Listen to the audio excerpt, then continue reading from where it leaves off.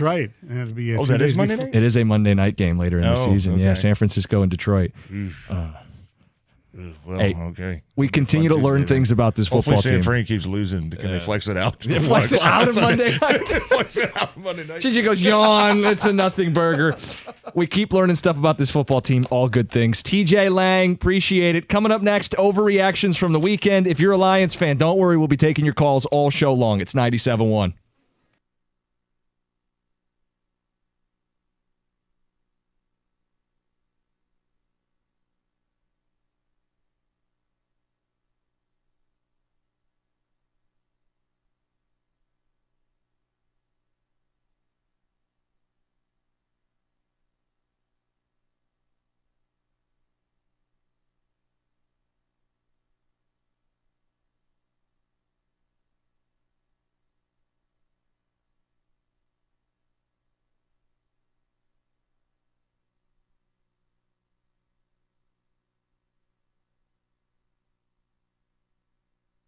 Brought to you by Northville Lumber. Jake Bates became the first Lions kicker to hit multiple field goals of 52 yards plus in team history, joining Matt Prater and Jason Hanson, sending Detroit to their 7th straight victory, 26-23 over the Texans. The team only had 23 rush yards in the first half. They trailed by 16 with 3 3-and-outs and 3 of Jared Goff's 5 interceptions before halftime. When they pulled it off in the end, Dan Campbell gave a big sigh of relief.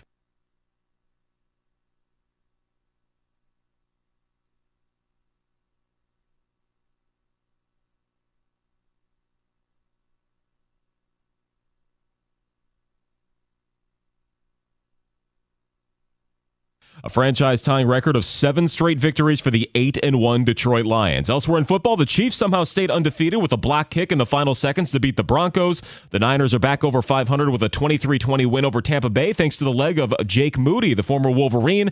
And the Bears say they're considering offensive staff changes after dropping to 4-5, losing to the Patriots at home. The Pistons led by 1 with 3 minutes to play, but the Rockets pulled off a win at Little Caesars Arena, 101-99. It was the 3rd straight game that ended within 2 points for Detroit. 2 of those were losses. Multiple Michigan players slipped on the floor on their final possessions to lose their first basketball game against Wake Forest in over 2 decades. The Deacons won 72-70, and over the weekend, the Red Wings fell to 6-7-1 with a Saturday loss to the Rangers at home, 4-0. And Pavel Datsyuk will be inducted into the Hockey Hall of Fame tonight. At the Corwell Health Sports Desk, I'm Chris Villar. For more, go to 97.1 The Ticket and Odyssey.com.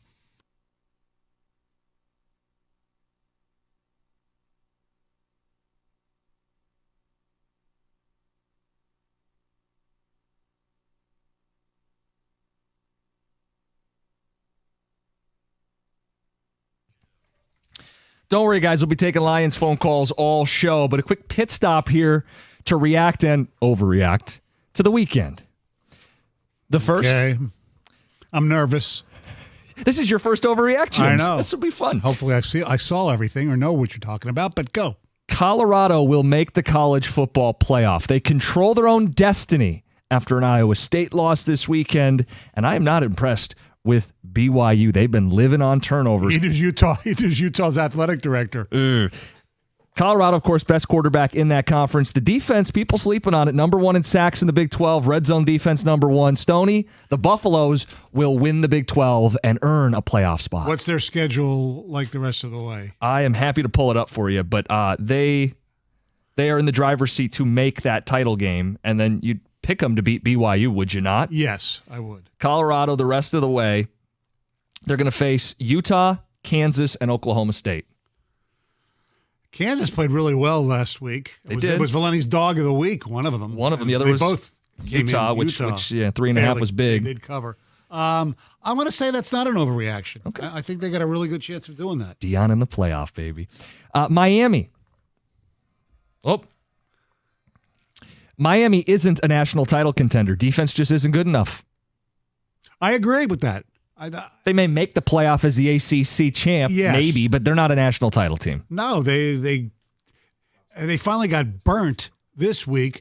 But how many games can this team fall behind and then come back? And I know Ward's a really good quarterback, but no. Like they could steal a game, but to steal 3 or 4 to win, I don't see it. The Big Ten is the best conference in college football. They have 4 of the top 5 teams in the AP poll, including number 1 and number 2. Penn State with only 1 loss, likely finishes with only 1 loss. And Indiana, I would not rule out an upset in Columbus. The best conference in college football, Stoney. I'm going to say that's an overreaction. I know where they're ranked. Because I still think there are teams in the SEC that maybe won't make the playoffs that, like, for instance, Georgia, who might not make the playoff, I still think would beat Penn State. So I'm going to still go with say it's an overreaction. It's a little overreaction. Carson Beck has played himself out of the NFL draft. An SEC high 12 interceptions. He's got more picks than touchdowns over the last 7 weeks, including 4 multi-interception games. He has struggled in some big road games. Even the win against Texas, he didn't throw a touchdown and he threw 3 picks. This is not a guy who should be going pro after this season. I think it is an overreaction when you say out of the draft. I mean, Well, he's not going to leave to go in the 3rd round, right? that's true. And with NIL, you stick around, you get paid, and you put another year on tape. I don't know what Georgia's succession plan is, but they got enough NIL money as well where they could say, you know what, we're better off without you. We'll bring somebody else in. This is not vintage Georgia. No, Already with 2 losses this season. I know. Far from vintage Georgia. And they got to play Georgia Tech too. Don't forget. Rambling wreck of Georgia Tech. Yes. Big win this week for them. Doesn't Georgia have to play Tennessee too? Don't they? This week. So one of those guys are out. It's an elimination game. Yeah. Speaking of the SEC and these tiebreakers, we need divisions back in college football. The SEC is showing it. We could very easily have a 7-way tie in the SEC. Georgia beats Tennessee this week. Texas A&M upsets Texas, and we would have 7 teams with 2 conference losses atop the SEC. With no divisions, I don't even fully grasp how they would break that tiebreaker. Stoney, we need East, we need West. It's not perfect, but it gives you some kind of scheduling to where you can funnel it towards a title. I'm going to say that's an overreaction because, granted, I'm basically, PTSD from the Big Ten and the way they work. Now, granted, if they did have divisions, they'd have Oregon and Washington, USC, UCLA probably in the West, so it wouldn't be such an imbalance. Yeah, it'd be balanced. But I'm so shell-shocked from the Big Ten West having no chance to win that game. With the Iowas and the Purdue. Purdue. I know. Gross. Yeah. The Chiefs are using blood magic and will never lose another football game forever. Stoney, again this week, they block a chip shot field goal. We can go through the pass interference that helped them beat Cincinnati, the pass interference that wasn't called that helped them beat Atlanta, and everybody remembers week 1, the toe, a toenail for Likely that kept them from Baltimore winning that game. They'll never lose again, Stoney. They will lose again. They will lose this week in Buffalo. I think that's in Buffalo. I believe it is. They will yes. lose this week in Buffalo. So, yes, I think. But it is incredible. They are making some kind of deal with the devil. The Tampa Bay Buccaneers will miss the playoffs. 4 straight losses, 2 back in the division, and they don't have the head-to-head with Atlanta, 0-2 against the Falcons. You figure the NFC East is going to get 1 wild card spot. You feel like the North is going to get 1 wild card spot, maybe more. And the West has some frisky teams right now. That Niners loss this week could be the difference in Tampa making the playoffs. I think they miss. I think they do as well. Look, I haven't looked at the schedule, but if the season ended today, the cliche that I hate, right now the Bucs are the 12 seed. So out of 7 teams, that's they have too much ground to make up. Now, granted, the Bears are 10, but they're falling like crazy. As of now, the 49ers are not in, by the way. Well, finally above 500 for them. Yes. Jake Moody missed 3 kicks, made the one he had to. All right, another overreaction. It's time to go back to Anthony Richardson. Joe Flacco threw not 1, not 2, but 3 interceptions. Listen, they're 4-6. It's time to look at upside and to the future. Just work on the conditioning. Richardson, get back in there. Their defense is really, really good, but Flacco just doesn't have it. So I let Richardson play starting this week because then the Lions get him next week. Did they make a mistake benching Richardson? No. Absolutely not. I think the fact that he tapped out really resonated with that team, and I think that was a good move that Shane Steichen made, actually. Matt Eberflus key card should be deactivated effective immediately. The Chicago Bears have lost 3 straight, scored only 3 points, and lost at home to the Patriots. They've gone 23 drives without a touchdown. That Hail Mary broke this football team. Tyreek Stevenson, your fault, buddy. And the coach, by the way, didn't call a timeout on that play when he saw his corners out doing whatever. They have a spy inexplicably for no reason on that Hail Mary. Right, I know. And the play before, not to go back 3 weeks ago, the play before set up the Hail Mary, and Eberflus said those yards were meaningless. Right, and he's a defensive coach. Nothing good in Chicago right now. They've never fired a coach in season. He should not be in the building today. Well, overreaction or not? Because of the history, it's an overreaction. But I hate firing coaches in midseason as well, because then sometimes you get that false security and you hire the guy afterwards. And no, I think the Bears should just do the John Jansen, let the season play out, and then go and get yourself a new head coach. Hopefully it won't be Ben Johnson or Aaron Glenn in your own division. Part of the argument to fire a coach in season, though, is accountability, to show those guys in the locker room, Right. like, hey, we've got your back. We can't keep doing this. We ask you guys to be accountable after your mistakes. This coaching staff has made too many. Mm-hmm. The Jets should not bring Aaron Rodgers back next season. Even if he wants to continue playing, they need to move on. That is not an overreaction, Jim. I agree with you. It's time. I would even bench him the rest of the season to a certain extent. I mean, what? They're 3-7. Get yourself in position to draft a good quarterback, if you even think one is out there, whether, Shedeur Sanders or any of those guys. Nah, I would not bring him back because he ruined the franchise. Excuse me, that's an overreaction because the franchise was so screwed up before he got there. He helped put it where they are right now. And those are your weekend overreactions. More Lions talk next. Another big win. This football team has won 7 in a row. They are 8-1, and nothing can rattle the Detroit Lions. It's 97-1.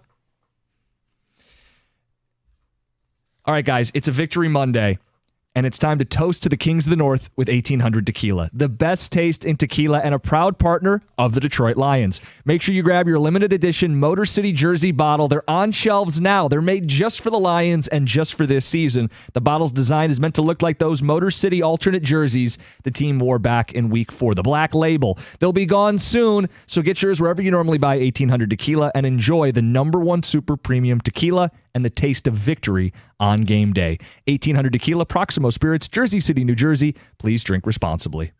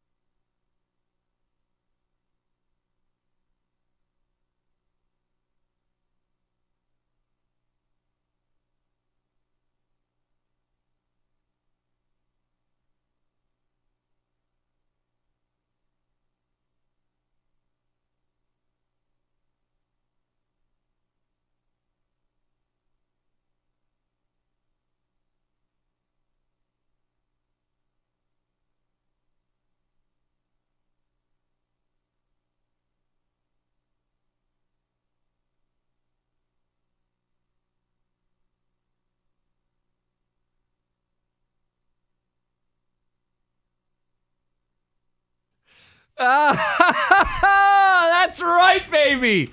Dan Miller always with a sense of the moment. Great call, great win. Lions throw 5 picks. Don't worry about it. Still win the game anyway. And Stoney, you love the obscure stats. Oh, yes. So I have 2 in front of me to put in context what just happened. Okay, I have 1 too. Hopefully it won't be the same one. You never know.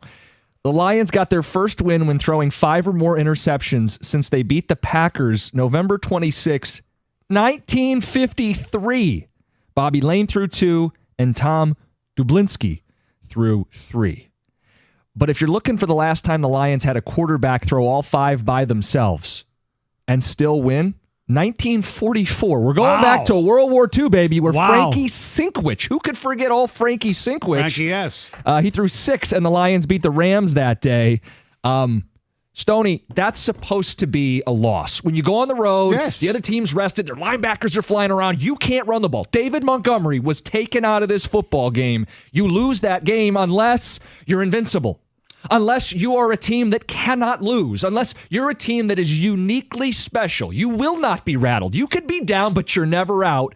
These Detroit Lions continue to show they are a cut above. How about this? And yes, you're correct, but as far as the weird stats, the Lions are the first team to win a game where their quarterback threw 5 interceptions and were behind by 15 or more points. First time since 1970, November 23rd, when the Chicago Bears were leading the Baltimore Colts 17-0. The Colts rallied, won the game 21-20. The quarterback who threw 5 interceptions in that game at one time was considered the greatest quarterback of all time, Johnny Unitas. Oh, wow. Had 5 interceptions. The coach of the Colts that came back was Don McCaffrey. Don McCaffrey later was a Super Bowl winning coach for the Colts, I believe, or he went to the Super Bowl. He later coached the Detroit Lions and then died the following offseason. Very different team now. We're not killing coaches. No. 248-539-9797. For those wondering, yes, Stoney did, and I'm not saying this is a joke, did sleep at the station. Was on the post game last night. Yes. It's Veterans Day, and John has the day off. Let's get some phone calls in the mix talking about this football team. We have Mike in Canton. You're on 97.1. Mike, what's up? Hey, fellas. How you doing? Good. So I want to talk about Jared Goff. You know, the whole hasn't thrown many interceptions this year, and the 30 for 30 for Amon-Ra. I'm glad he got it over with. You know, you needed that breakup game. Yeah, he threw 5. That's not pretty. But, you know, the whole, these crazy stats that he's putting up, 83% completion passage, only 4 interceptions on the season. It's good to break it up. I think this is exactly what he needed, kind of make him think a little bit more about how he's going to throw the ball for the rest of the year. I don't think it was a blessing in disguise, so to speak, but I don't think it was the end of the world. Quarterbacks have bad games. He had just played so clean. Correct. He hadn't thrown 5 picks all year. Right. To do it in one game. Now, one is a Hail Mary at the end of the half. Right. Whatever. The first 2, listen, I'm not excusing him. He was pressured. Penei Sewell, rare blunder for Penei Sewell. The 2 in the second half, those were bad throws. Bad picks. And he got away with one he should have thrown to J-Mo earlier in the game. It was a bad Jared Goff day. But think about what we're saying.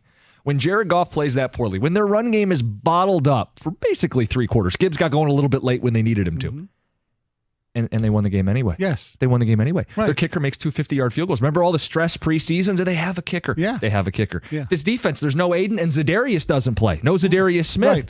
How are they going to get home? Oh, Aleem McNeil's just going to own the middle of the field. Stoney, they get 2 picks, 2 red zone stops. They had 4 sacks. Yeah, and Houston couldn't run the ball. Joe Mixon's having a terrific season. They won this game because of their defense. Yes. Flat out. And that sentence you really never thought you were going to say going Especially into the season. Before the season, maybe they'd be a little better and they'd win a game or 2. to lose Aiden and still be winning games with their defense on the road. And that's, by the way, that's a good Houston team. I'm not going to call them great, but that's a good Houston very team. Good, yes. And again, 10 days to prepare for this. And Stroud came out and looked like he had reset his internal clock because he was seeing ghosts at the end of their game against the Jets the previous week. He came out composed. He had some time. He was hitting some throws. They were moving the ball. They had a lead. Everything was going well for them. But the Lions are never out of it. And I know some people will say they don't like the way Goff played.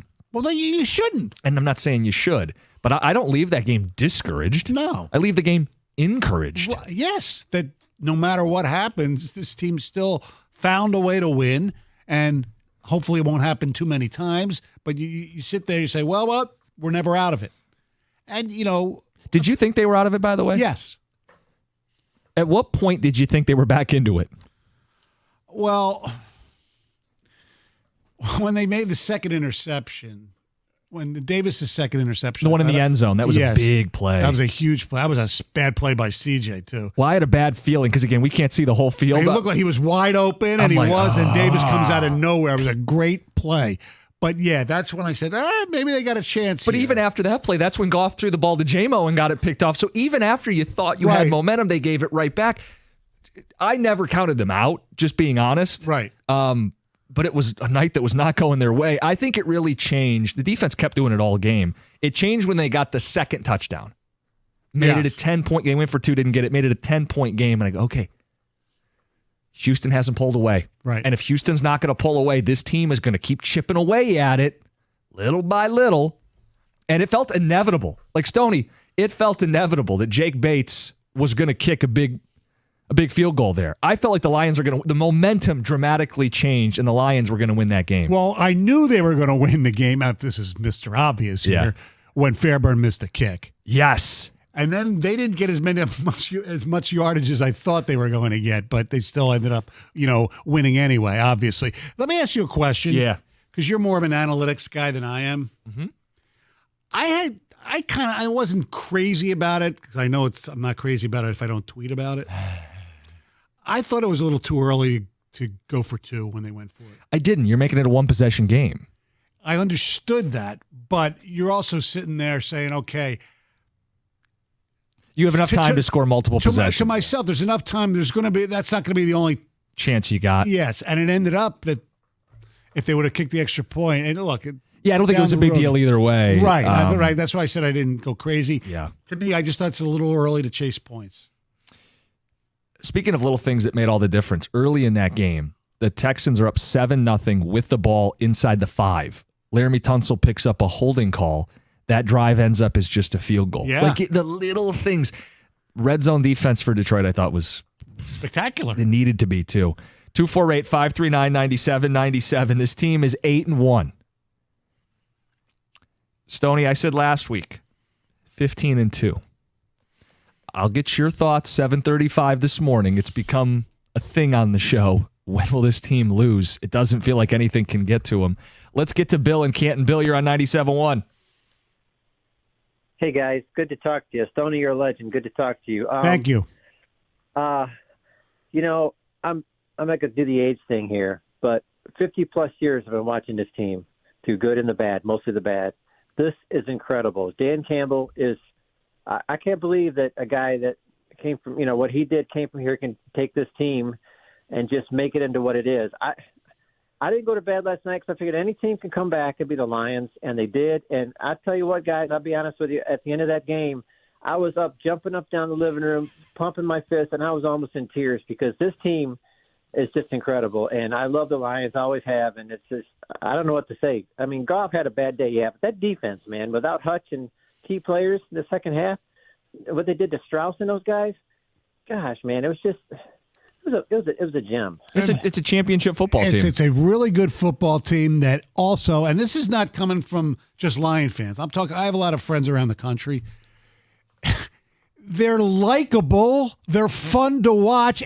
People who have no affiliation to the Lions at all are rooting for the Lions if their team's not involved. Yeah. It's like my friends from New York. Most of them are Giant fans. Some are Jet fans. They just are. They're into the Lions because their teams are out. They become that team. Now, my friends in Philly, it's different. They still like the Lions, but if they meet in the Of course.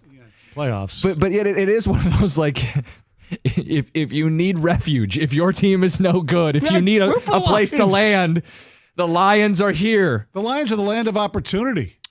Joe, I should have gotten to you quicker. Joe, thank you for waiting. You're on 97.1. Joe, good morning. Good morning, gentlemen. Happy Monday, that's for sure. Mm-hmm. Hey, full disclosure here, because I'm a homer. I have Lion season tickets that have been in the family since 1957. Wow. And I've been going down, I'm dating myself, and I've been going down there for over 40 years. So to say that I'm a fond, dedicated Lions fan would be an understatement. But really, my biggest thought on this whole thing is, the gentleman that texted in that Jared Goff is a fraud and that the Lions are a fraud. All I'm thinking to myself is, when a team gets hit in the mouth the way they did, and not just this game, the Minnesota game as well, when they get hit in the mouth the way they did, and your quarterback throws 5 INTs, whether they were all his fault or on him or not, regardless, they happen. There's still turnovers. And Yep. the fact that they happen, and your team or our team still had the resilience and the grit to come back and win that game in the fashion they did and shut the Texans out in the second half speaks volumes about that team. So anybody to criticize what happened yesterday, knowing that last time I checked, 1, 2, and 3 loss teams in the NFL are pretty rare.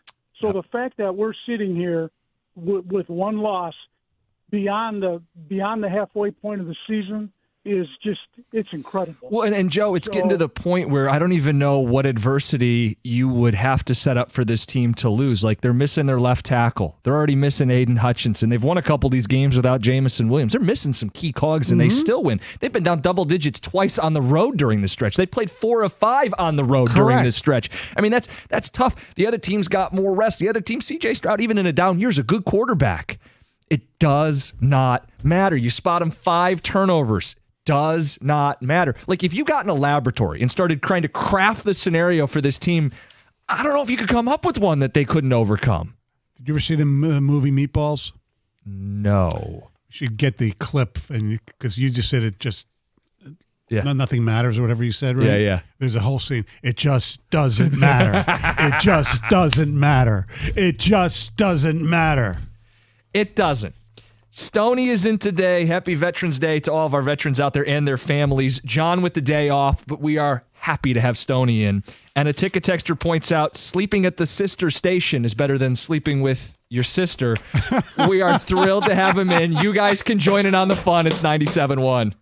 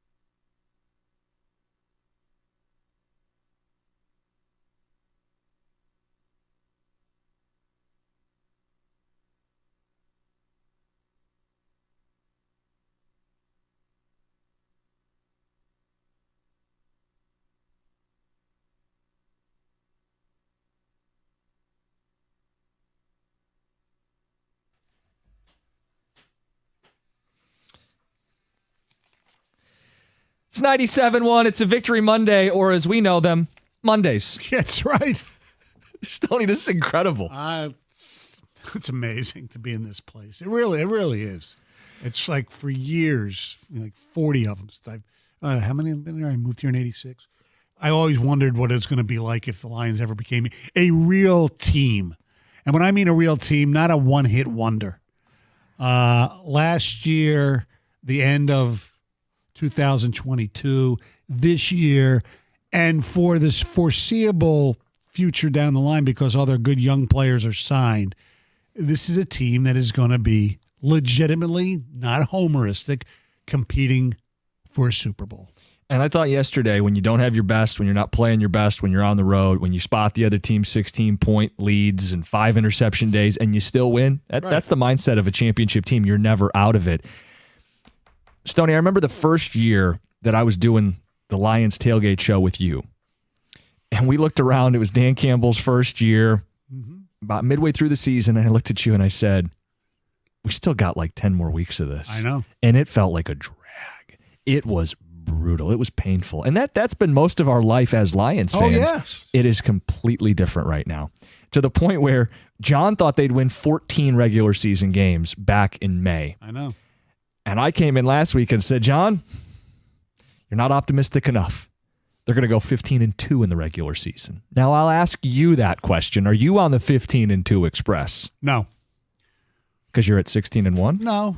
Kind of. How does this go? Because I have a hard time even finding a loss. I have them losing one more just kind of because you build that in. But I can't come up with a good reason for why this team would lose a football game. There's never a good reason why good teams should lose games except history. But they're going to be favored every game they play. That doesn't mean they're guaranteed to win every game they play, but I think they're favored to win every game. Yet you think they're going to lose more than one game the rest of the way? It depends on San Francisco. It really does. Okay. You know, as far as being favored. The other thing is, you don't know if let's say the Lions have the number 1 seed wrapped up, the last game of the season, Minnesota's fighting for their playoff lives. Even though it's here, Campbell may rest guys or only play Goff a half because they'll have a bye. I mean, you don't know. So, yeah, those things built in, maybe they lose, even though it's at home, maybe they lose to Buffalo, who's playing really well. Sure. I don't know. And there's games in there. I mean, but we used to think like you're going to go on the weather against Chicago, but they went on the road in the weather and the wind and the rain, and they beat Green Bay handily. Look, Green Bay came in here last year on Thanksgiving and beat the crap out of the Lions. And I think Green Bay's better this year than they were last year. So I just think, I can't believe I'm even going to be saying this, but I'm on the 14-3 bus that you guys started. I'm there. I think they'll probably lose 2 more games.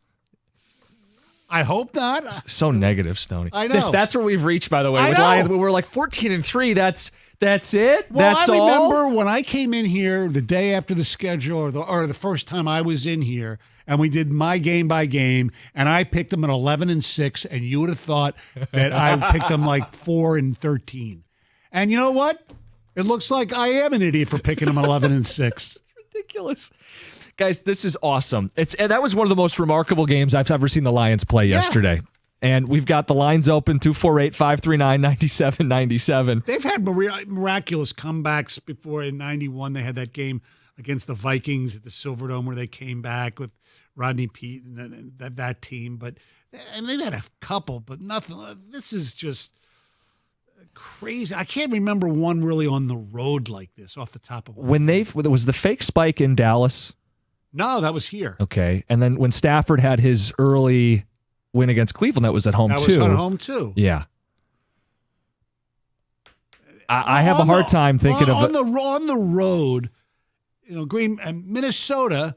Okay, it was only 10-0, but still, that's a big deal, though. A double-digit comeback on the road twice in the span of a month. Yeah, is ridiculous. Yeah. Again, there are so many when things you're playing really good teams. Yeah. Again, these are Vikings and Packers and Texans. I know the Titans was a bit of a free space, but they didn't overlook the Titans either. They came in and took care of business.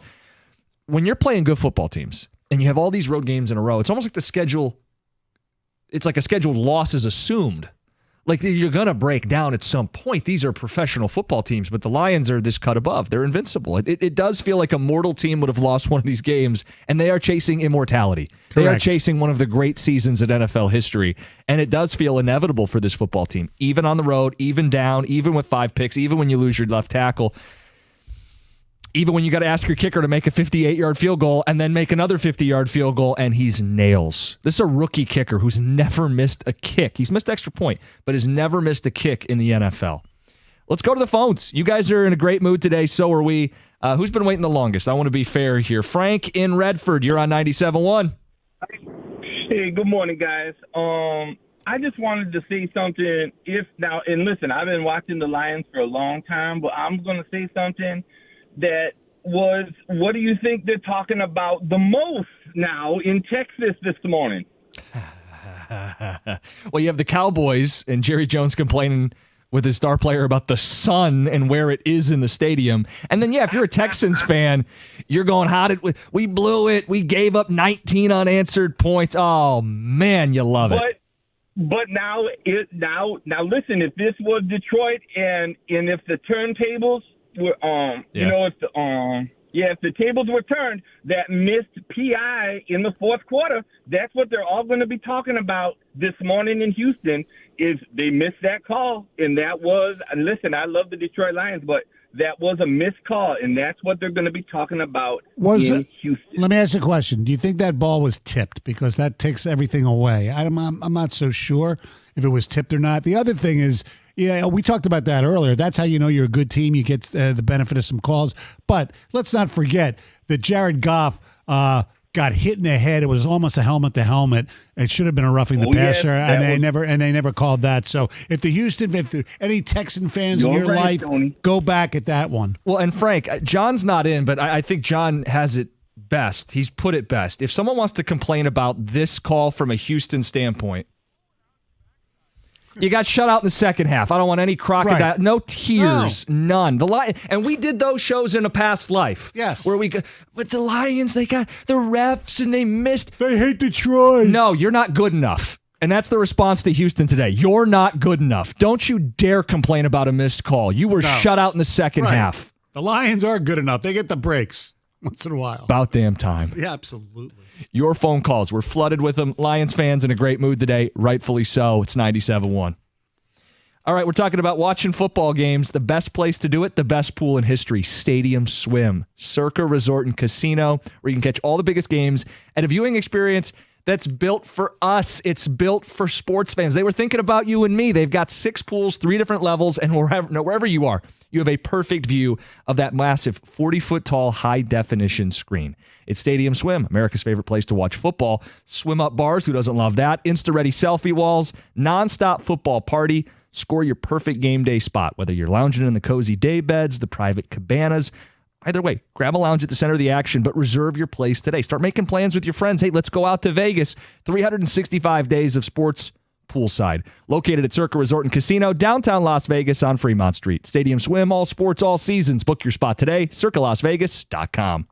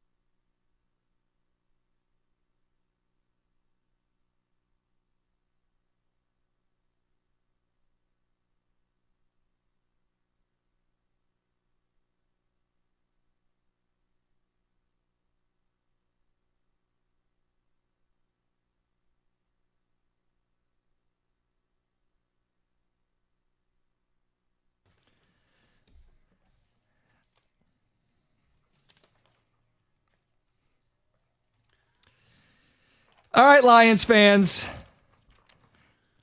They just keep winning. It's what we do. Stoney, have they removed all doubt? Because there's a Doubt- lot of doubt. Doubt of what? That they're a legitimate team? There are some people, and it's a smaller slice of the pie every day, that think they're going to blow it at some point. That they're not this good. That they don't believe they're a super. They've removed all doubt, right? That this is Yes. absolutely a championship caliber football team. Right, and it's no guarantee they're not going to slip up in the playoffs, okay? Right. That's why I say caliber. Nothing's Yes. promised. But Right. like Aiden casts some doubt, right? The JMO immaturity casts some doubt. You lose a left tackle or can't run the ball for most of the game. Just stop doubting this football team. Yeah. There should be no doubt that this football team is every bit as advertised a Super Bowl caliber football team, and they've proved it every single week, no matter what adversity hits. Yeah, absolutely. I mean, Nothing rattles them. There are some things you look at that other teams, like, what Houston did, at least in the first 3 quarters of the game, to take St. Brown basically out of the game to a certain extent. Will other teams do that? I don't know. Now that JMO is back, that kind of helps alleviate that. Laporta, how many games? He'll probably not play this week, but it's Jacksonville. Shoulder, by the way, for people that are wondering. Yeah, he was seen with his sling leaving the locker room yesterday. But look, they are right now, to me, and you can argue, well, the Chiefs are undefeated. I think the Lions are the best team in the National Football League right now. Does that mean they're going to win the Super Bowl? Hell no. A lot of football left to be played. Unfortunately, injuries hopefully won't take over this team or any of your favorite teams or whatever, but you never know. And some weird things happen in the NFL. So, but right now, it is not a homer take. It is what a lot of people across this country believe, that the Detroit Lions are the best team in the National Football League right now. Phone calls, 248-539-9797. There's a lot to react to. That was a remarkable win for the Detroit Lions. Incredible comeback. Mm-hmm. When did you know they were winning that game? And we'll get into who deserves the most credit for them winning that football game. It's not Jared Goff, 5 interceptions, No. but you pick up your quarterback. Let's get to the phones. Gary in St. Clair Shores. Gary, good morning.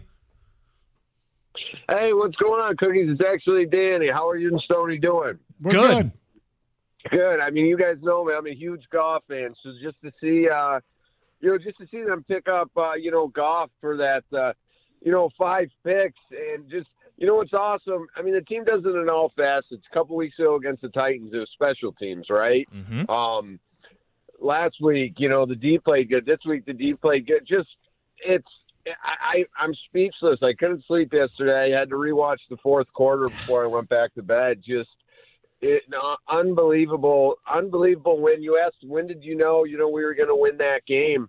And honestly, once, kind of an easy answer here. Once Houston missed that 58-yarder, it was like, all right, guys, go get a couple first downs. Boom, bang. I have confidence in Bates, and just want to win. I don't even know what to say.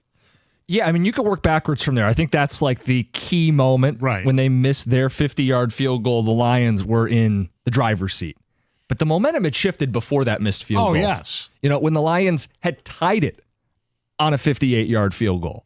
That was a huge moment in the second half, too. When Carlton Davis had not one but 2 second-half interceptions, you could feel the momentum. Oh, Houston absolutely. was not pulling away, No. and you knew the Lions, this offense wasn't going to be held to 7 points. When they scored their second touchdown, here they come.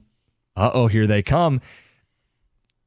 You weren't going to hold them down. No. And when Houston couldn't pull away, it was only a matter of time. It felt inevitable for the Lions. Absolutely. Look, were the Lions fortunate that Nico Collins didn't play? He's probably going to play this week. Diggs, is out for the year. Will Anderson, yeah, okay. But were the Texans fortunate that they didn't have to deal with Aiden Hutchinson and Davenport and Decker. Zadarius Smith and Decker? And look, the injuries, I think, pretty much evened out. If you want to look at it like that, just to have the resilience to do what they did and shut out a good NFL team for the second half in their freaking building. Here's the drive chart in the second half for Houston. Pick, punt, punt, missed field goal. Wow. Whoa. And by the way, the length of these drives, the yardage, 0 yards, 1 yard, 40 yards, 6-1 for 30.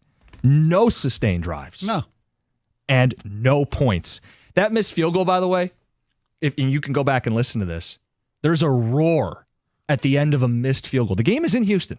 Houston misses a kick to take the lead, and the crowd goes crazy. Because they know those 30% of that building, the 35%, knew that the Lions were going to win that football game. It was crystal clear. To the phones we go. Brian in Sterling Heights. Brian, you're on 97.1. Oh yeah. Guys, as Wojo would say, it was the right move. I had no doubt, even when it was 23-7. That's 2 touchdowns. They can overcome that. I mean, they've done so much more in this season, overcoming things, and it's just like Goff, 5 interceptions. Who cares? Ladarius Smith, new Lion. Well, he's not going to play today. Don't matter. Lost Aiden Hutchinson. Don't matter. Go to Green Bay. Weather, elements. Don't matter. This team wins. It's like nothing can stop them. It just doesn't matter. It really doesn't. Mike. It's like they want to have the argument for the best team in the NFL, and if you want to say that the Chiefs pissed me off. They should have lost yesterday. Yep. That was ridiculous. Well, yes. Of course.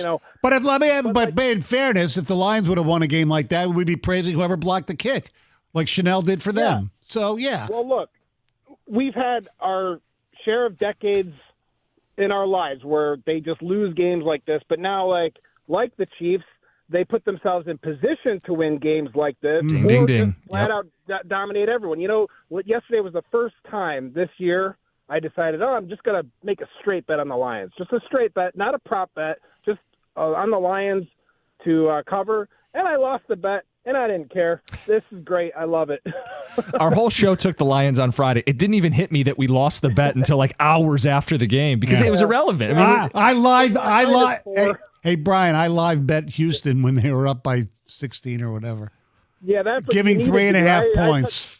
I took -4 before the game started, but like I said, don't matter. Yeah, exactly. It's Monday. I'm at work now, and you guys have a great day. I appreciate it very much. Hey, thank you for calling in, Brian. Good stuff.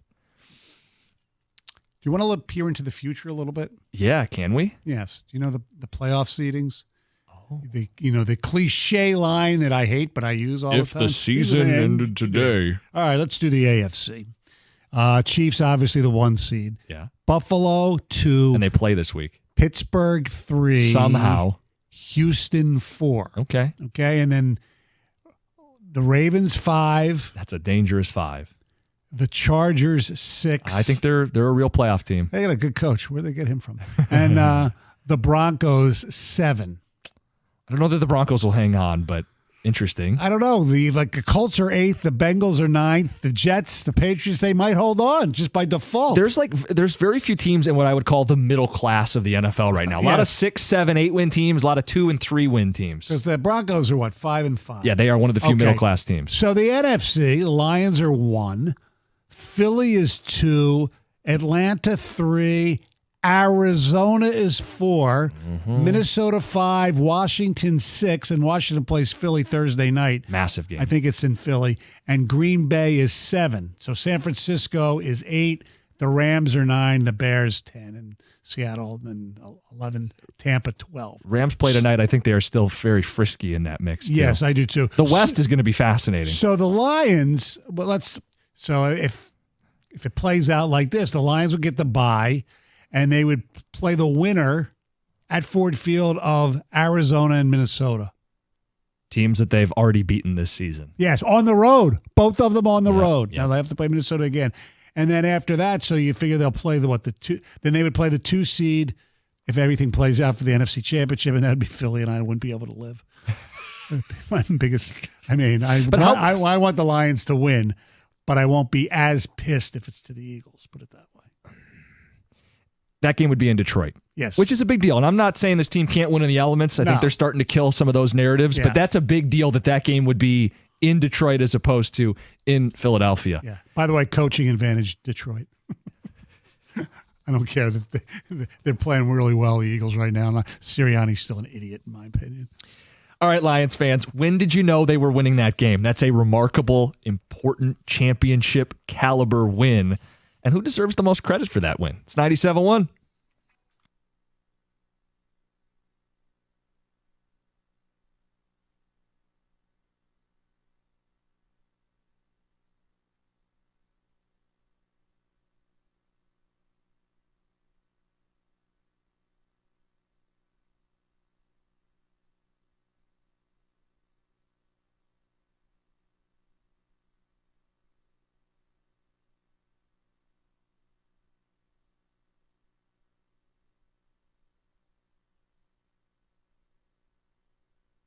Brought to you by Applied Innovation, a 7th straight victory as the Lions. They held on to beat Houston after a scoreless second half for the Texans on Sunday Night Football. Pretty impressive to win 26-23 after being down big early. A pair of Jake Bates' 50-plus yard field goals tied it and then won the game in the final 5 minutes, bringing Detroit's record to 8-1 and handing the Texans their first loss at NRG Stadium.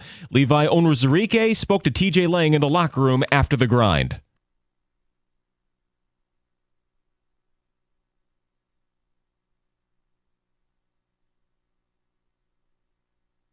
Elsewhere in the division, the Vikings survived against Jacksonville 12-7. They're 7-2. The Bears fell to below 500 with a 19-3 final at home against the Patriots, and the Packers lost more ground to the Lions. They sat out for their bye week. Michigan Hoops fell in their first road game of the year, 72-70 to Wake Forest. Roddy Gale Jr. led the Wolverines with 11 points, but the Demon Deacons rallied in the second half to stay unbeaten. U of M now 1-1 under Dusty May. The Pistons fell short in their comeback attempt at home. The Rockets squeezed out a 101-99 win in Detroit as Cade Cunningham nearly put up a fourth straight triple-double, 26, 8, and 9. At the Corewell Health Sports Desk, I'm Chris Villar. For more, go to 97.1 The Ticket and Odyssey.com.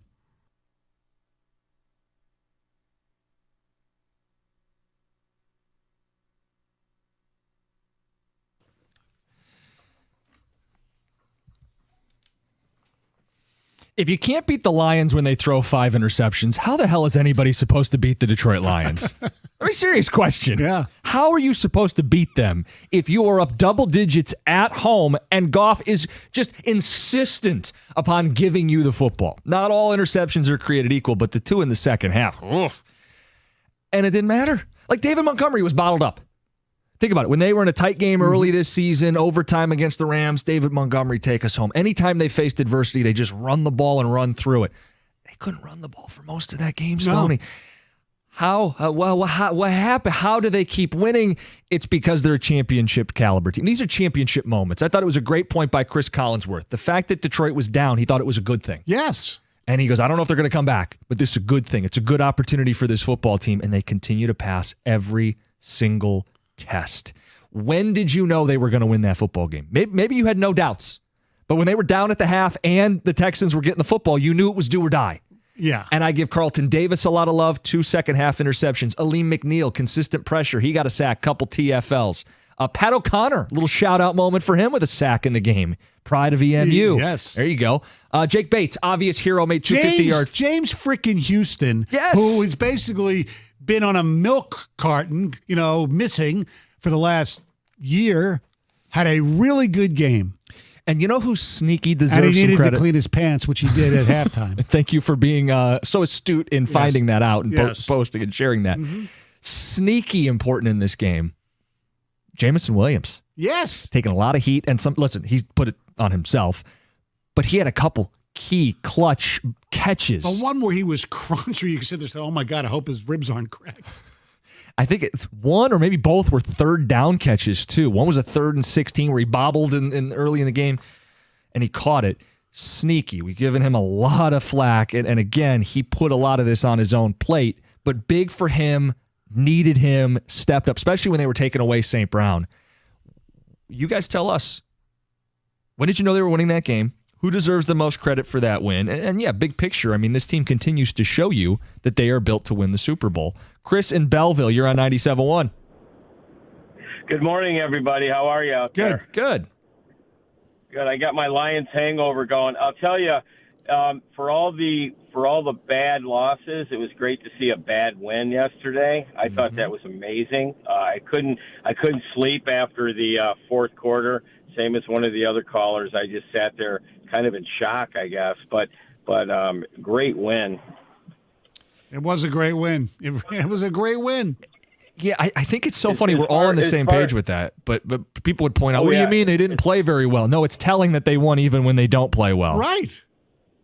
Absolutely. And, the turning point for me, I think, is when Gibbs, when they had those in the fourth quarter, when they got into the second layer of the defense finally, because Houston played great defense against the run. When Gibbs broke that one on the outside, almost broke a second one, and then they came across the middle, and then they started to push Houston back a little bit. That's when things opened up for Jared to finally complete a couple passes. I think it might have been late third quarter with a couple of those runs, and they were getting him to the right side. Penei Sewell was a difference maker in that run game, running to the right.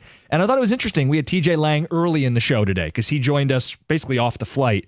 He liked that they kept Sewell at the right tackle spot. So you're going to see more Danielle Hunter on the right side. You don't want to reshuffle the entire offensive line. You can help Skipper if you need to. And Sewell, he gave up the one sack, but late in that game was a people mover. Was a difference guy. Unbelievable. Yeah. I like that. People mover. Yeah. Tarico loves him, some people mover references it too. is? Yeah. It's a great nickname for this offensive line. 248-539-9797. We got overreactions coming up at 8:50, but it's a lot of Lions talk today. And next up is Tim in Windsor. Tim, you're on 97.1.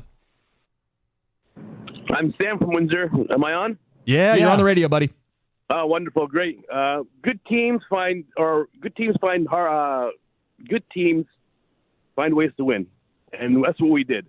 But is anybody concerned with Dan Campbell's football IQ? What do you mean?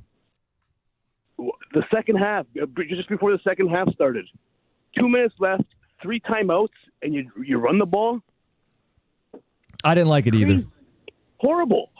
You can't like Andy Reid would kill us mentally. You wanted more urgency. You wanted them to try to throw the ball a little bit. Instead, they went run, and then they were running out of space. And then we gave up a touchdown. Yeah, there's still enough time for Houston, who showed more urgency, working down the field to extend. With a minute 5. Yes. I like Dan Campbell, and everybody plays for Dan Campbell. Really, I really do get it. I just don't think he has the football smarts. And I've said it a million times. I hate to say it.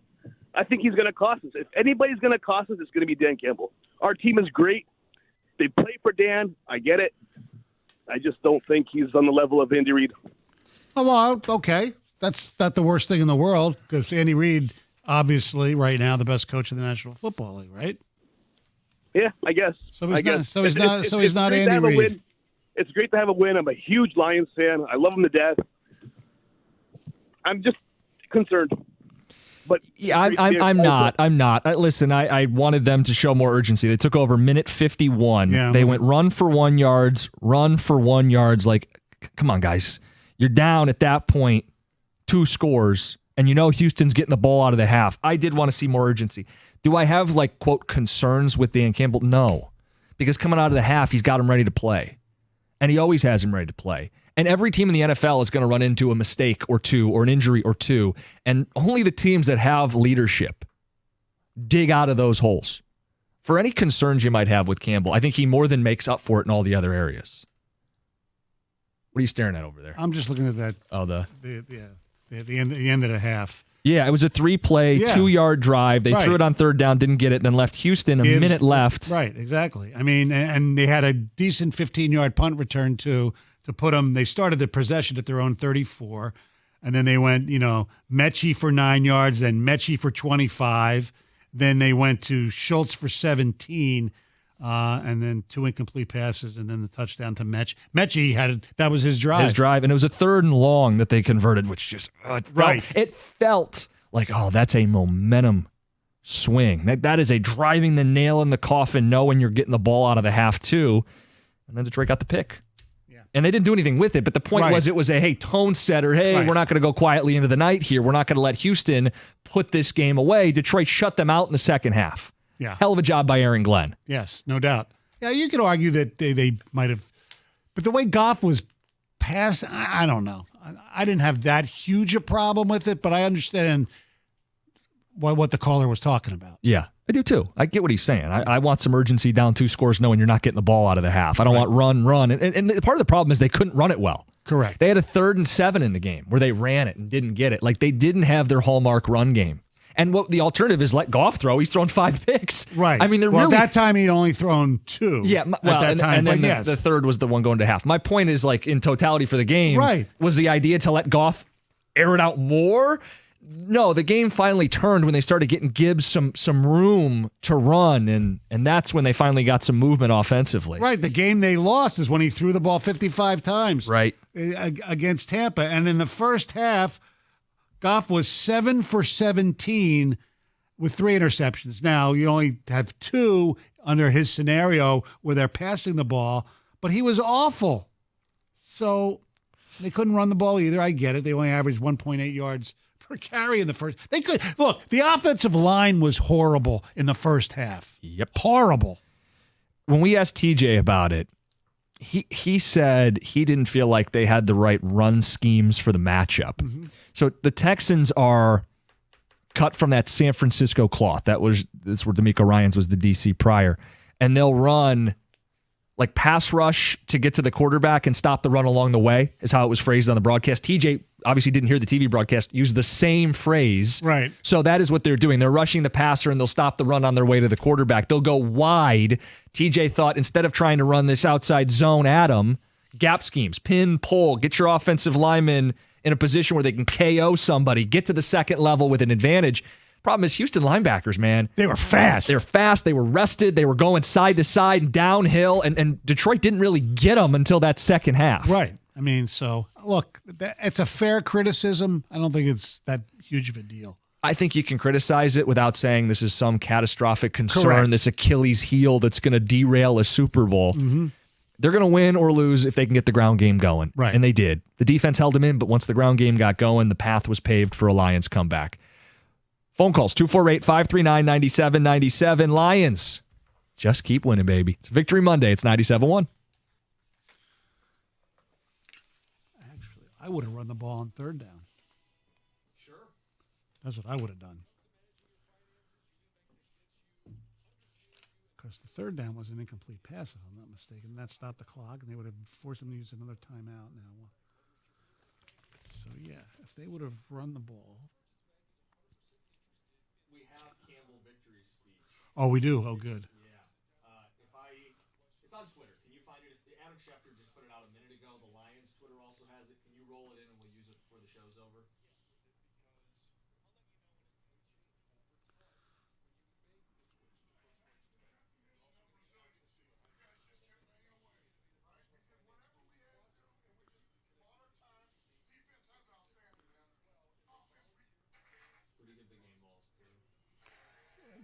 Glenn.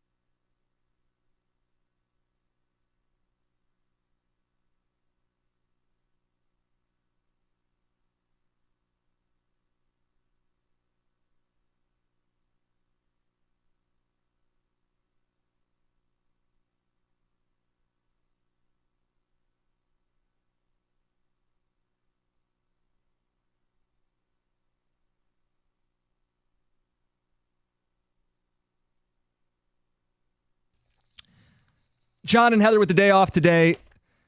Veterans Day. Happy Veterans Day to everybody listening out there. Thank you for serving. Yes. My father was a veteran, so it's amazing what people do for our country. The sacrifices they've made, their families as well. So a day for them today. And because it is a company holiday, John is off, Heather's off. I'm not saying I drew the short straw because I love talking about this football team. I know. And I love when Stoney's in. When I found out, listen, you have to work Monday after the Houston game, I said, bring it on. I didn't realize, I forgot at the time that I'd be doing the post-game show till 2:30 in the morning, then a podcast till 3:15. But you know, what the heck? And you were sleeping, true story. Yes. Back around a couple corners on whatever comfy sofa you could find. Exactly. And you are awake and ready to go today. I'm ready to go. Now in about 2 hours, I'll probably pass out at home. So it'll be fine. Let's get back to the phones. Emmett in the truck. Good morning. You're on 97.1. Hey, good morning, gentlemen.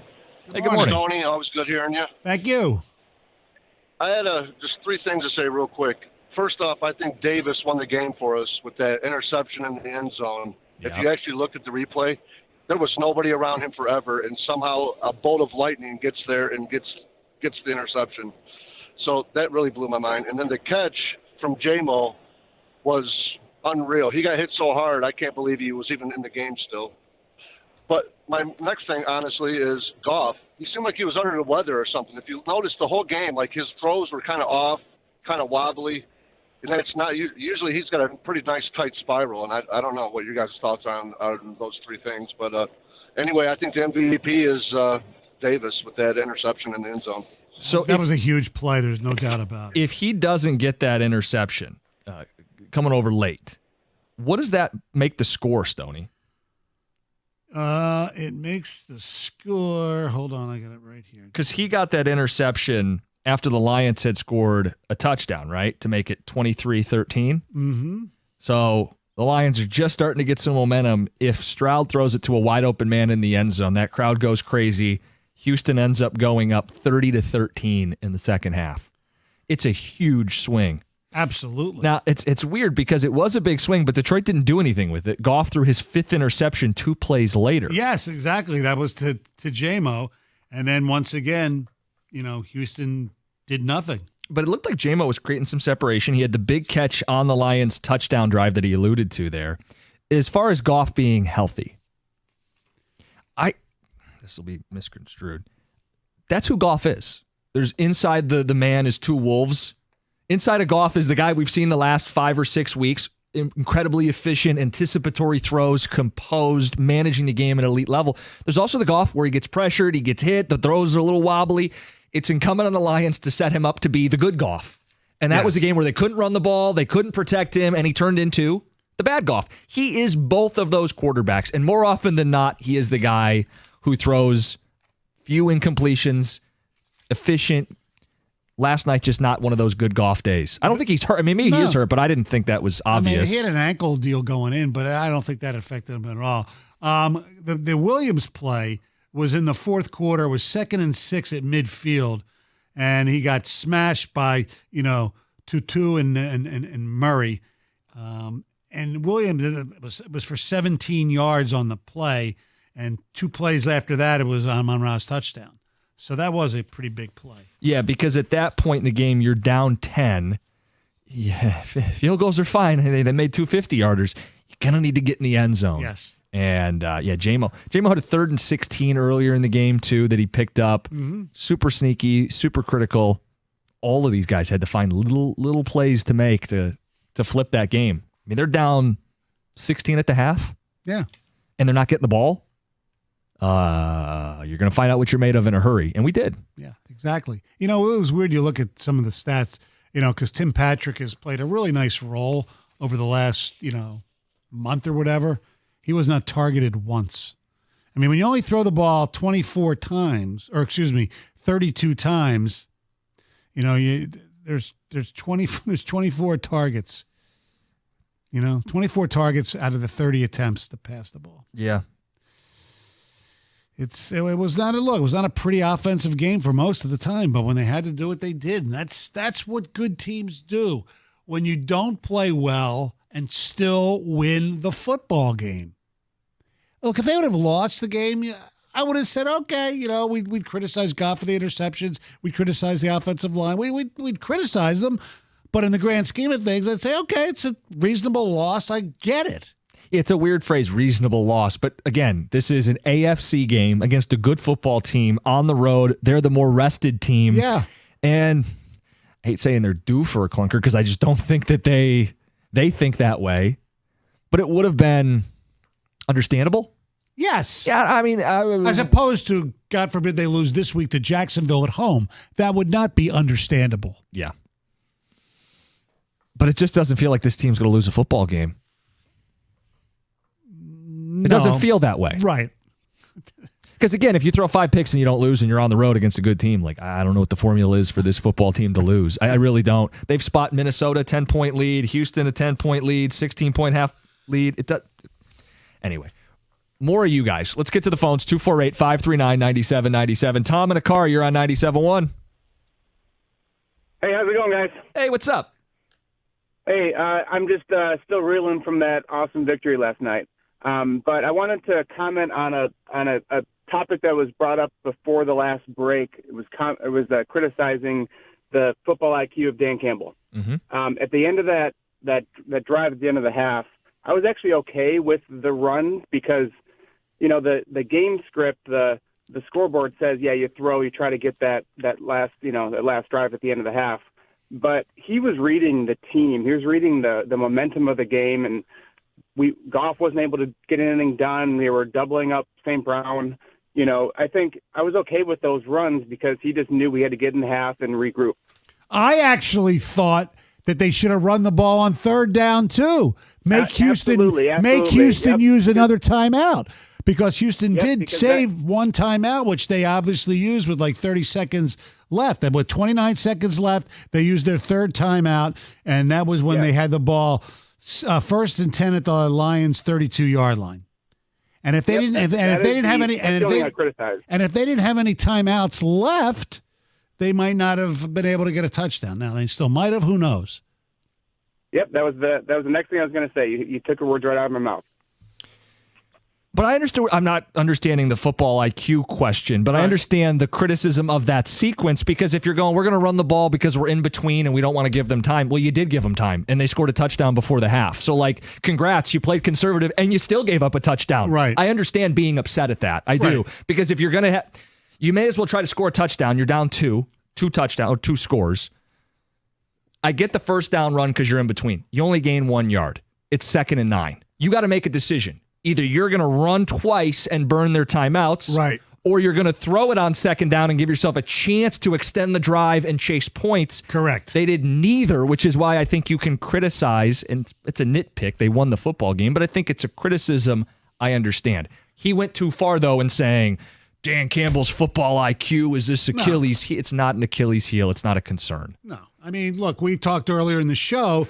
You could, nitpick a little bit on Dan Campbell about when he went for 2 to try to make it a 1-possession game. I thought it was a little early, not heinous, not coaching malfeasance or anything like that. But I thought you could make an argument and say, you know what? There's plenty of time left in this football game. There's no need to try to chase points. And I understood that one. Yeah. Because, listen, it makes it a 1-score game. Go either way, yeah. That to me was an either or. I don't have a strong. I didn't in the moment have a big reaction to it because there's a lot of football left, and if they got it, great. If they didn't, they could overcome it, and they did. Back to the phones. George in Macomb Township. George, you're on 97.1. Hi guys, great win. I appreciate all you guys do. 2 points. I've been a Lions fan since the 1980s, and I've never seen a Lions team amazing. And number 2, I think, in my opinion, that Goff. Sorry about the dog in the background. That's okay. He's got to go to the bathroom. I'm sure you'll take care of it. Yeah, we're letting him out right now. Okay. In my opinion, the Goff. If the Lions win the Super Bowl, Goff and Brad Holmes will be in the Hall of Fame, and this will go. The Goff-Stafford trade will go down as the best trade in the history of all of sports. In my opinion, I can't think of any other trade where both teams benefited so much to win a Super Bowl. If that's the case, that's very interesting. I'd have to do some deep diving research there, but yeah, it's a pretty good one. Now, one more point. This team also reminds me of the 1984 Detroit Tigers World Series championship team, where they didn't have a lot of superstars, but they had a lot of great players who played as a team. And they were dominant on all aspects of the game. They were great coaching. They had great management, and they did it for the city. And this team is reminding me a lot of that 84 team. I was only 12 back then, but it was a special time, and these are special times for the Lions. One more point. Can you imagine if the Lions would have won the Super Bowl last year? When's the last time you had an NCAA football champion and a Super Bowl champion from the same state? I can't think of one. These are all questions that you're gonna send Stoney down the rabbit hole here. You already gave him one assignment, which was the trades that the teams both won the Super Bowl. And now you got that. God. It's been discussed a lot, but the trade, Goff, Stafford, the Rams have won the trade because they won the Super Bowl. But if the Lions win the Super Bowl, I would argue it was harder for them to do it. They were starting from ground zero. Absolutely. And it's at the very least a push. And given the history of the Lions losing, listen, I'm calling it a win if they win the Super Bowl. Right? Yes. I mean, for them to get Jared Goff, who at the time was not seen as anything more than a throw-in. Right. It was to resurrect his bridge. career. Yeah, a bridge quarterback. Yeah. And then to take the first-round picks and do something with it, fill out this roster. And, it feels like they were every bit in the Super Bowl mix a year ago. Super Bowl favorites this year. Should be in the mix for the next couple seasons. Yes, they should. And the way they're built, no doubt about it. This team, man, down 16 at the half, missing their left tackle, throw 5 picks, doesn't matter. Still won, 8-1. It's Lions. It's 97-1. And guys, it's time to get off the sidelines and get into the game with Moran Chevrolet. GM employees and immediate family members can get a great deal. You can lease the all-new 2025 Equinox LT for under $300 a month. $299 a month, 24 months with only $999 down. These deals, it's Moran Chevrolet, where you always get the best price, period. Moran has shipments arriving daily, which means they're going to have what you're looking for. It could be the Equinox, could be the Blazer. We've talked about Silverado. Go out, test drive, check them out in person. They're on Gratiot north of 15 Mile in Clinton Township. Or if you want to just do some online perusing, make sure the deals are as good as we say, MoranExpress.com. It's Moran Chevrolet. Chevrolet, together, let's drive.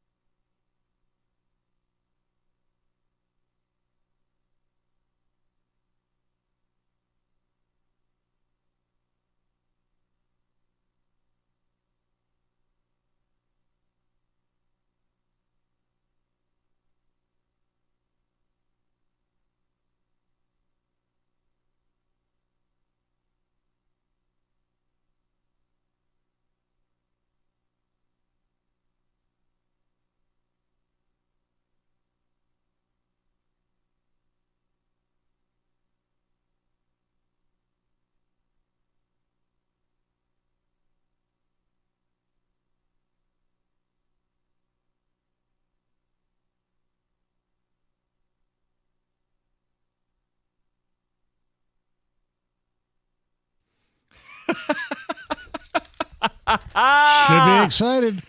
Oh, baby, let's go. 19-0 run for the Lions. Jake Bates with two 50-yard bombs. One nestled inside the right upright. The other one tucked just gently inside the left upright. The game winner for the Lions kicker, who has yet to miss a field goal this season. He's been great. Remember when we were unsure about the kicker spot? I know. Lions got a kicker. Lions got a hell of a football team. Lions defense pitched a shutout in the second half. Defense had 4 sacks. No Zadarius Smith. Aleem McNeil doing a lot of work in the middle. 4 sacks. They had a couple empty red zone trips. They held them to field goals. A couple interceptions. Aaron Glenn got a game ball after the game. Deserved it. Carlton Davis got a game ball after the game. Deserved it. And as you would imagine, Jake Bates also getting love from Dan Campbell. We're actually going to play that locker room audio coming up in about 5 minutes. Hear Dan Campbell. We've been doing this every week. The locker room celebration, the locker room speech. But let's get back to the phones, talk to some of you guys. Joe in Grosse Ile, you're on 97.1. Hi, guys. It's no coincidence that it's 52 degrees out right now. But you posed the question, when did I think the Lions actually won the game? And it was the sequence after Bates hits the paint scraper from 58. They come back. They're record-setting NFL, most field goals beyond 50 yards, absolutely doesn't even come close right on his 58-yarder. We get the ball near midfield. I said, we're winning this game. This is a team of destiny. This is what they do. There's not a doubt in my mind that we're going to win the game, whether it be by a touchdown pass or by another Bates field goal. I said, this is it. They won again. I couldn't believe it. Sure starts to feel that way, doesn't it? Yes. So clearly, when they miss the 50-yarder, and Fairbairn has been so good from 50, when he misses it and Lions fans are cheering, when there's an audible roar in Houston when the Houston kicker misses a go-ahead kick, oh, you could tell that building had shifted. Now, I think the momentum had shifted before that miss. Oh, the momentum definitely shifted. You could feel it the whole time. So when do you think it really switched over to the Lions? Is it like when Bates made the 58-yarder, that tied the game? You definitely felt the Lions were going to win in that moment. At least I did. Did it go back even before? The Lions had scored a touchdown to make it a 3-point game. I kind of felt like they were winning at that point, Stoney. Yeah, there's no doubt about it. Because they had already come back to make it a one-score game. I thought at least they're going to go to overtime. That's what I thought at that point. Because there were still 11 minutes to go in the game, and the Lions were, right there. Mm-hmm. Had them right where they wanted them. It's freaking incredible. It really is. AJ in Detroit, you're on 97.1. Hey, guys. Thanks for taking my call. Happy Victory Monday. Happy Victory Monday. Couple of things. So, yeah, thank you. So this was one of those games, like, even when the schedule was released earlier this year, I thought they may lose this game just because of, the point that it was in the season. Yeah.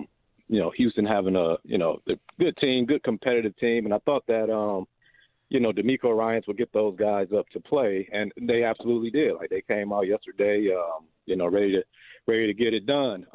But like during that game, I never felt, I don't know, I didn't have those old Lions feelings. Like everything that was going bad, it was just like, oh, they got time. They have time. They'll get it together. They have time. And they certainly did. The only game that, that I kind of remember that I had that feeling is the old Lions game when they played the Falcons in London and they had that major comeback after the half. Like, I didn't feel like they were, out of the game. It's just they had time. They kept clawing away at it. And then the last thing I wanted to ask is, so it seemed like yesterday Jameer got a little more of the workload than David Montgomery. I just wanted you guys' thoughts on that. Why do you think it was just the game plan because of the team they were going up against, or they couldn't run? They couldn't run up the middle at all. So they had to go to the faster guy, I believe. Well, and when they kept Sewell at right tackle, they love those right side runs where he can get to the edge and be dangerous. And it didn't happen for 3 quarters. Really, for most of that football game. But it was there at the end of the game when they needed it most. Yes. And it is crazy because you're right. It's easy to say on paper that should have been a loss. Texans have 10 days to prepare. Texans are a good football team. They're at home. You're missing your left tackle. No, that does not even factor in the fact that you go on to throw 5 interceptions. That's a game you lose. You're playing your 4th road game in 5 weeks. That's a loss in the NFL. That's a schedule loss. That's a loss because of situation. This team's better than that. Oh, I know. This team just rises above all of the nonsense. All of the things that are supposed to trip up mortal teams, lesser teams. This team's chasing immortality, and you see it every single week. Jared Goff, I know he's a little disappointed with the 5 interceptions because he wanted to, tie the club record of 7 in one game. Set by? Ty Detmer. Yep. Against the Cleveland Browns. It was the first game they played after 9/11, if you remember. Yes. And I think he could have had 8. I think one was actually taken away by a penalty or something like that. If I'm not mistaken. You do start wondering, like, is he just going to keep throwing picks? Like, and when is it going to stop? The last time the Lions won a game where they threw 5 interceptions was like the 50s, like 52, 53. Yes. The last time one quarterback threw 5 and they won was 1944. Right. And the last time any team, you had this stat, right? And last time any team threw 5 interceptions, or at least a team threw 5 interceptions and was down by 15 or more points. And came back to win. Was 1971. I believe I said it was. Guys, this Johnny stuff is... Unitas of all quarterbacks in the Baltimore Colts. He threw the 5 picks? He threw the 5 picks. And they still won. Yeah, we're talking stuff that hasn't happened in 50, 60, 70, 80 years. Right. You starting to get the picture, guys? For anybody who's a holdout or has any doubts about this team, you starting to get on board? Let's play Dan Campbell inside that locker room for people.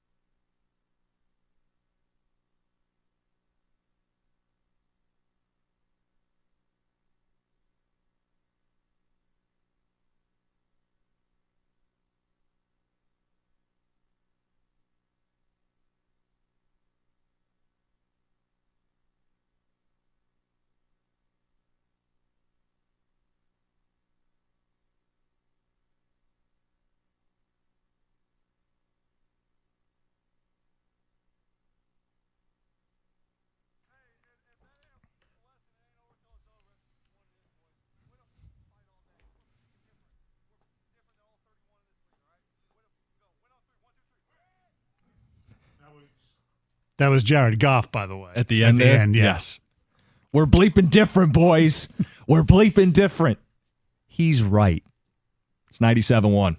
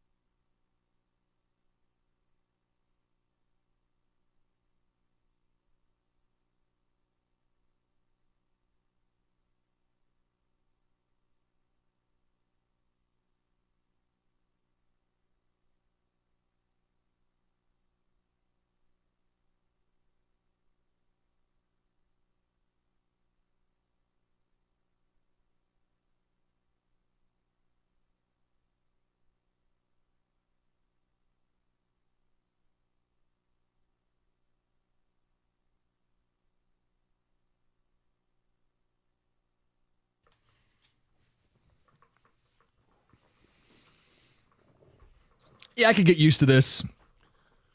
It's a victory Monday, or as we say, Monday. The more this season goes on, the more incredible this is. And it's obviously stating the obvious, We've never seen this before. And when you go on the road and don't play a great football game. No, probably a C- football game. And you still come away with a win against a good team. Mm-hmm. That just shows you how special this team is. Now, I'm sure in Houston, they're pissed off at themselves for blowing a 16-point halftime lead, but as they should. But, man, you heard it in the video or the audio of the Lions locker room video. This is what this team's about. It doesn't make a difference how far behind. Now, obviously, if they were behind 28-3 or something like that, you wouldn't expect them to win the game. But a lot of people, I wasn't one of them, okay, at halftime thought they were going to win the game. It's just a tribute to what this coaching staff and what these players who've bought into the coaching staff, bought into the culture that was set up by Sheila and then Spielman and then Brad Holmes and Dan Campbell. It's just an amazing team. And when I say team, it is. They all seem to love each other, love the staff, love there's so much love for the Detroit Lions in their own building in Allen Park that has never happened before this. Even in years when the teams were good with Barry and they'd make the playoffs, every other year, there was always that, they're cheap, they're this, they're all, from the players. This is so different. And it's unique in the NFL. People don't realize this. You even have, teams that are really, really good, and there's still finger pointing. I mean, you saw what San Francisco did yesterday, where Debo went, was bitching at Jake Moody because he missed, 3 field goals. He made the one that counted at the end to win that game. And you see what's going on in Dallas with Micah Parsons basically calling out McCarthy. I mean, that doesn't happen here. Now, granted, those teams are not having successful seasons, and that leads to it, but San Francisco is still pretty damn good. You have a culture that's set up here where it's not just good football, real good football. It's real good camaraderie, chemistry, and all that leads to what happened yesterday. You said there's a lot of love for the Lions inside that building. And it's love without getting high on their own supply. They don't get intoxicated with how good they are. Correct. They will pick up one another when someone does struggle, because this is professional football, because the other team's getting paid too, because you will face adversity this season. And Stoney, I didn't think they were out of it at the half, which is a testament to where this football team is. As high as the bar was when the season began, I've had to personally, and everybody's got their own, evaluation of this team, I had to put the bar even higher. When they faced Minnesota post-Aiden, I was nervous. When they went outdoors in Green Bay, I didn't think they'd win. I have surrendered to just how great this football team is. I thought they would win the NFC. I thought they were the best team in this division, the best team in the NFC. They'd have a puncher's chance in the Super Bowl. And I was too low on them, which is why last week I said they're a 15-2 football team. And it's why going into that game, I thought they were going to win even with all the adversity. And it's why at the half of that football game, I couldn't write them off. I didn't like what I was seeing. I'm not going to lie to people and say I knew they were going to win. But I couldn't write them off. They were down double digits, and Houston's getting the ball, and I was going, you know what? Let's see what happens. Think about that. Right. Let's see what happens. They get a pick. Didn't get anything with it. Still, let's see what happens. They just kept getting stops and kept giving themselves chances. And you're right, if I'm Houston, I'm sick because I'm shut out in the second half. My kicker, whose money from 50 misses, and this guy who was selling bricks, true story, is making 50-yard kicks. I'd be sick if I was Houston. Maybe they can rationalize it and say, we just ran into the best football team in the league. But man, does it say a lot about the Lions that they can go in and play a C-level football game, pick up one another, and win the game anyway. The play of the game was Davis's second interception. Yeah. Because Stroud saw him wide open, and he never saw Davis, it was the right decision to make the pass. He just should have thrown it with a little more velocity, I think. Or sooner, because he may have been late on it. And Davis breaks on the ball, makes a heroic play. If they catch that, it's 30-13. Mm-hmm. It's a huge deal. Instead, you get the ball. Eventually, you score a touchdown. And by that point, even though the Lions were losing, it was 23-20. That's when I knew they were winning that football game. They had switched the momentum. They had taken control of the football game, and there was enough time on the clock for them to finish. To the phones we go, 248-539-9797. Boy, we got people who've been waiting, and I understand it. Everybody wants to talk about this football team. Rich in Sterling Heights, appreciate the patience. You're on 97.1. Hey, good morning. Hey, good morning. Hey, so I just wanted to call in and just apologize to Aaron Glenn. I mean, last year, I don't know how many times I wanted him to leave, or, I was hoping that he would find that head coaching job at the end of the year. And now I'm just hoping he stays. It's amazing what a difference a year makes. Well, you know what? It makes a difference that you have a really good coach, but it also helps with player acquisition to help that guy. Yeah, the tools that you have, yeah. Mm-hmm. Because that was always the debate, right? Like, was Aaron Glenn being given the tools to succeed? Well, Brian Branch is a hell of a safety. Kirby Joseph, a player they drafted and developed. That's a hell of a safety duo. But they want to play man coverage, and you need some corners that can play man. So Carlton Davis was a pickup they had to make. And Terrion Arnold, I know it's still uneven. Yes. But they believe that he has the right makeup to be one of these guys that you can throw one-on-one and win that matchup. They went out and upgraded the personnel in the secondary so they can blitz more. Now, they have to because Aiden's hurt. Correct. But they did upgrade the personnel, and surprise, surprise, Aaron Glenn looks like a really good coach now. Mm-hmm. Imagine that. And look, he's gotten interviews in the past. He'll get some more interviews. And, yeah, it's going to suck for the Lions if they lose, one or both coordinators. But Aaron Glenn, I think, is smart enough. He's just not going to take a job to take a job. It's going to have to be the right fit. And we saw that Ben Johnson felt that way, too. Ticket text 248-539-9797. I had the same feeling last night that I had in late September with the Tigers. Something was going to break their way somehow, and they would win. Mike in Detroit. Yeah, I mean, that's a very interesting analogy because the Tigers did something that's completely crazy. And, well, the Lions, it wasn't completely crazy. You're down 23-7 to a good team on the road, and they're getting the ball at the half. Most teams don't win that football game. They're the same but different. They're the same. Someone referenced destiny earlier in the show in this like inevitability. The difference is the Lions have all pros. Right. They have like the best players in the sport. The Tigers were doing it with guys who were rookies, who had no track record. The whole team was Jake Bates, right, basically. Exactly. And you be the judge as to what you put more stock in, but I think the Lions are more sustainable. The Lions feel more real. Oh, absolutely. Yeah, all their good players are signed for a while, Look, the Tigers, Scooble signed for 2 more years. We'll see what develops with that. And then hopefully they'll be able to do something sensible as far as bringing in a couple of bats. But we'll plenty of time to talk about them. Costa, you may be too young to remember, but you just sounded like Marinelli. The bar is high. The bar is higher. Keep up the good work, guys. Well, the bar is high is from Marty Morningweg, by the way. Now, Rod Marinelli, he believed in the invisible, and he did the whole pick thing, the shovel in the pick or whatever he did. God, it's unbelievable. Oh my gosh, this is the same lifetime for us. It feels like a lifetime ago, but it is the same lifetime for Lions fans, and it makes it that much sweeter. All right, we got more phone calls in the mix. Lions reaction. When did you know they were going to win that football game? Who deserves the most credit for the comeback? And just basking in the remarkable win that was last night. It's 97.1.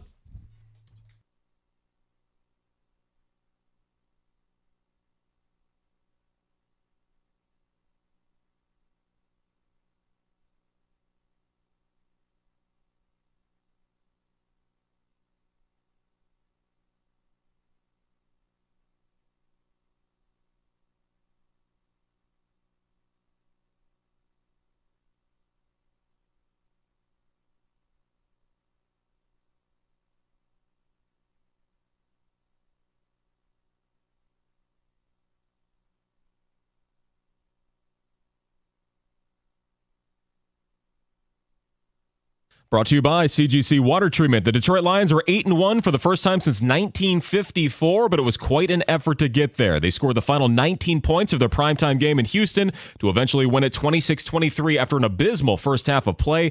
Jared Goff thankful to get it done after more than doubling his interception total for the entire season.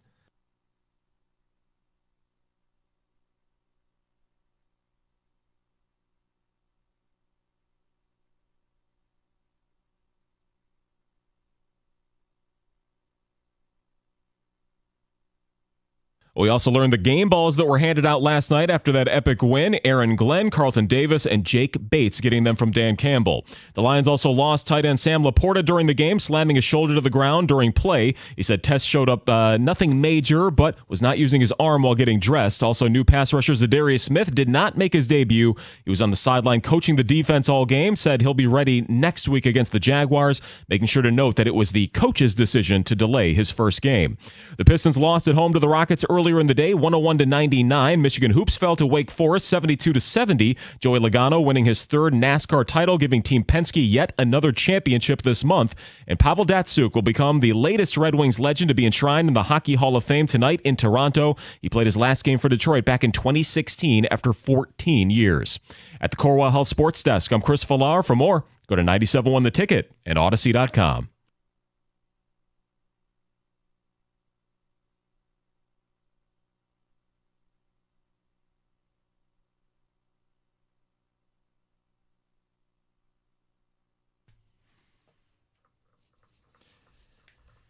Welcome in on a Victory Monday.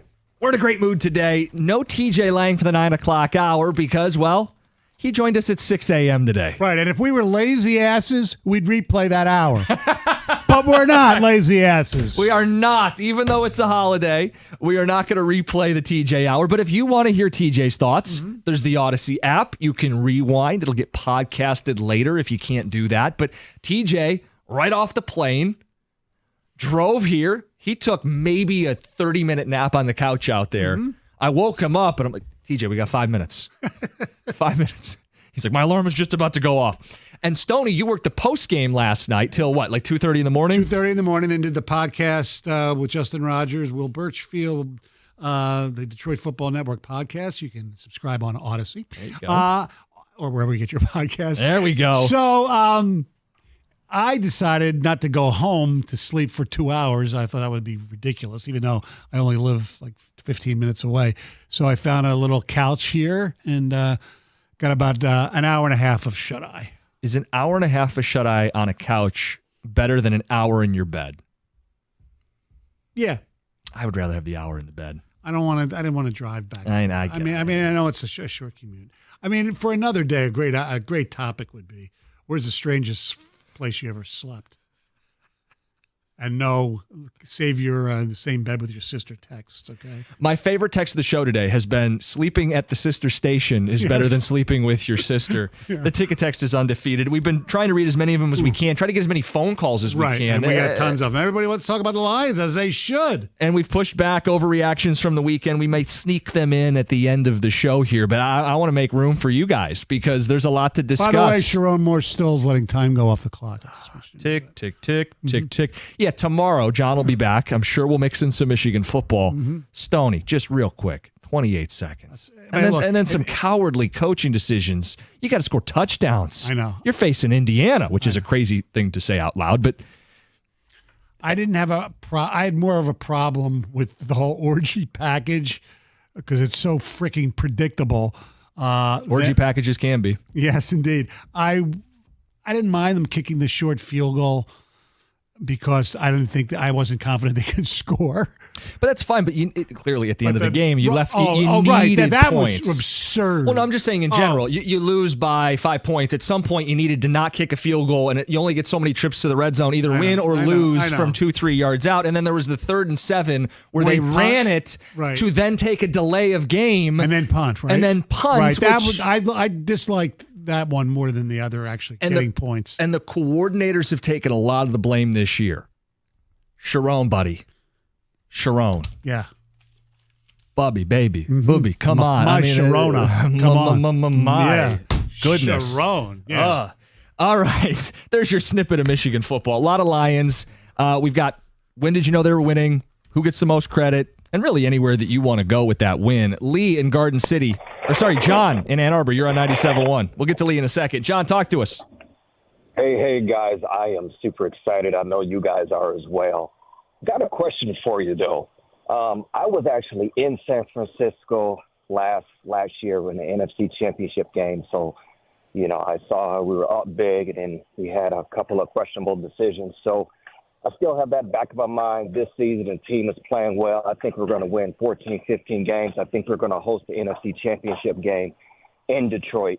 My question to you guys, how do you feel about us going for two so early in a game? What happened to us last year, I just, that feel in the back of my mind just a little bit. I'm a super homer. I love everything we're doing. That just makes me feel a little queasy. What's your thoughts? John, I thought it was a little early, but most people that I spoke to thought it was good, including Jim. I think if you're going to criticize Campbell for anything yesterday, it would be, now it's a completely different, angle I'm taking, is at the end of the first half. Most people thought they should have been more aggressive. I thought after they ran the ball twice, the third down, they shouldn't even try to pass the ball. They should have ran the ball again and, make Houston use their last timeout. So that was mine. But yeah, John, on the 2-point conversion, I haven't seen what the analytics say, so I'm not speaking from a position of they made the right or wrong call by the numbers. I just felt in the moment you have a chance to make it a one-score game. The philosophy of this team is 4th and shorts, which is essentially what a 2-point conversion is, right? It's a 4th and 2, that they like their chances, and they were trying to grab momentum. And if they didn't get it, there's time to score. Right. Down 10. I get it. So honestly, I don't know what the number. It wasn't heinous or egregious either way. I don't know that really there's room to fight about that. End of the half did bother me in the moment. And whatever, called a nitpick. They won the game. We're not dwelling on it. But you've got the ball, minute 51 to go. Houston is going to get the ball out of half. You're already down 2 scores. I need to see some urgency. And there is a finessing of it, right? Because you don't want to give them too much time. Stoney, they somehow achieved the lack of urgency and gave the other team the ball back. I know. You know what I mean? Like pick one lane, to your point. If you're just going to run it 3 straight plays and go, hey, we're going to play conservative. We're not going to give them much of a chance to score before the half. I think that would have been a little cowardly, but at least it would have been consistent. For them to run, go nowhere, show no urgency, and then still give Houston enough time to score a touchdown before the break. Now you're down 16. I did not like that exchange at the end of the half. No. And I don't know what the answer is, because it's like Goff wasn't playing well and you weren't running well. It might not have mattered what they did. They needed to get into the halftime, reset, refocus, and they did. I don't know how many people care about this little statistic, but if I'm reading this correctly, the Kansas City Chiefs, of course, the only team, thanks to a blocked field goal, who is undefeated. Their point differential is 58. Which basically is a NFL record for a team who is 9-0. Record in that it's only 58. Oh yeah, so low. Yes, the Lions differential is 113. They're winning games by an average of double digits. Yeah, they're not like eking by so many games in the NFL. And I know last night was a 3-point game, but for the most part, this team is not just winning. They're winning convincingly. Yeah, well, look, the Tennessee game, it skews it. It skews it. No, but think about it. They won by double digits against Green Bay. Right. And I could pull it up. They have a couple more double digits. Did they beat Arizona by double digits? Probably. Arizona's a good football team. That was on the road. Obviously, they lost to Tampa. The first game of the Rams was definitely not double digits. Right. Green Bay was 10 points. Minnesota was under on field 10. goal at the end. Yes. So it was a 2-point win. Cowboys, obviously. It's skewed, but they beat Seattle by double digits. Yes. I think are the majority of the wins by double digits? Probably like half, I would say, right? Probably. Yeah, 8-1. I think half of them are by double digits. Yeah, and a couple really ugly games that make that point differential 100 points. Yes. Lee, sorry to make you wait. You're on 97.1. Hey, guys, thanks. I just wanted to say I've been a fan since, Billy Sims and Dexter Bussey. And I don't remember a time when, it was a 5-interception game where we were even in it, much less won the thing. But what I wanted to say was how impressed I was with Jake Bates. And then not only for the clutch kicks in the second half, but then after during the interview, he said, whether the ball goes to the left or to the right, I just want to share the love of my Lord and Savior, Jesus Christ. I just want to say that really makes people of faith love this team too. So I just wanted to say that, and thanks you guys. All right. Thank you very much. Anything He's that a can great ground pick. him, I Yeah. mean, listen, Yeah. it works for him. And that's, if it gives him, takes some of the pressure off of him, Mhm. he believes in a higher power, hey, whatever works for him, man. Yeah, I know. Exactly. Matt in Livonia, you're on 97.1.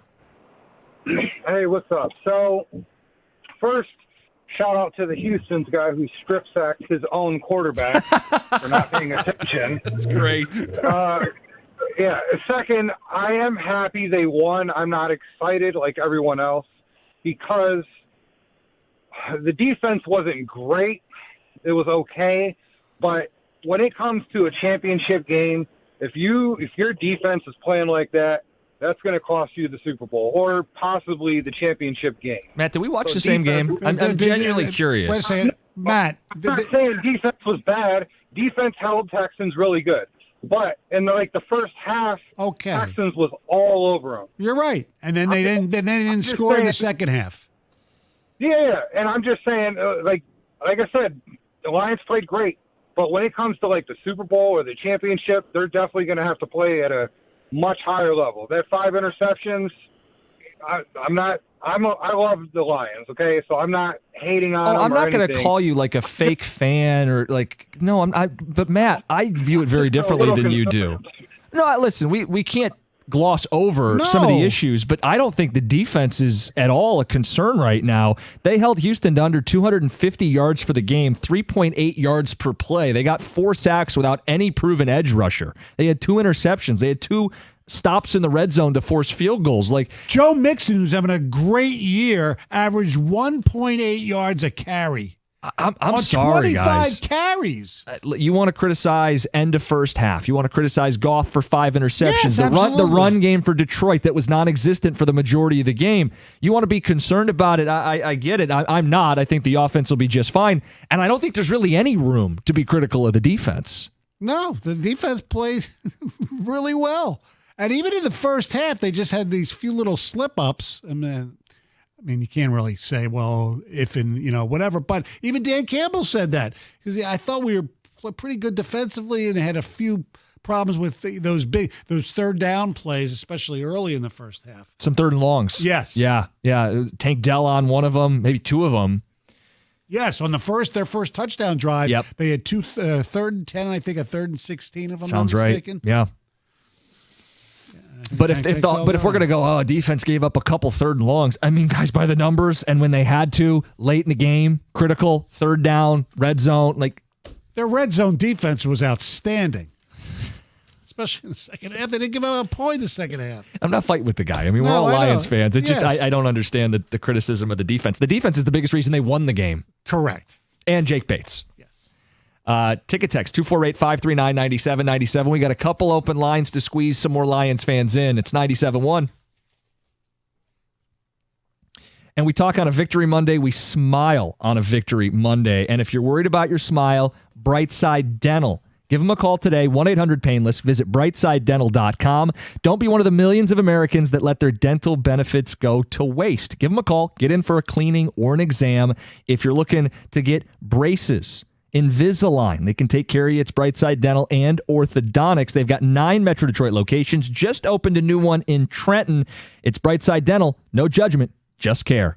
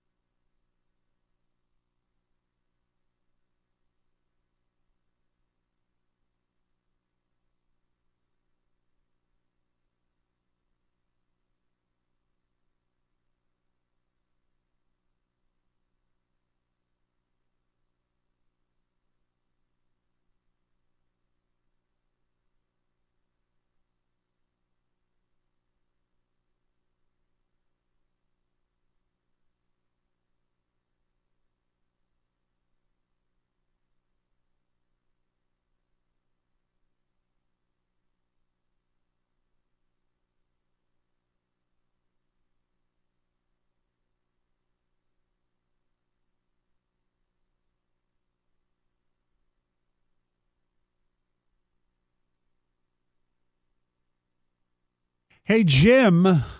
Hey, Stoney. Shams Charania of ESPN, who took the Woj Bomb's place, has just tweeted that Asar Thompson has finally been cleared to play by the NBA's Fitness to Play panel. So he'll be ramped up and ready to rejoin the Pistons in the near future. So that's good news. I'd throw that out there. Okay. As we're in a good mood talking about the Detroit Lions, good news for the Pistons, too, even though they lost to Houston last night. If you would rather have any team beat Houston last night, would it have been the Lions or the Pistons? 2-4-8. Yes. You know, I'm not going to kill you for bringing up the Pistons, but I think we hit the quota. Let's get back to the Lions. Yes, exactly. I just, just because it was breaking. Look, I've taken my pot shots. They've been encouraging this season. What Cade did on Friday night needs to happen more often. Oh, yes. But yes, they played a tough schedule. They got a couple wins that stand out early in the season. Yes. Make a foul shot, Tobias. All right. Lions did beat Houston. They beat the Texans. Yeah, the Wings scored 1 goal this weekend. Why do you say this to hurt me? I don't know. Well, and Zavada, whatever his name is, he kicked another field goal for Michigan. So, too bad they need a touchdown. Yes, Michigan State was good because they didn't play. They did not lose this week. How about, did you see this thing about the state of Florida? Oh, yeah, where every single team. Every college football team and pro team? It's up to the Dolphins now to make it a complete sweep because the Jags lost, the Bucks lost. You know what they have to do, Stoney? They have to stave off a winless week. That's right. Stave season is here. Oh, absolutely. 248-539-9797. We will do some weekend overreactions coming up at 9:35. Let's knock out as many Lions phone calls as we can, guys. Let's be efficient here. Tyler in Waterford, you're on 97.1. Good morning, guys. How we doing? Good. Good. Hey, just a couple of points I wanted to get to. The first one, which I thought was my favorite, was that last 3rd and 6 before they clocked it down to 4 seconds, kicked the game-winning field goal. Was that 3rd and 6 was the same play call that the Lions clinched to win the home playoff game against the Rams. I thought that was great. It was like saying, "Hey, Houston, do you remember how we just did this against the Rams to win our first playoff game? No? Okay, watch this." And then those 2 catches that J-Mo had was the first one. He should have dropped it. I mean, it was out of his hands. It was away from him for a little bit, and he brought his hands out and brought it right back in. Outstanding. That second one where he got folded up from the front and then the back and still able to catch that ball was absolutely incredible. And what's your guys' take on Goff's throws, the short passes that were just in the dirt? Was his hand hurting? Was just the fact that he threw so many interceptions, he didn't want to throw another one, so they were double covered? Well, I think some of them happened even before the interceptions. I just think that he didn't want to take a sack, and he just wanted to get rid of the ball because he kept throwing them at the guy's feet to make sure there wasn't intentional grounding. That's what I thought.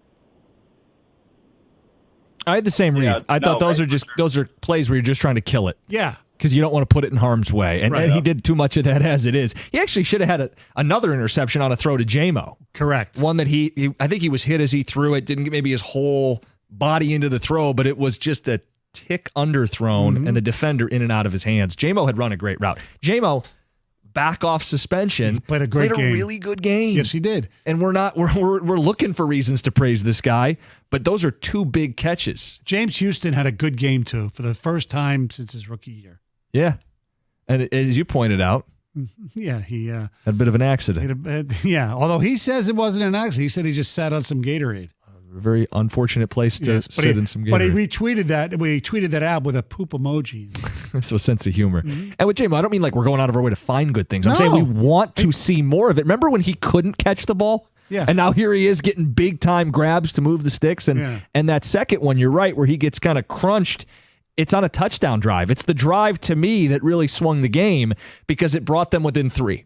And now there's a pucker factor for Houston. Detroit is alive. The crowd's activated. I thought maybe one of the coolest moments of that football game is when Houston missed a 50-yard field goal to take the lead and the crowd cheered. Says everything about that's a game in Houston where the home team misses a big field goal and the crowd cheers. Lions fans were incredible. Now, somebody just sent me this. Yeah. And I guess I should, there's a way to look it up. Maybe I'll do it in the break. I don't know how to. Somebody tweeted out, this is now Jared Goff's 7th career game with at least 4 interceptions. He's 6-0 in those games. What? Well, if it's his 7th, he's 6. Well, so he's now he's 7. Now he'd be 7-0. Mm-hmm. Wow. I don't know what to do with that. Let's get to Kevin in Garden City. Kevin, you're on 97.1. Gentlemen, thank you for taking my call. Forward down the field. I got a few points to make, man, and then I'm going to end this. First one is this. I think we did not play some team called the Geriatric Pool of Catholic Vicinity and Proper. We played a professional sports team. They were amped up. They had a bye. They were ready for us. They kicked us in the teeth, but we showed something that we have not shown in my lifetime, and that is resilience. They bounced back. So when did I think they were going to win the game? Well, I was doubting them in the first half, but I gave myself the second half. And for some reason, I just didn't think they were going to lose. Once it was 20-23, I knew the Lions were going to win. That's number one. Number two, we got to come up with another fight song, man, a home fight song. This bubbles and all this forward down the field, this is crazy. We got to come up with something more cutthroat, something more fitting for our Leos. The other thing I wanted to say was this. Ben Johnson. Man, how many times did we rake him over the coals for this rookie kicker? How many times did we say, dude, we want to go to the Super Bowl, you give us a rookie kicker? Listen, I was not on the bandwagon of let Ben cook. But now, let the man cook. I'm not saying in Ben we trust. I'm not there yet. But I am like, let the man cook. You mean Jake? Jake Bates, the kicker. Right? Yeah. Yeah, Jake Bates. My bad. Jake Bates. Yeah, we were down on that, man. We were like, we can't believe he did this to us. We can't believe he gave this great team this rookie kicker. Man, I know we got a small sample size, but this guy's coming through, man. This guy, I don't know if he had ice water in his veins yet, but he's showing some major chill. I'll hang up and listen, man. Yeah, the question was the guy made 60-yard kicks for the Michigan Panthers in a lower level. Could he handle the pressure? Well, he had a game-winning kick against the Vikings, and he just made 2 clutch 50-yard kicks, 58 in there as well, to win the game for the Lions. He's the first kicker in NFL history to have a 55 or more 55-yard game-tying field goal and a 50-yard game or more game-winning field goal in the fourth quarter of the same game. Look, I'm not promising he's never going to miss a kick. No, I know. But the kicker is not a concern for this football team. No. We're good at kicker. Now, I wonder if you have Jake Bates, does Campbell kick a field goal in San Francisco last year as opposed to Badgley? Now, he says he's always had confidence in Badgley because it would have been a 42-yarder. And Badgley made a 50-yarder in the Rams playoff game right, but last that was year. At home. Yeah, it's a little different indoors. Yeah, and by the way, for the record, I had no problem with them with the 4th and 2 throwing the ball to Josh Reynolds, who dropped the ball. So Correct. I'm not trying to second guess. No, but I wonder if he has more faith in Bates than he had in Badgley last year. Probably. You can ask him that tomorrow. Oh, yeah, I think we should. John will be back tomorrow, and we'll have Dan Campbell tomorrow on the show. James in Detroit, you're on 97.1. Hey, how you doing today, fellas? Good. Hey, listen, the only way to describe the Lions from here on out is king of the jungle. Mm-hmm. I placed on Facebook when it was 23-13, true fan, not even worried. It's a swag about this team. It go back to Chris Spielman. My heart was broke last year with San Francisco. But this team right here is they out of this world. And I'm gonna let you guys do what y'all do. But remember that you described the Lions as king of the jungle. All right. I agree. By the way, for the gentleman who wanted a new fight song, we can't play it, I don't think, because there's a lot of inappropriate language. Yeah. But G-Mac Cash has released a new song calling "We Run the North." This is new. About the line. Yes, it was just dropped last night or early this morning. Okay, so we have Weekend Overreactions coming up next. Bobby, if we can find enough bleeps in the system, maybe we can turn this around and play G-Mac Cash's latest for people before the hour wraps up. Yeah. Lot to do. Lions win. It's 97-1.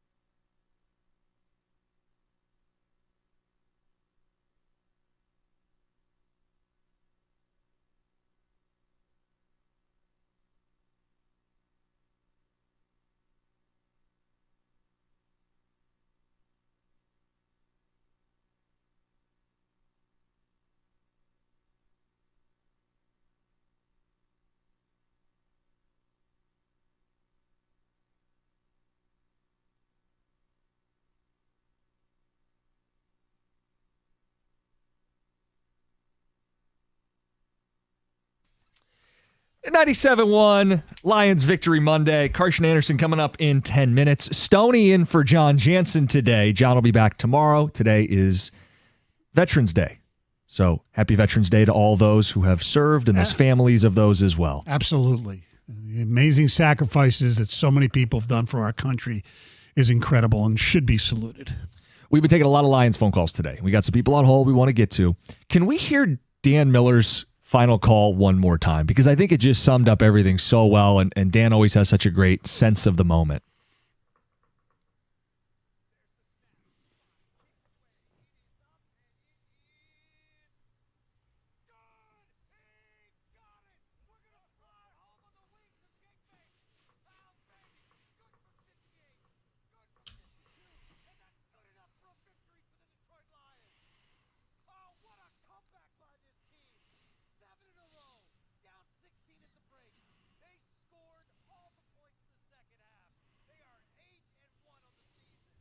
Dan is all of us. We're going to fly home on the wings of Jake Bates. Right. The former, now defunct Eastern Airlines was the wings of man. The Detroit Lions are the wings of Bates.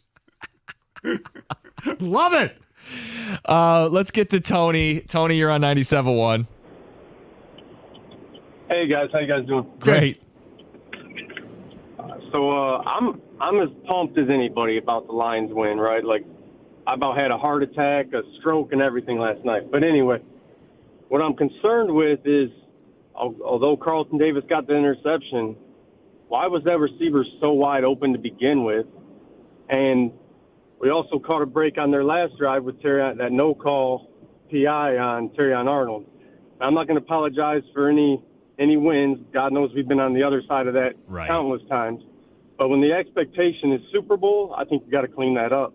Oh, of course you got to clean it up, Bubba. You're talking the expectation of Super Bowl. All right, I'll give you that. You're playing 17 games. You're going to have a few games that you're going to have you're not going to play good football or great football, championship football. And that happens. And they were still able to win without playing good football for 60 minutes.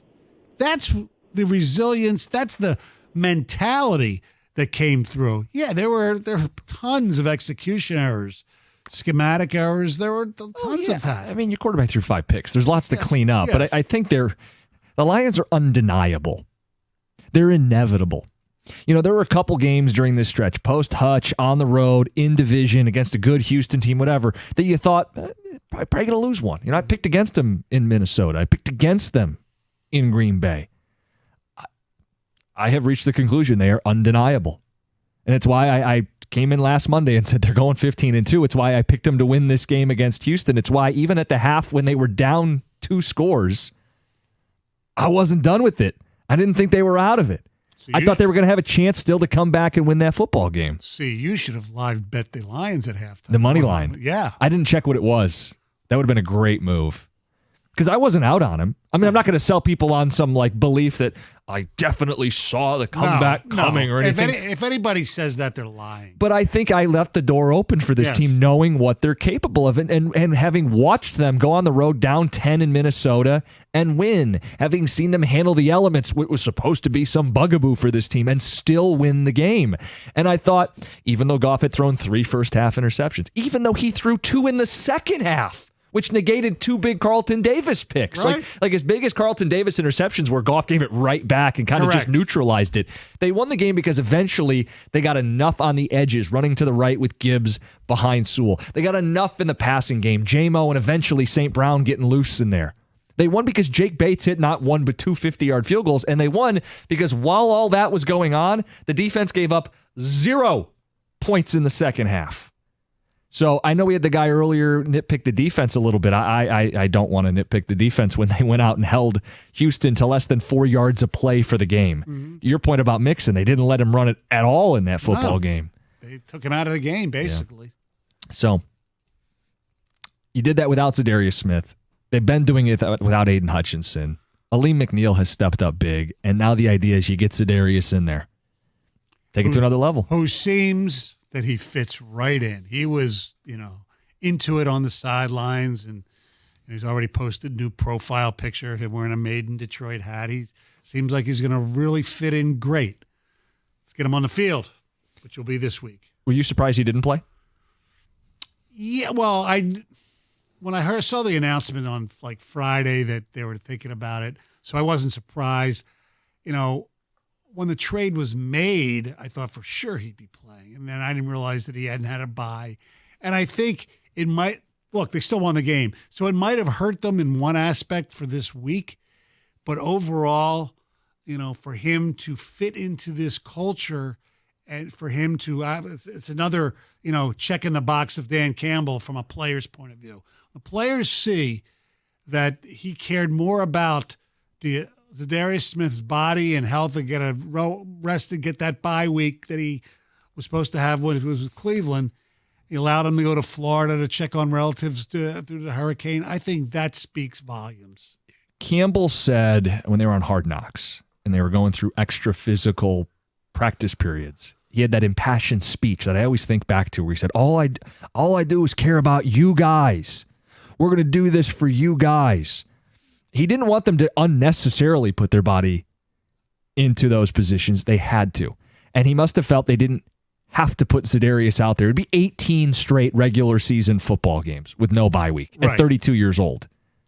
He made the decision, the way Brad has, for this team to be their best in January and February.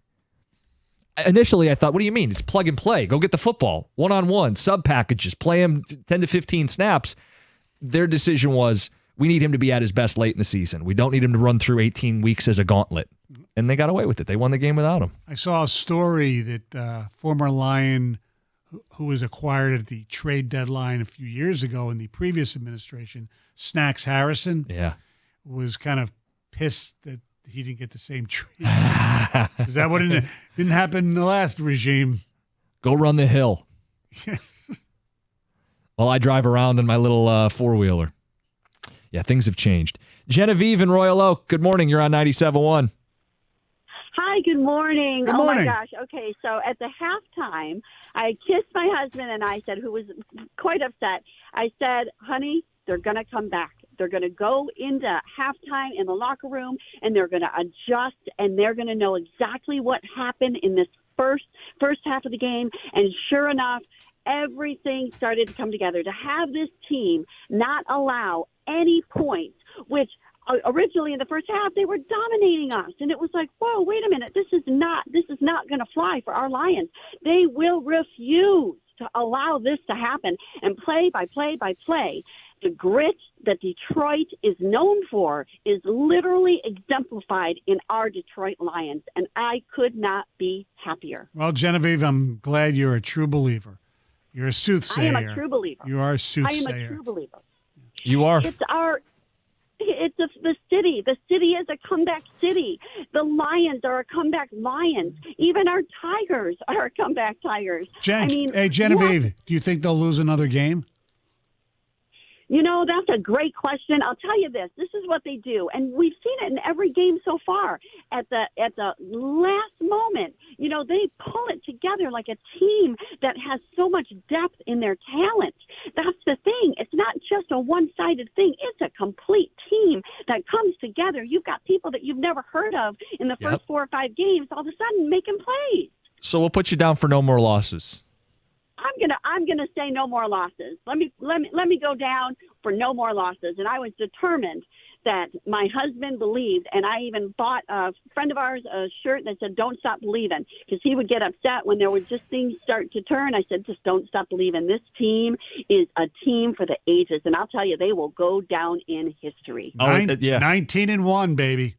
Right? Maybe 16-1. I sold them short when I said 15-2 apparently last week. You know? Right. John, poor John, all negative over here with 14 wins. But it is one of these deals where if they're going to throw 5 picks and win, I'm not really sure how they lose. Yeah. You know, and again, I 15-2. There's one loss built in there, but I have a hard time feeling like this team's going into a game and losing right now. I know. Doug Karsh is in the studio. What a time! That's crazy. Absolutely amazing. Things are wild in the world of football, just in general, college, pro. Mm-hmm. We're seeing a season. I mean, this is a first in our lifetime. It's wonderful. It really is. freaking cool. I know other NFL towns are used to this, and Kang started saying it last year, quoting the great Ricky Bobby, outstanding NASCAR driver. I don't know what to do with my hands, and we just don't even know what to do with our hands. This team's really freaking good. They're really good. And Jimmy, you asked me off the air. Last night I never thought they were out of it. As bad as it was going, I really never thought they were out of it. I didn't think necessarily they were out of it, but I didn't think I didn't think they were going to win. Yeah, well, I understand. I mean, Yeah. I've kind of, part of me was like, all right, well, this is something we haven't seen from them. Right. How are they going to get out of this one? And they did. And it's a good thing. Yeah, sure. They learn from this. They certainly played far from perfect football. Yep. All right, Stoney, go get a nap in. Yeah, no kidding. Yeah. Iron Man Animal over Day. here. He did an Animal Day yesterday into today. Yes. Attaboy. On the air from, counting taping a podcast afterwards. So I was on the air from 12:30 So past midnight. to 2:30 with the post-game show. Then Yeah. I did the podcast at like 2:40 to 3:10.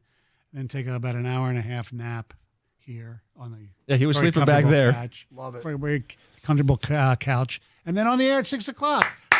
It was great. Hey, TJ Lang was here at 6 a.m. I know. I heard, believe it or not. I woke up and I heard the very beginning of the show. So, Wow. Yeah. Look at this. Yep. All right, Carson Anderson next. It's 97.1.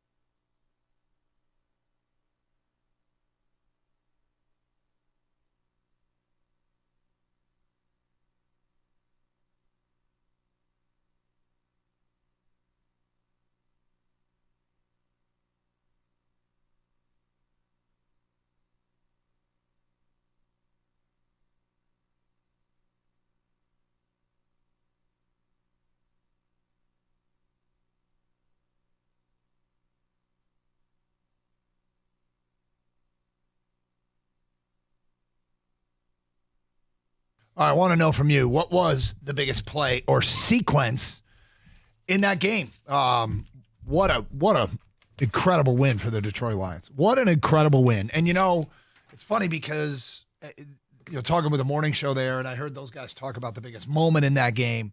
I'm sitting there watching it, and we haven't seen that yet this year, right? We haven't seen that. We, liked a lot of what we saw in this season, and it was happening in such an attractive. They were playing such an attractive brand of football, right? That you just couldn't. You just lean into it, kick back, enjoy watching your team go out and kick other teams' butts, week in and week out. And then last night they have that game that plays itself out that way, and you're like, okay, how do they respond? And the response is measured. The question was the response going to be measured within the 60 minutes of the football game, or was the response going to be measured with Jacksonville on Sunday? And they had the opportunity, and they did respond in the 60 minutes of the football game. And wow, did they ever. What a comeback. What a comeback. With all kinds of things that weren't going their way. And finding a way to win. Because you start thinking about, like, certain wins here they've had this year will kind of be lost in the shuffle. We probably won't be talking at great length about, like, the Tennessee win or the Arizona win, although that's aging very well, isn't it? Like, there are some wins that will probably get lost in the shuffle. And then there are wins that are like inflection points of the season. And these last two, at Green Bay and at Houston, because of who they played, where they played, the circumstances they played, I think these are memorable points that will get cited. If this turns out to be a special season and they get to that plateau that everybody has dreamed of forever, I think when you look back at the ride, I think this 2-win sequence is going to be awfully memorable and cited a lot. To go on the road at Green Bay in terrible conditions and get that win and follow it up going up on the road against obviously a very good football team in the Houston Texans, and go into that environment and do the early buzzsaw and the cacophony of mistakes the Lions made and the struggles that they had in pass protection and the inability to get the offense going. And there's one thing they did really well early in that game, and we'll get to it, but I think this is a memorable inflection point in this season, these back-to-back games. And there's still a lot of football to be played, but man, that was something. That was something. Good morning. I hope your weekend was great. Doug Karsh, no Gator today, but we'll be fine because obviously we got a ton of stuff to talk about. Mondays mean Champ and Chump, so if you want to get your Champ and Chump of the weekend in, mine today at 10:35. 248-539-9797 is the phone number. And look, there's moments when you look back at it, you go, man, that might have been the biggest play of the game or the biggest sequence of the game. Whatever it was that they either survived that moment, made that play, or kick-started the comeback, whatever you think it was. And I'm going to bring up something that's not my answer, but I said it, just here in the opening of the show. Early in that game, the Lions obviously were turning the ball over. They were not doing anything consistently offensively, but the defense was forcing field goal attempts. The defense was making Houston settle for 3, enough to stay within striking distance.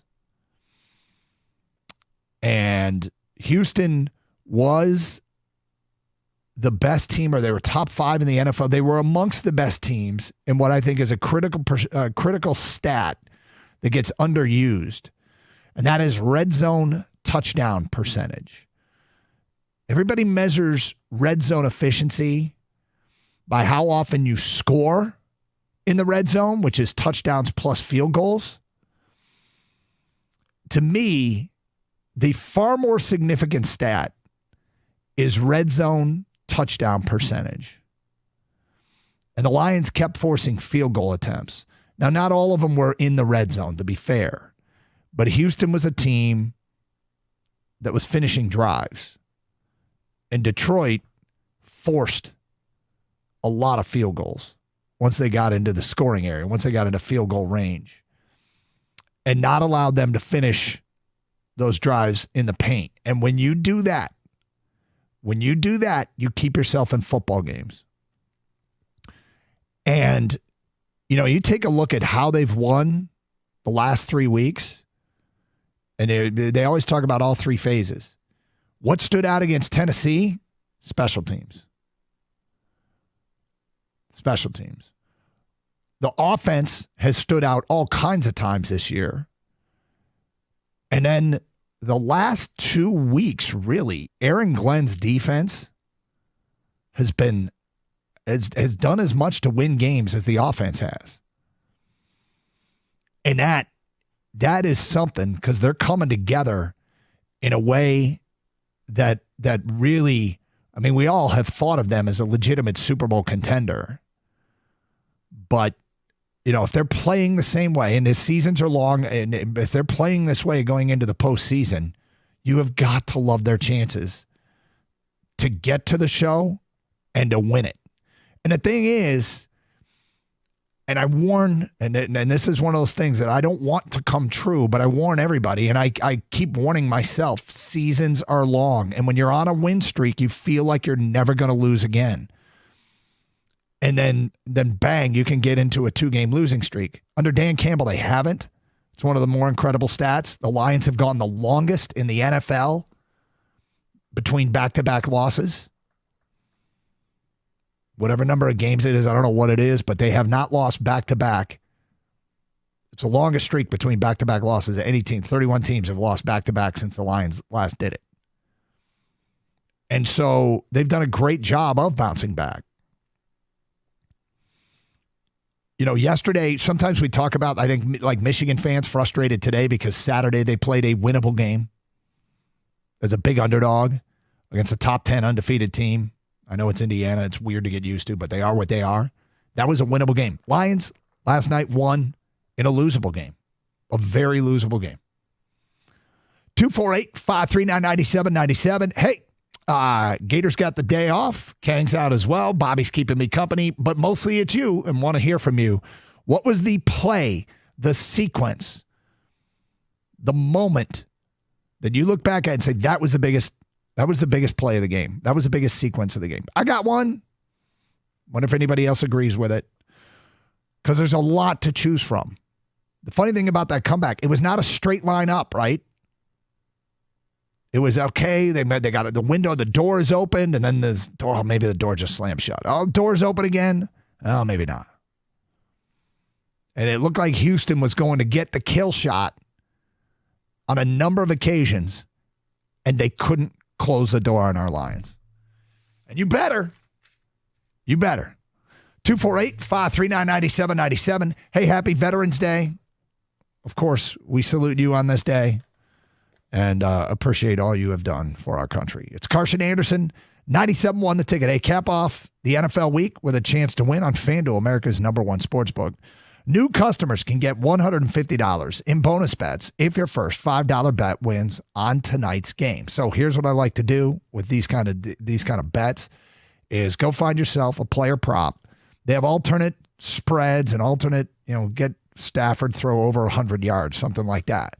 And bet the $5. You won't get a big return on the $5, but you will get your $150 in bonus bets with that first $5 winner. Just visit FanDuel.com/Doug. That's FanDuel.com/Doug. FanDuel is an official sportsbook partner of the NFL. Must be 21 or over and present in Michigan. First online real money wager only. $5 first deposit required. Bonus issued as non-withdrawable bonus bets, which expire 7 days after receipt. Restrictions apply. See terms at sportsbook.fanduel.com.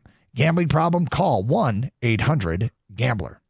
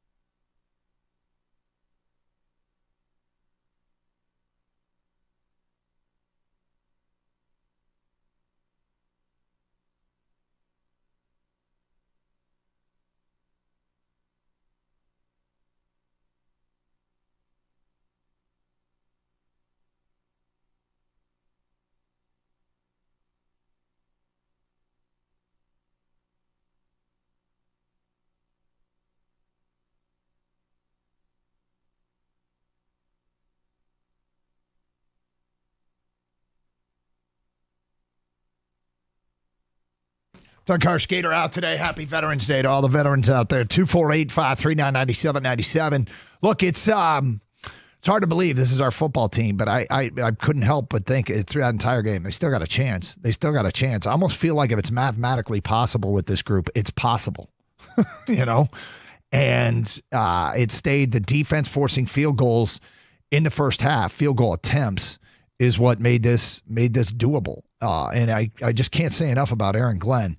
And we have some follow-up stuff on Aaron Glenn a little bit later on because it's remarkable where this organization is now defensively. 248-539-9797.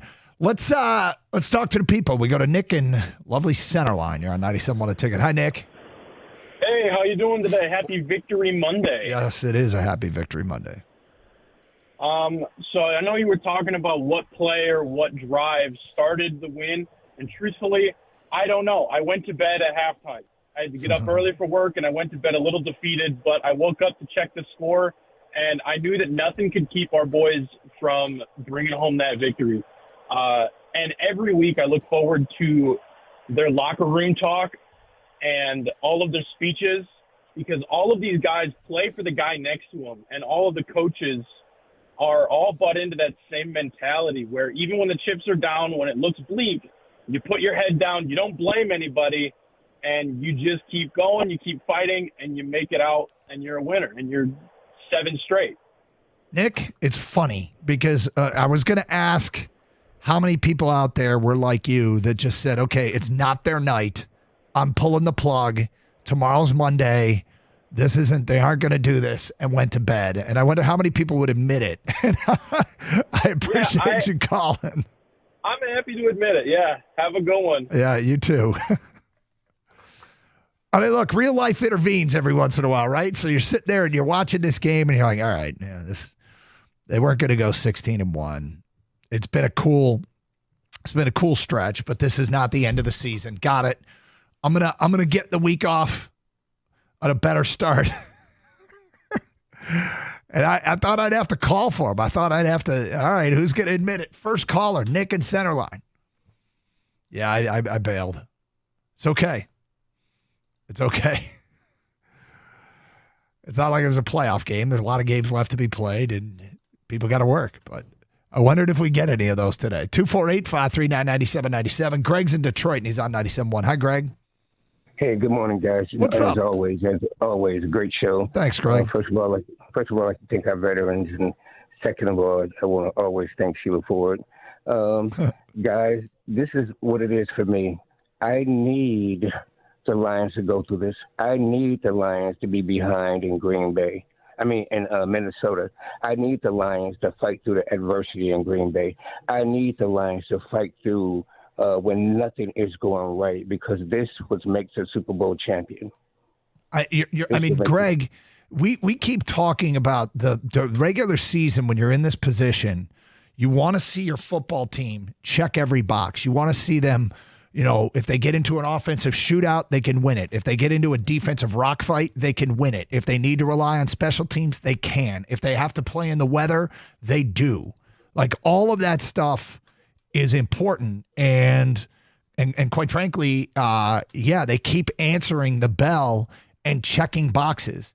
They had a disastrous passing game for a good portion of that game, and I'm including everything. I'm including pass protection, and I'm including some sketchy throws from the quarterback, who's been exceptionally good this year. But the passing game was not coming through for a good portion of this game. And Greg, they responded. They found a way to win anyway.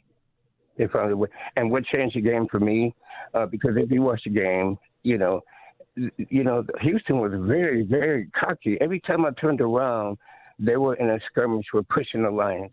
They were pushing this guy, pushing that guy. Every time I turned around, I'm like, man, the Lions are losing, can't seem to get a break, and these guys are just pushing, ready to fight. And I'm like, man, they're really smelling themselves. But what changed the game for me is on the kickoff, and thank God for Fox. On the kickoff, we went down. I can't think who the guy was, but he went down there, and he smashed this guy. You heard it. You heard those pads. I think that ignited a spark, and that's what I think changed it. Are you talking about Sione Vaki when he was getting blocked? I am. Yeah, dude. Yes, I mean, I am. Kang calls him the truth, and I know Kang was running around his living room on that hit last night. That Sione Vaki. If you go back and look at that replay, he basically tackled two guys at once. And he, it was the ball carry. That was a bit of a lopsided negotiation, and good for Sione Vaki. He looks like he is going to be an asset one way or another. Make himself felt. 248-539-9797. Stephen in Mount Clemens, you are next. What's up, Stephen? Hey, good morning, Doug. How are you? Doing great. Hey, real quickly, if I could. I don't know if anybody saw the Tampa Bay Frisco game, but you saw Debo get into it on the sideline with the kicker who had missed 3 field goals during the game, and they actually took punches at each other. And you would never here we got Goff throwing 5 interceptions, and it was just like business as usual. And they just kept pushing and pushing, and that is the mentality of their coach. And the team just is relentless. My champ has got to be Aaron Glenn. He's got horses now to work with, and he is doing it. To shut a team out in the second half in pro football these days is unbelievable. And I agree with you. 3 field goals in the first half. I had a feeling it was going to come back to haunt them. And they just stayed in the game and stayed in the game and stayed in the game. And that was Dan Campbell's message at halftime. We're going to get it back one play at a time. He knew he wasn't out of that game. And I think that was the message to the team in the locker room. And they came back and won that game. It's just a phenomenal team with a phenomenal coach. It really is. Yeah, look, it's fun to have Dan Campbell. And it's funny, I'm paying attention to everything that's happening in the NFL. I like to read what other cities are, writing about their own teams.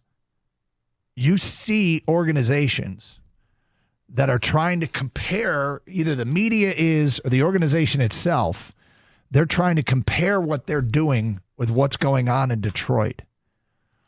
I think Dan Campbell's success is why Antonio Pierce got the job in Vegas. Jonathan Gannon in Arizona, they're comparing to Dan Campbell. And it's crazy. When Campbell got hired and we were trying to digest what we actually had here, we got calls about people skeptical this would work because they don't ever remember a coach that stood at the podium and at the time was perceived as a bit of a Neanderthal. And that was the way some people perceived his opening press conference. And thought we were getting, more Gronk than Belichick, right? I mean, that we were getting. Well, now it's all part of Dan Campbell's, like his unwavering belief in what he can, and what they can do, and how what they need to do to get there. The team believes, like that. Sideline report, is it Melissa Stark? Who's the sideline report? I apologize. I should know. When she talked about the running backs last night and how they don't care who gets the credit. And if you look at it, 1 week, it's one guy. Last night was a Gibbs game. We've had Montgomery games. That they're all about getting it done for the team. And then you get Carlton Davis, who's been here, for half a season. And Carlton Davis in the post-game interview, embracing grit. You have Zadarius Smith, who was thanking Dan Campbell for letting him have the day off, but hating it at the same time because he wants to be out there. They win the game anyway. But he mentioned, I don't know how many people saw the post-game thing he had on the desk with the NBC crew, the NBC crew. They asked him about him coaching, and he's talking about how he's reading the calls for the protections and relaying them to the young defensive linemen. And he's, here he is. He's like, look, my house got hit by a hurricane. This was my only chance to go check on it. Dan Campbell wanted me to take this off. I didn't really want to, but I thank him for it, et cetera, et cetera. And, the buy-in is amazing. It's amazing. And it starts with the head coach. 248-539-9797. Champ and Chump. Carson Anderson, 97.1 The Ticket.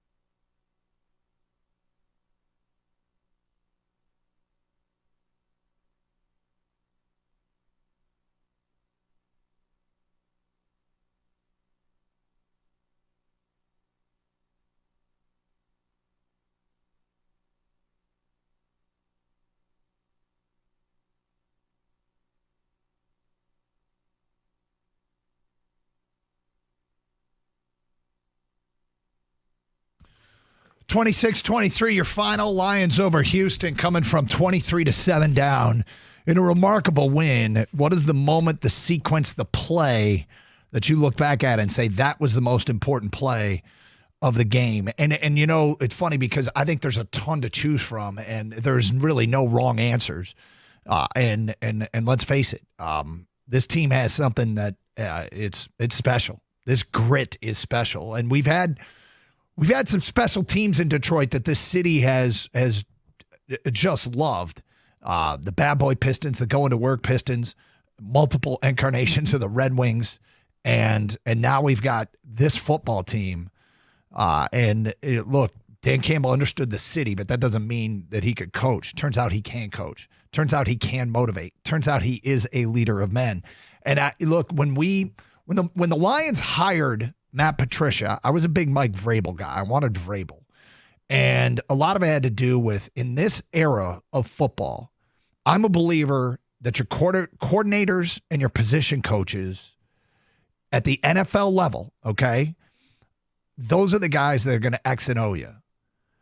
But the head coach has to find a way to make every person embrace whatever role they have.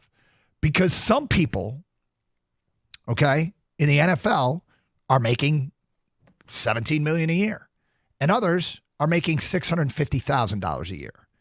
And the guy that's making $650,000 wants to make the millions, but he's not getting the opportunity. He's probably a role player. Now, some of those role players might just be happy to be on the roster, but some of them want their chance.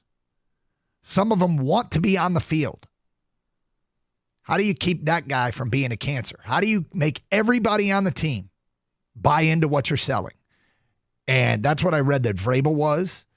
And there was not a lot of evidence that Dan Campbell was that, but I think that is, if not the most critical variable. The position coaches are the guys that make your players better.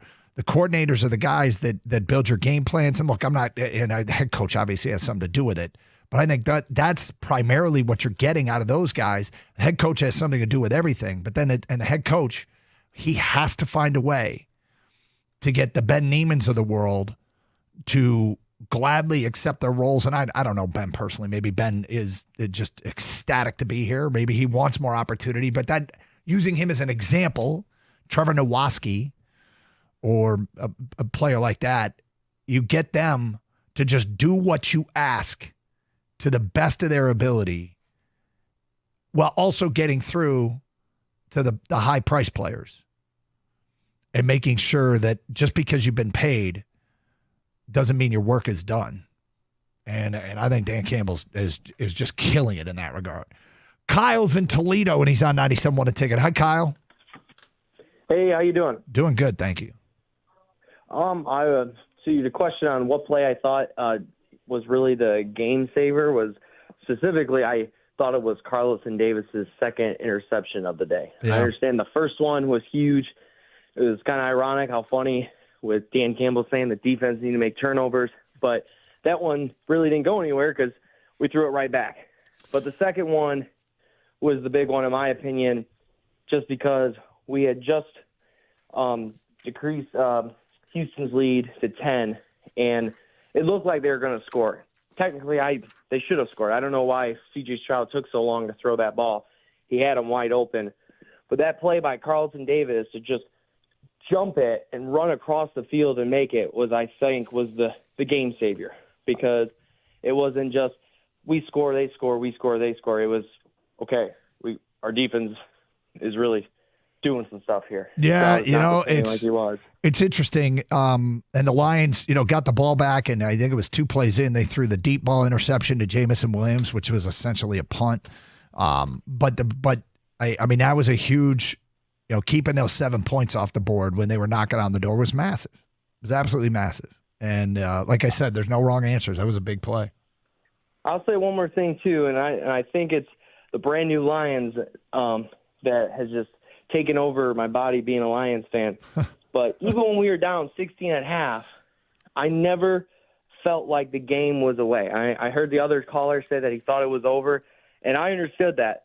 But I just felt like the way this team was, the way we're coached, the way we play for each other, I I never feel like game is officially over until all clocks hit zero in fourth quarter. I understand that feeling. As long as it's mathematically possible and you don't need to get like 4 onside kicks, you don't need a miracle.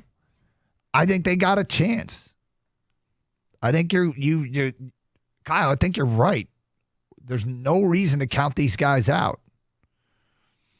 And I mean, last night they really answered the bell. Down 23-7 at the half. Houston getting the ball coming out. And they go out and put together an incredible second half performance, come back and win it. 248-539-9797. Time for Champ and Chump. Gator out today. My Champ and Chump of the weekend. My Champ is the aforementioned Carlton Davis with the 2 interceptions. My Chump is Utah Athletic Director Mark Harlan for going to the podium and just absolutely blaming the officials for losing a game, and I don't even think he was right. He looked at it and got a $40,000 fine from the Big 12. And he's not doing himself and his team and his athletic department any favors with that. 248-539-9797. All right, let's get back to your open line calls and your Champ and Chump votes. We go to Matt Livonia on 97.1 The Ticket. Hi, Matt. Hey, what's up? Before I tell you my Champ and Chump, you were just talking about the Pistons. You said we had the bad boys, the going to work Pistons, and now we're stuck with the unemployed Pistons. They're trying. You know the crazy thing is, believe it or not, Matt, they're in a playoff spot at 4-7. Can you believe that? Yeah, I mean, part of that has to do. There's only 2 teams with winning records in the Eastern Conference. That's really what it comes down to. But my champ is Jake Bates for the field goal, and the chump. I don't know if you know this player on the Texans, Titus Howard, who strip sacked his own quarterback. It was weird. So, yeah, it was funny to watch. I mean, I did he think that if he pulled the ball away from C.J. Stroud, he was like going to go pick up the first down or something? I have no idea what he was thinking. I'm just glad the Lions won. I'm ecstatic they won as well. Thank you for the phone call, 248-539-9797. The Jake Bates field goals. There's something bizarre about one scraping the right upright and the other scraping the left upright. Like every once in a while, you see something in sports and you go, well, if that was in a movie, you'd be like, all right. And I mean, seriously, scraped one upright, scraped the other. If the laces had been pointed out, they might have hit the upright. I don't know that you could kick a ball any closer. But as Dan Campbell said afterwards, it doesn't matter. It's right down the middle as far as I'm concerned. If it goes between those 2 posts down there, it's good.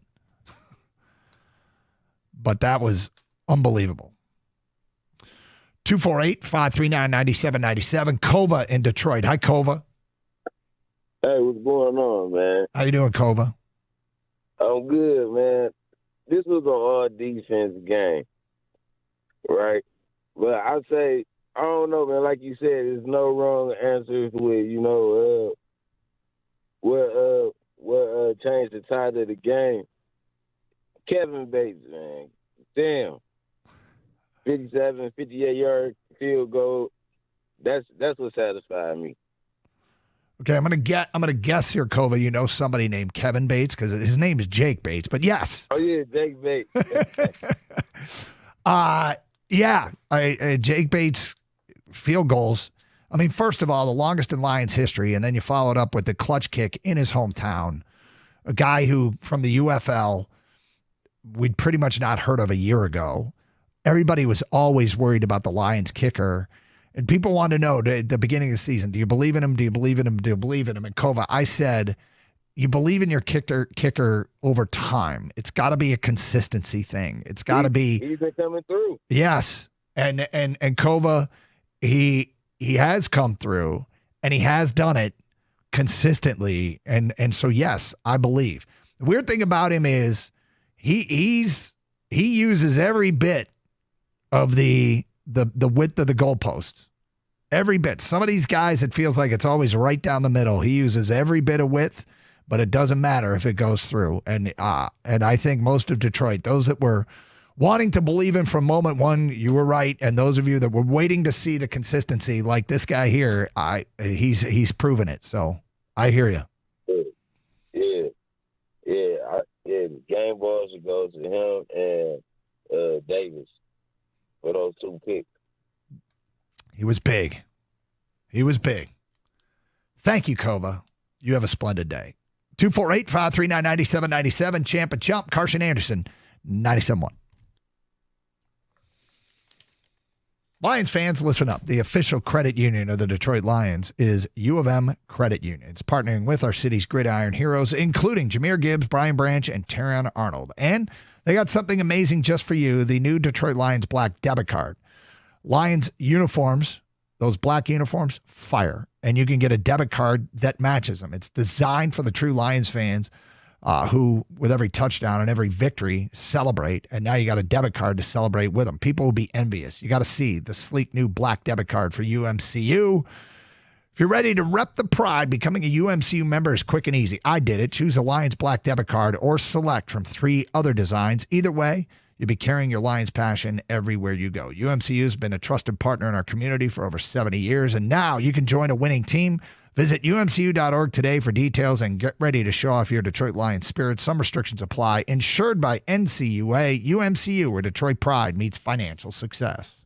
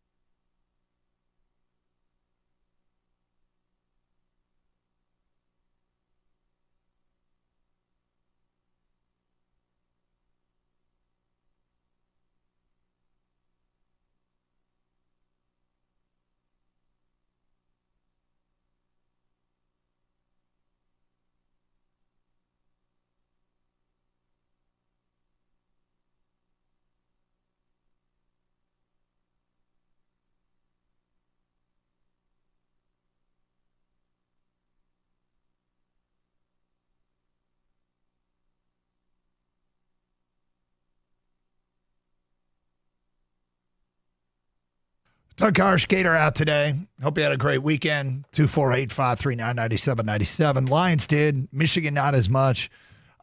Pistons with a loss.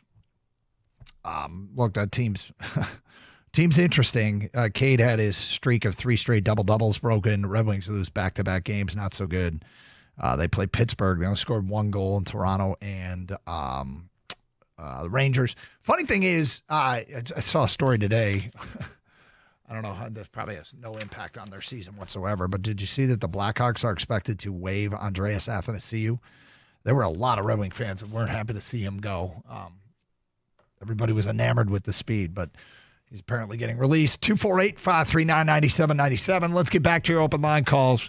We're talking about the moment, the sequence, what you think it was. I got one, but there's a ton of answers that really turned this game around. David's in St. Clair Shores, and he is next on 97.1. Hi, David. Hey, good morning. Thank you for having me. First, this beautiful Veterans Day, I'd like to give a shout-out to all my fellow veterans, brothers and sisters. Thank you for serving at home and abroad. May God bless you, and God bless our great country. For me, the moment Thank you for your was service, coming right David. out of halftime. I knew we were down just to 2 scores, and it was doable. Never lost any faith. I knew it was going to be a struggle. Houston's defense, man, they just came out on fire. I couldn't believe they were stopping the Lions 3 and out. It was a little frustrating. And then those interceptions, those tips and that. But coming out of the half, Dan Campbell, he got he was interviewed there, and he's like, man, we need turnovers. And as he was saying that, and I know it's been spoken, to me, I watch a lot of football. I'm on the other side of life right now. I've never heard a coach prophesy, say that, and then it come to fruition the very, why he was saying it. So it was so cool. And at that point, I knew we pierced Houston's offense, and C.J. Stroud, he was just a little different. He wasn't as, I think it got to his confidence. And, of course, Carlton Davis, he got the second interception. It was just a great game, a great team effort. My champs is really the whole Detroit Lions team. My chumps are the Dallas Cowboys. Detroit Lions is America's team now, baby. We're obviously really popular, and it won't last forever because people get sick of you. Hopefully, they can get to them. Hopefully, we can finish the deal here and this year or the next couple of years, and people do get sick of us. But the bottom line is, it's amazing how many people from out of the market that I know aren't Lions fans that are texting me and talking about this team. It's incredible. We are. It's a good time. It's a good time to be a Lions fan at church. The pastor's like, I know there's a lot of, Lions fans out there now because we're winning, but I don't blame you because, we had a long losing streak, and I was in the military for 27 years, and I was serving abroad, and I would get the blunt of it, but I still stayed faithful to all our Detroit team. So it's really great to get a Michigan natty last year. Lions doing well. Tigers coming out of nowhere, making the playoffs. Wings hopefully can make a run, and Pistons, I don't know, like you said. I don't think they're hopeless right now. At least they got 4 wins this year. This time last year they had 2. So I'm. But let's keep it rocking for the city of the D. Yeah, it's feeling good, David. Thank you for the phone call. 248-539-9797. Mitch is in Muncie, and he is next. Hi, Mitch. Oh, yeah, hi. Yeah, thanks for having me on. I'm calling from the Upper Peninsula of Michigan. Right. Normally on the 10th of November, we usually we watch the ceremony for the sinking of the Edmund Fitzgerald. So I just wanted to give a quick thoughts to the folks and the survivors and families of that incident. But we had had some weather come in, and I live kind of right by Lake Superior. Right after that Carlton Davis interception, the first one, we had a transformer go out at the house and lost power, and it came on right after power came back on right after the second interception, and just kind of right in time to see Jake Bates kind of do his thing, and just when the power goes out, just sitting there thinking like in years past, like you might be time to go to bed, sort of thing, with 5 interceptions and everything, But just seeing that interception right before the power goes, like it's kind of like you're saying there's a chance. Like let's wait it out and see if we come back and make this thing happen. And then the other comment I had was just seeing Zadarius Smith on the sideline and the coaching that he was doing with the younger defensive linemen, and how impressive that was to see that. And then really, in a lot of ways, maybe seeing that pay off with some of the feedback he was getting and a couple of those sacks that the team was able to get there. So just being real impressed with that. You know, I'm glad you brought up the pressure. They had 4 sacks. They had 4 sacks in that game. They pressured C.J. Stroud. Now, to be fair, this was one of those games where they were going up against a team that had problems on their offensive line. And, all right, so you're thinking, all right, team with problems on their offensive line versus a team that's struggling in the pass rush. The rush defense has been decent, but the struggling in the pass rush and the Lions actually did create some pressure, and it was refreshing to see because it hasn't happened, and Zadarius Smith didn't play, but to get 4 sacks in that game, it was awesome. And I was worried about it. I don't think it means that like all problems solved, because that is a group up front that has struggled for Houston, but they definitely answered the bell, and they came through with one of the things that had been lacking, and they were dominant in the run game. I mean, the final numbers on Mixon, who's a good back. I mean, and he looked good early. 25 carries for 46 yards. That's an incredible job by the defensive front. Yeah, and another thing, too, just to hear the way that some of our players are carrying themselves in the interviews and the faith that they have in each other and in the team. It's just different vibe for a Lions team that we haven't seen in a while. So really great to see that. Well, Mitch, I talk about this all the time, and I think it's important, and that is having a team and a roster with what I call no nonsense. And nonsense is either stuff in the locker room or stuff off the field that gets in the way of winning. I shouldn't say no nonsense, okay, because there's been a little bit of it. We used to, and by that I mean J-Mo's got suspended a couple times, but we used to have a team and a culture and a locker room where they were short on talent, there wasn't great coaching, and there was nonsense.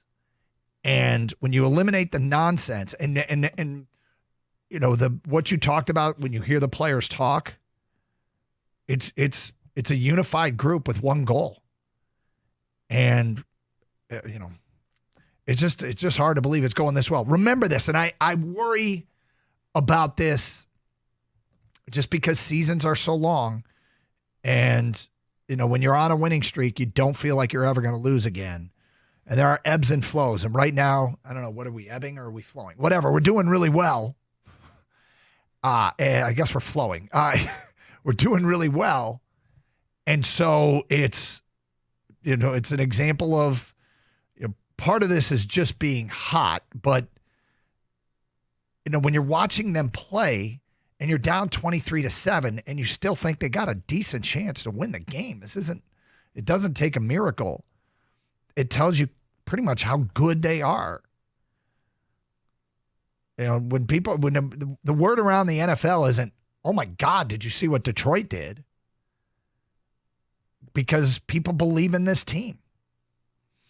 248-539-9797. David's in Van Buren, and next. Hi, David. How you doing, sir? Hey. So back to the champ and chump. I mean, the entire defense was great. Early on, I was probably a little worried about, man, I wish they would have played Zadarius. But the fact that he was there on the sidelines and what he was doing for the defense and how he talked, how he was helping them was huge. Yep.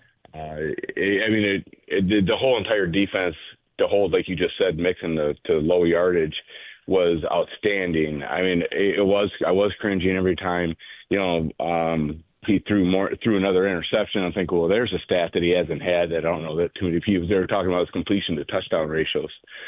So that was huge. But chump was probably me because in the second half I kept seeing the interceptions and I switched over to watch the Yellowstone premiere. But I did come back to watch the end of the game. So I've been a Lions fan since Billy Sims. So this team just plays for each other. It's fun to watch.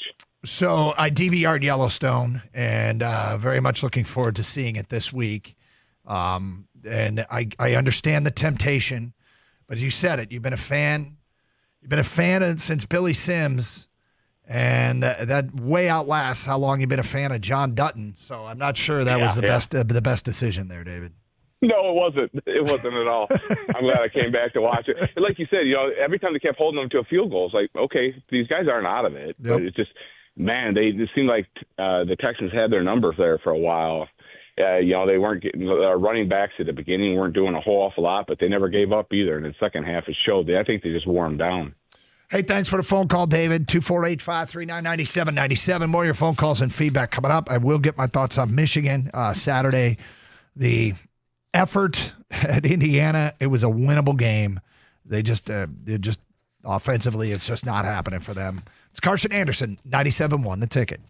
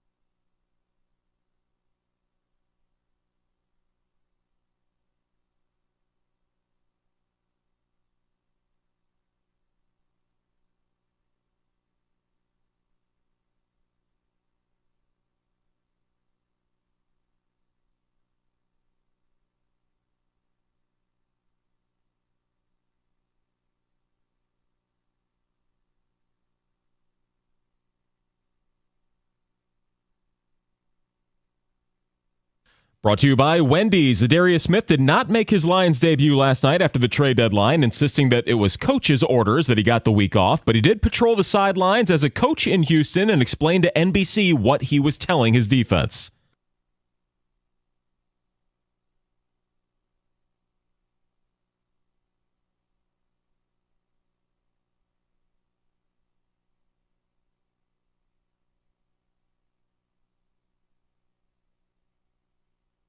Yeah, he is ready to go. Smith said he appreciated them making him take some time off, able to check on his house down in Florida after the hurricanes.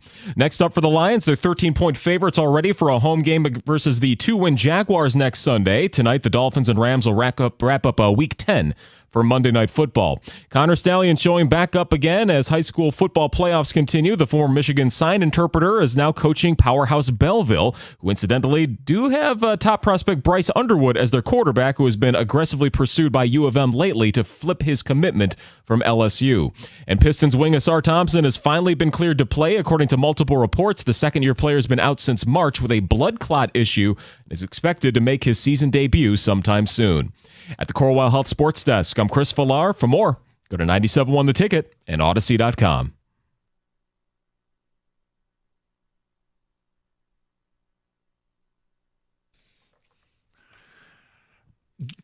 Gator out today, and all you veterans out there, thank you for your service. Today's an important day, and we do appreciate it, and I'm glad you get recognized on this day, and quite frankly, all days. And I love seeing people out there in uniform, and you can thank them for their service, and many people do. Probably doesn't get said enough. But with that said, again, today, especially, thank you. I do this because this is fun. It doesn't mean anything. As it stands right now, NFC playoff picture, the Lions are the 1 seed, which means a first-round playoff bye and home field throughout, which would be great. The other matchups would be, and the Lions' first game would be against the lowest remaining seed after the first round. The first-round matchups would be the 2-seed Philly hosting 7th-seeded Green Bay, the 3-seed Atlanta hosting 6th-seeded Washington, and the 4-seed Arizona hosting the 5-seed Minnesota. Now, I don't know who would be favored in these games, but if 2, 3, and 4 win, the Lions would host Arizona in their first playoff game. Minnesota could beat Arizona. Then if 5, 6, or 7 win, you play the lowest of those teams. And it's funny because they can't play Philly, they can't play Atlanta. So their first playoff game, as it stands right now, would be. And look, again, this is going to change a ton. I'm doing this as an exercise just because it's fun. But they would play Arizona, Minnesota, Washington, or Green Bay. You think about which of those teams you'd most want to play. It would probably be Arizona, which is the 4 seed. But I'm paying attention to things because I think it's important to try and be the 1 seed and secure home field throughout. And yesterday, Washington is a threat, and Pittsburgh beat them 28-27. That helps. Drops Washington to 7-3, while Detroit's sitting there at 8-1. Philly did beat Dallas. And so Philly is 7-2, and they're obviously a threat. Detroit does currently hold the tiebreaker over Philly with the fewest amount of losses to NFC teams. I think the Lions are 6-1 in the NFC, and Philly might be 4-2. So that could be an important tiebreaker down the road, depending on if they do get tied, which means Detroit loses again. It would be, who did they lose to? Was it an NFC team or an AFC team? Detroit is 6-1 in conference. Yeah, Philly is 4-2. So, hey man, trying to win the division, trying to secure home field, trying to be the 1 seed. 248-539-9797. Let's get back to your phone calls. Norm's in Harrison Township, and he's on 97.1 The Ticket. What's up, Norm? Hey, Doug. How you doing today? Doing great. Thank you. Hey, awesome. Hey, so I'm one of the guys that, I watched the beginning of the third quarter. I'm actually up north at my hunting camp, and after that 5th interception, I kind of just rolled over, went to bed. Couldn't believe this morning when I saw that they won. I rewatched it. The second half, and I think the play of the game for me is when they didn't call the PI late in the game there on the Lions, because that's usually a call that always goes against us. And I just feel like even the refs know we're a good team now, and we don't deserve a call like that. Here's the thing about that call is there was one angle where I thought, ooh, they might have got away with one. Then there was another, and I'm like, Terrion Arnold is trying to play the football. If you're looking at the football and there's contact, I don't think it's pass interference. He was looking at the football, making a play on the football, batted down the football, and the receiver slowed down because the pass wasn't enough out in front of him, and Arnold diving to hit the football hit the receiver before the ball got there. I was surprised that the NBC's rules guy who came on said he thought it was a PI. Because the way I understand it, if you are looking at the football and making a play on the football, you're allowed to have incidental contact. So I was really surprised. And you're right, that call might have gone against the Lions in the past. But tell me I'm wrong. Like if there's a ball downfield and two guys are streaking down the field and a player turns around to play the football, a defensive player turns around to play the football, and the offensive player slows up and they happen to have contact, you have the right to play the football. So Maybe some official can call and tell me I'm wrong. Would that call have gone against him in the past? Yes. Did I think Arnold committed PI there? I do not. And that's kind of how I was feeling. I feel like, I have this PTSD scar tissue from all these losses and calls over the years, and it's just seeing that just really surprised me. I have a quick champ and chump if I got time. Yeah, sure. Okay, my champ's going to be Bates. 18 years ago, he was selling bricks. Or 18 months ago, he was selling bricks. He wasn't even in the NFL. In Houston. And he's 14 of 14 this year with 2 game-winning kicks. Come on. Yeah. That's going to be a movie one day. Yep. I And agree. my chump is going to be from America's team. It's got to be Micah Parsons. I don't know if you heard him after the game throwing McCarthy under the bus, and he just sounded so selfish and just totally threw McCarthy under the bus and said he can leave now and go find something else to do. It's weird.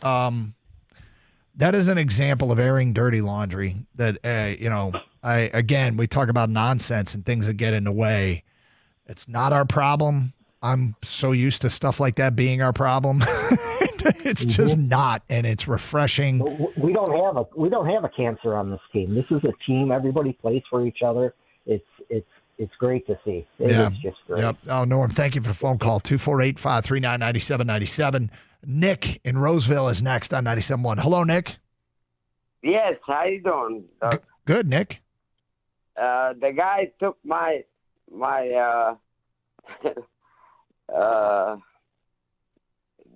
that was pass interference. By time, since 1973, I've been watching the Lions. That was the first time the refs give us a chance to win the game. It was definitely pass interference. And Arnold, what's his name? Arnold, he's a horrible cornerback for being a second round pick. He's horrible. And it was a pass interference. I'm not trying to take anything away from the Lions' second half game because they were superb. And after 5 interceptions, I have never seen a team win. 5 interceptions. What do you think? Well, I obviously disagree with you on the PI. But 5 interceptions is hard to overcome, Nick. Do you have any other observations, like where this team is? Yeah, what do you think the future holds? Like, do you see them winning it all, Nick? Yes, I do. And not only that, but if they play their cards right, I mark it down, say they will win 3 in a row and be a dynasty. 3 in a row. I have never seen since 1969 a team so combined. I just see Hutch and Smith. At the end of the year, they will be together. Hutch is the bull. He will come back. Nick, thank you for the observations. 248-539-9797. Mario's in Mount Clemens, and he is next. Hello, Mario. Yes. How you doing, Doug? I'm good, Mario. How are you? Good. Okay. I'm a big-time Lions fan. Been a Lions fan since I was 8 years old. I'm 50. Yes, way back since Eric Hipple. But my thing is, okay, I love Dan Campbell, right? Mm-hmm. Late in the fourth quarter, 30-some seconds left to go in the game. 3rd down, 2 timeouts left. He chose to run the clock all the way down to 4 seconds. Mm-hmm. Wouldn't you rather had ran the ball one more time to get a little closer, to not put so much stress on the field goal kicker to get maybe at least 4 or 5 more yards? And then, with the 2 timeouts, the clock not going to run out on us. Then start running the clock down to the 4 seconds or whatever. And then when they've been so close, because them field goals, man, were like, heart attacks.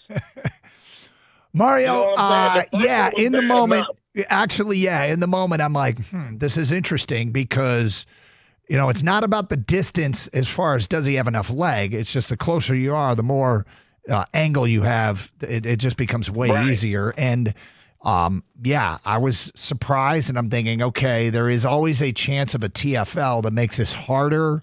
They obviously have confidence in him from this distance, and they see it enough in practice. And Campbell talked about it a little bit after the game and what they were able to execute. But yeah, I mean, I wondered about that, and the argument against, the argument that he could make in that moment is, I knew he could make it from there. I've seen him make it from there enough that I didn't want to risk a TFL that might take him backwards. Right, because I'm thinking like the only way that I can think of to not run the ball one more time, as the kicker said, Coach, I want it from right here. Yeah. But I'm like, ain't no way he's going to say he wanted that far from the left side of the hash and try to angle it to get it more towards the middle, because the ball went straight. I'm talking about real straight like the first one did. And it hit the upright maybe a quarter inch on both balls. I'm like, run the ball one more time, Yeah, look, I mean, Mario, and get more in the middle. When you have a tough call to make like that, and there were a couple of things. I mean, I don't expect Coach to do everything that I would do. In fact, it's probably a really good thing that he doesn't do everything that I would do. But I was like, does it make sense there to get it closer? Didn't matter in the end. They have faith in their guy, and their guy came through. Hey, Michigan Auto Accident Attorneys. They specialize only in auto and truck accidents. Many law firms don't specialize, but focus on many different areas of the law. You wouldn't go to a doctor who specializes in all sorts of medicines. Why would you do that with your lawyer? Specialization really does matter. Educated consumers will choose Michigan Auto Law. Do your research and learn more at autolaw.com. Once they take your case, they will communicate with you. They are the best in customer service and satisfaction. Michigan Auto Law, Auto Accident Attorneys. They care more, so you win more. Michigan Auto Law. Visit autolaw.com. That's autolaw.com.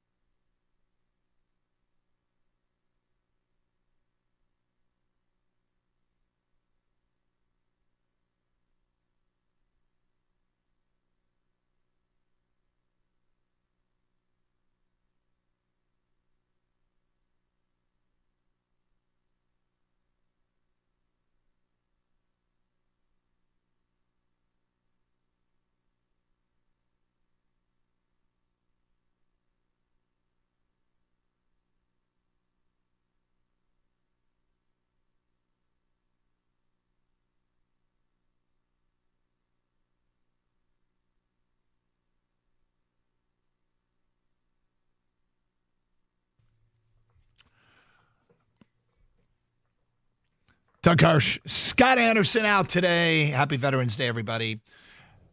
An astute and educated observer just sent something over to me that is very useful given our conversation this morning and the pass interference that wasn't called on Terrion Arnold late in the game.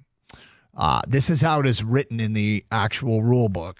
It is bullet point B here under Article 2 of the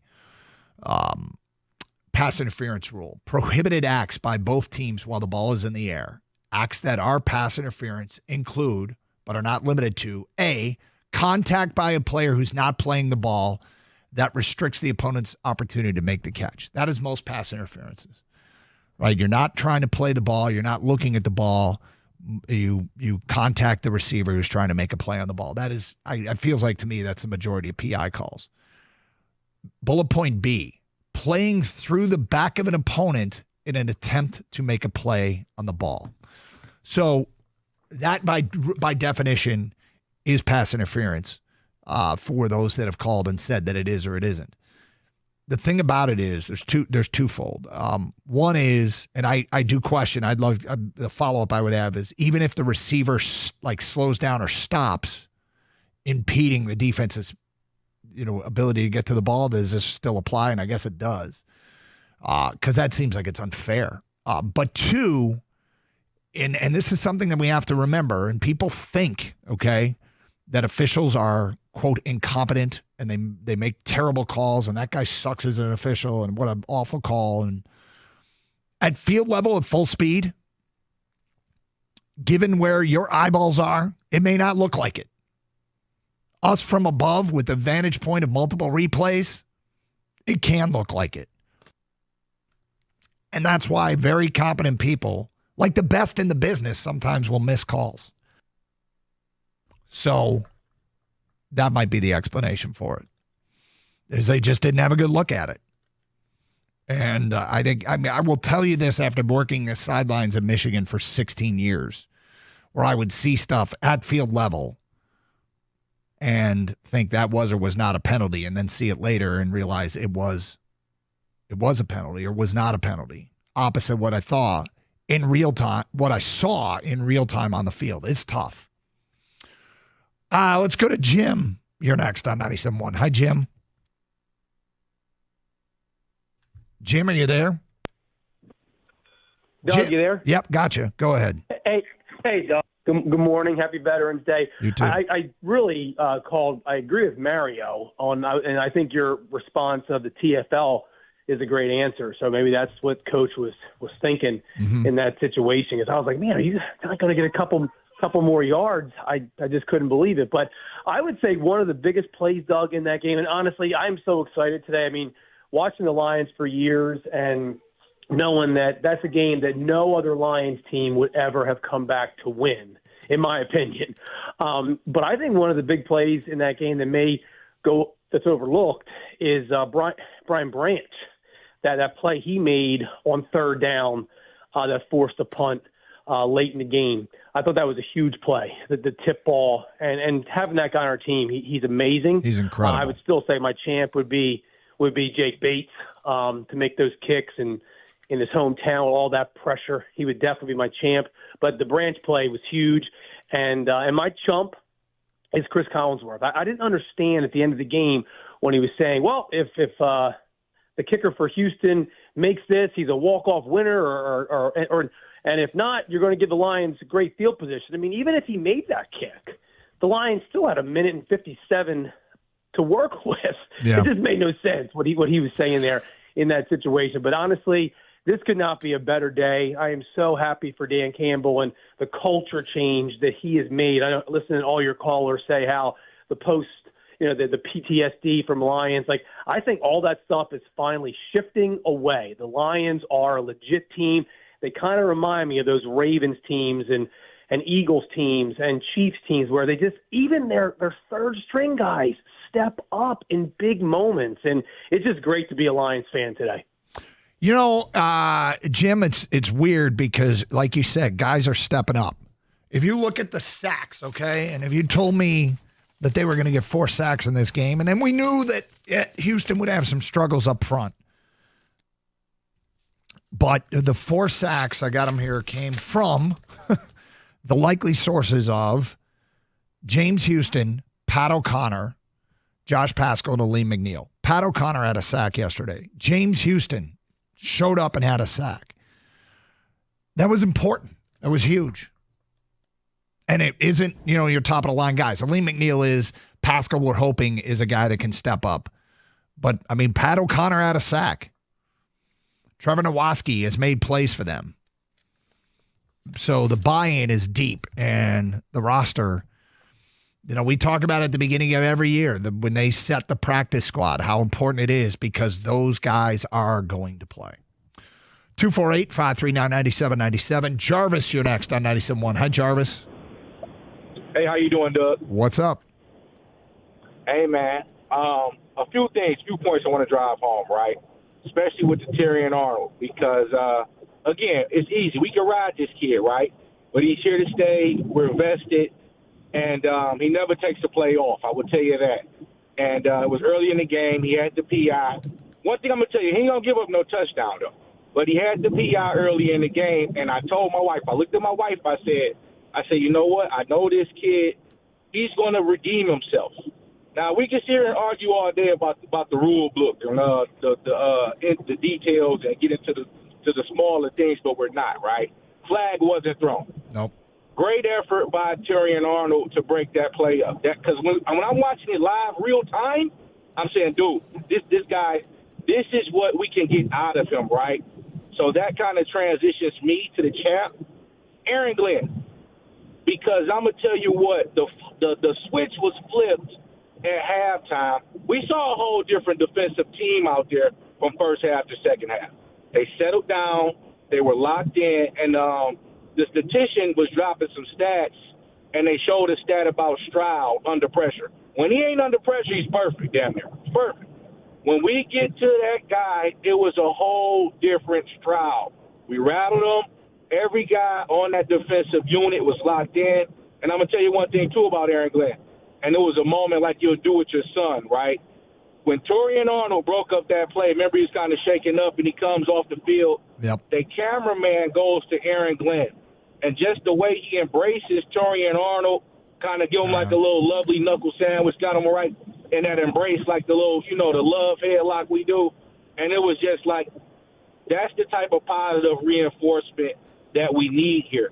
And that's the things we need to build this young guy up. I don't want to ride him. He never takes the playoff. I don't want to ride him. Let's build him up. And champs. I'm not going to do a chump. I'm going to do the champs. Detroit fandom, man. We showed up, dude. We showed up in numbers. I'm seeing some of the footage. We got Detroit Lions fans doing the hustle in the middle of the stadium, dude. And it was just a beautiful thing to see. We're really locked in. One last thing before I go, Doug. Yep. I'm going to tell you something about Z Smith. He's reminiscent to me of when the Pistons made the acquisition to get Rasheed Wallace, and just, it would kind of solidify where we were going. I'm seeing so much of Rasheed in Z, right? It's just the energy. It's just how he's coaching up these young guys. And that was kind of the piece that we were missing to that puzzle with that hard work Piston team. I really like Z. I think it's an excellent transition. I think I love what he's going to bring. Well, I know I do. I'm loving what he's going to bring to this young unit. And he's got the energy, man. He's reminding me of like Sheed. I see a lot of Sheed in him. It's definitely, it looks like he's going to be a great culture fit. And he's coming in with some promise of doing some really, really big things. As far as Terrion Arnold's concerned, keep this in mind. A, he's a rookie. This league is filled with elite wide receivers. It's an incredibly difficult job. In the first 4 games of the season, Terrion Arnold had 7 pass interference or defensive holding calls and 1 face mask in the first 4 weeks of the season. Since last week, he had an offensive holding. Okay, so that's on punt. And it was a punt that was fair caught. There was a flag, and he was blocking a gunner, and he got called for holding. So that was actually an offensive holding, technically. And last week was his first defensive penalty since week 4. So he is settled down for sure. He is getting better. We had one caller earlier say he was a bad pick, and I wasn't even going to bother to debate it. It's not a bad pick. I don't know. It's a great. In fact, any declaration of what kind of pick it's going to be is draft pick it's going to be is ridiculously early, and really not even worth the bet. I'm not going to sit here and do victory laps over the pick either. But to not be able to see how much better he has gotten at playing the position at the NFL level, when you talk about 2 defensive pass interferences against the Rams, a DPI and a face mask against Tampa, a DPI against Arizona, 2 defensive holdings and a pass interference against Seattle. That's week 4, and that's all on his permanent record. Since then, no penalties in October, the special teams hold at Green Bay, and now this one last night. I'm comfortable with Terrion Arnold. It's Carson Anderson, 97.1, The Ticket.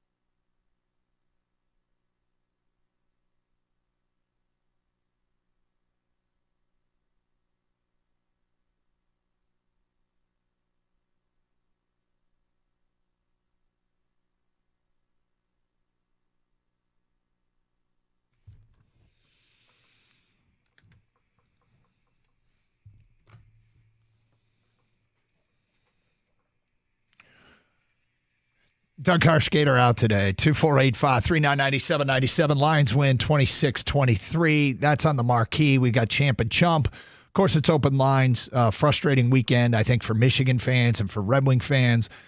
Piston fans, I don't know if you're frustrated with your team for losing a game. They are in a bad conference. Right now, there's only 2 teams over 500 in the East, and the Pistons are actually sitting in a playoff spot at 4-7.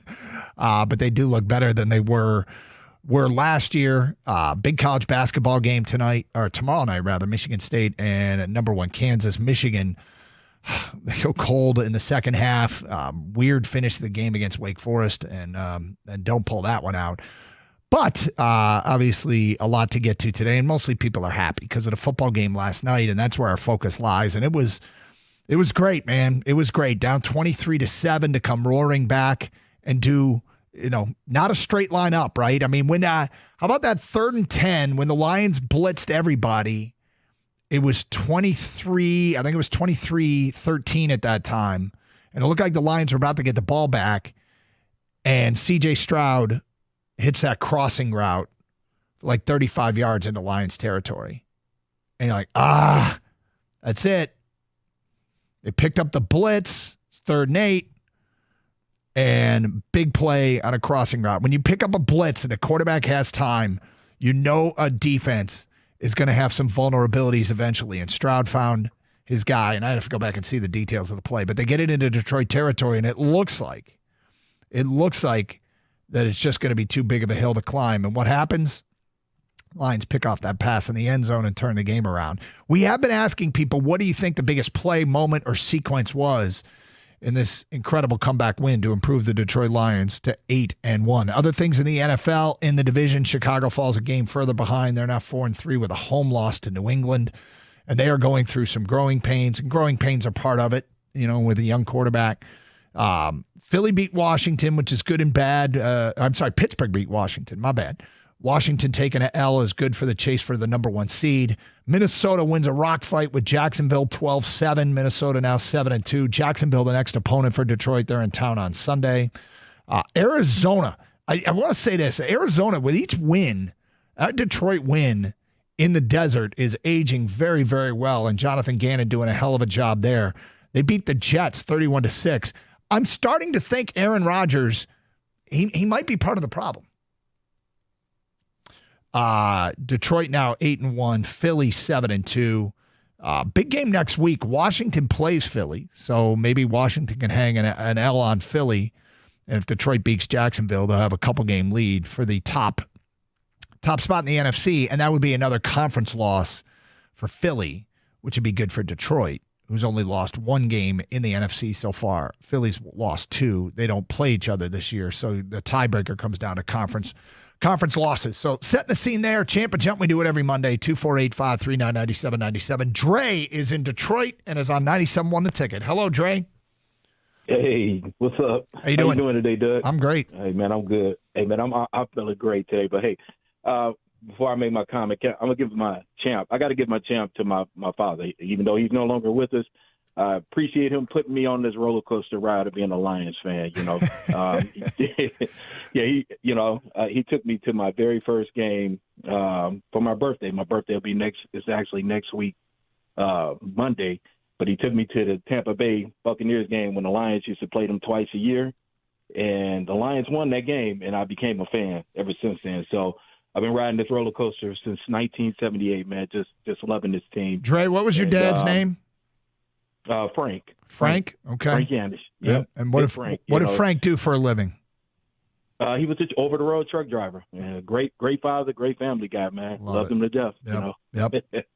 Hey, Ed, I'm the same Dre, too, man, when you guys wish my grandmother a happy birthday. She turned 100 this July 4th, but unfortunately we lost her in September. So, Randy Dickerson, yeah. Well, I hope we all get to 100, right? Amen to that. All right, yep, no doubt about it. But she got to hear you guys. I let her hear it on the Odyssey replay. So that's really great. Oh, that's awesome. Brought a smile on her face. Good. So just to let Gator know that. But I will.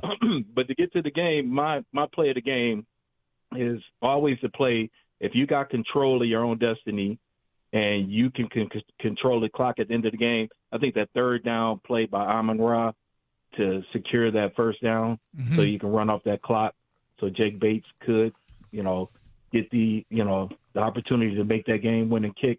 I mean, to me, that's the biggest play. Even though, I mean, Amon-Ra had a touchdown in that game, but they had the clamps on him quite a bit. I think he got 10 catches or 6 catches for 60 yards or 10 catches for 60 yards, something like that. But that to me was clutch, because anytime you can make a big first down play, run the clock out, and then give your team the chance, your kicker or anybody the chance to win the game, that's big, man. That's huge.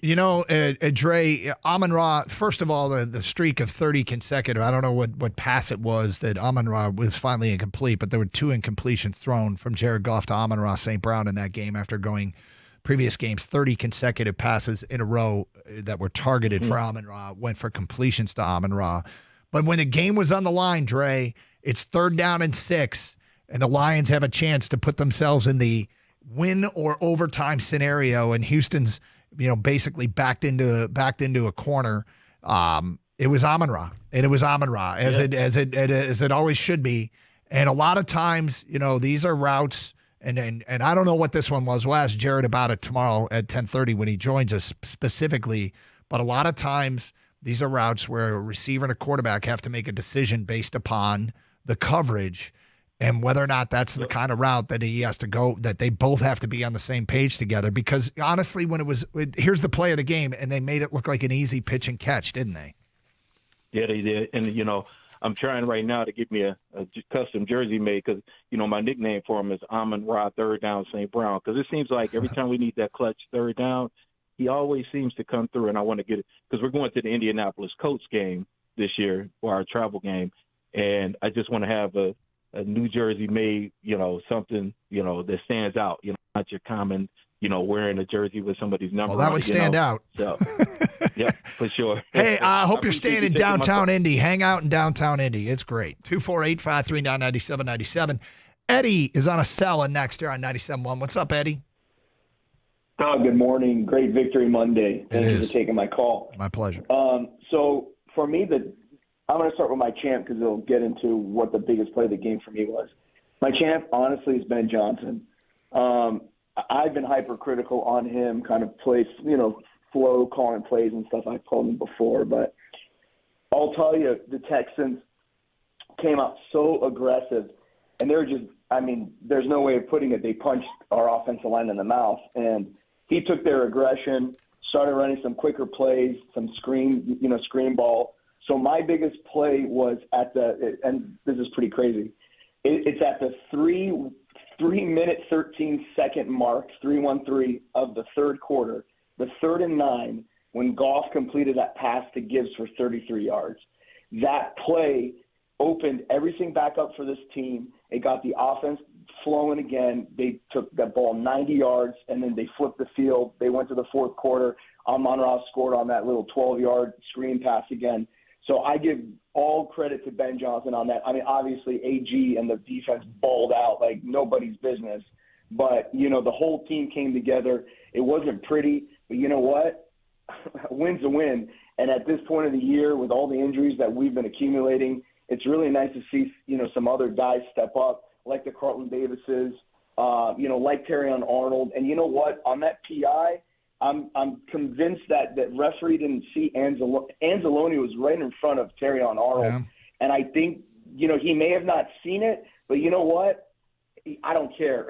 I don't really either. Look, calls are going to get missed when you play a close football game. Yeah, exactly. I just hope it doesn't cost anybody. I hate it when it costs in a massive game. It costs somebody. But there are, at real time, at field level, I have a lot of sympathy for officials trying to see everything because it's tough at field level. Yeah, and my chump real quick, Doug, is the defense alignment for the Washington Commanders on that. I don't know if you saw it. They had an opportunity to make the Steelers punt, and Russell Wilson got him to jump off sides, and the game was over. I feel – you got to keep a lot more discipline. That's a Lions play of the past. That is such a Lions play of the past. I'll just say this, Eddie. I don't know that it's going to be a real sturdy ground to stand on if you've spent a lot of time questioning Ben Johnson. Well, you know what? That's the faith part of it because, when you look at it, we have so many weapons. We have so much stuff that he has, he can utilize. But you know what? At the end of the day, We as a fan base trust this organization now. I can't even believe I'm saying that, but I mean, Dan has turned this around, and we trust him to get these guys to where we need to get to. Where we need to get to. I don't need to say it. No one needs to say it. We know where we're trying to go. Hey, thank you for the phone call, 248-539-9797. More of your calls and feedback coming up. Champ and Chump, let's get them in. It's open lines, whatever on your mind. Fair game. Gator out today. Carson Anderson, 97.1. Lions fans, listen up. UMCU, the official credit union of the Detroit Lions, is celebrating its partnership with our city's gridiron heroes, including Jahmyr Gibbs, Brian Branch, and Terran Arnold, and giving you a chance for something amazing. The Lions are hot, and so are their black uniforms, and so is the new Detroit Lions Black Debit Card. This isn't just any card. It's designed for the true Lions fans who live with every touchdown and every victory.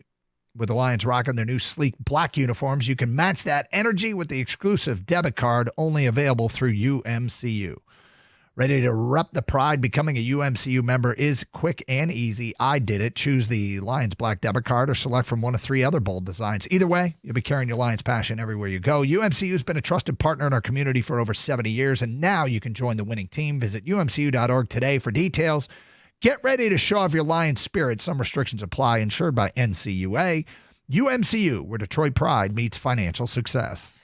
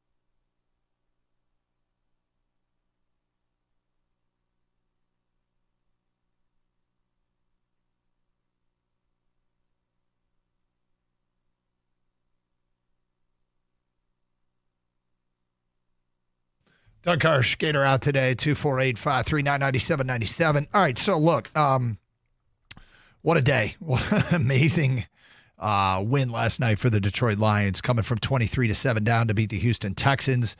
Lions improved to 8-1 on the season, in a position to be the 1 seed in the NFC, which is probably the primary goal of the regular season. Establish that, have first-round bye, home field advantage throughout the playoffs. Things can happen, though. Like, you think if that was a playoff game last night, obviously the Lions are going to play Houston in the playoffs, but a game that goes like that is, those games can be terrifying. And here they are. They go out and they find a way. And you got to give them a ton of credit for being able to stick with it, come from behind, and get that win. And Dan Campbell and the coaching staff. It's funny because Albert Breer wrote a story today about one of the things that comes to mind for him as it pertains to the Lions is how that early on, right, what Dan Campbell inherited was the makings of a good offensive line. And the first thing they did was they added Penei Sewell, and they traded for Goff, and they found Amon-Ra. So when he got here, the offense was set up for success.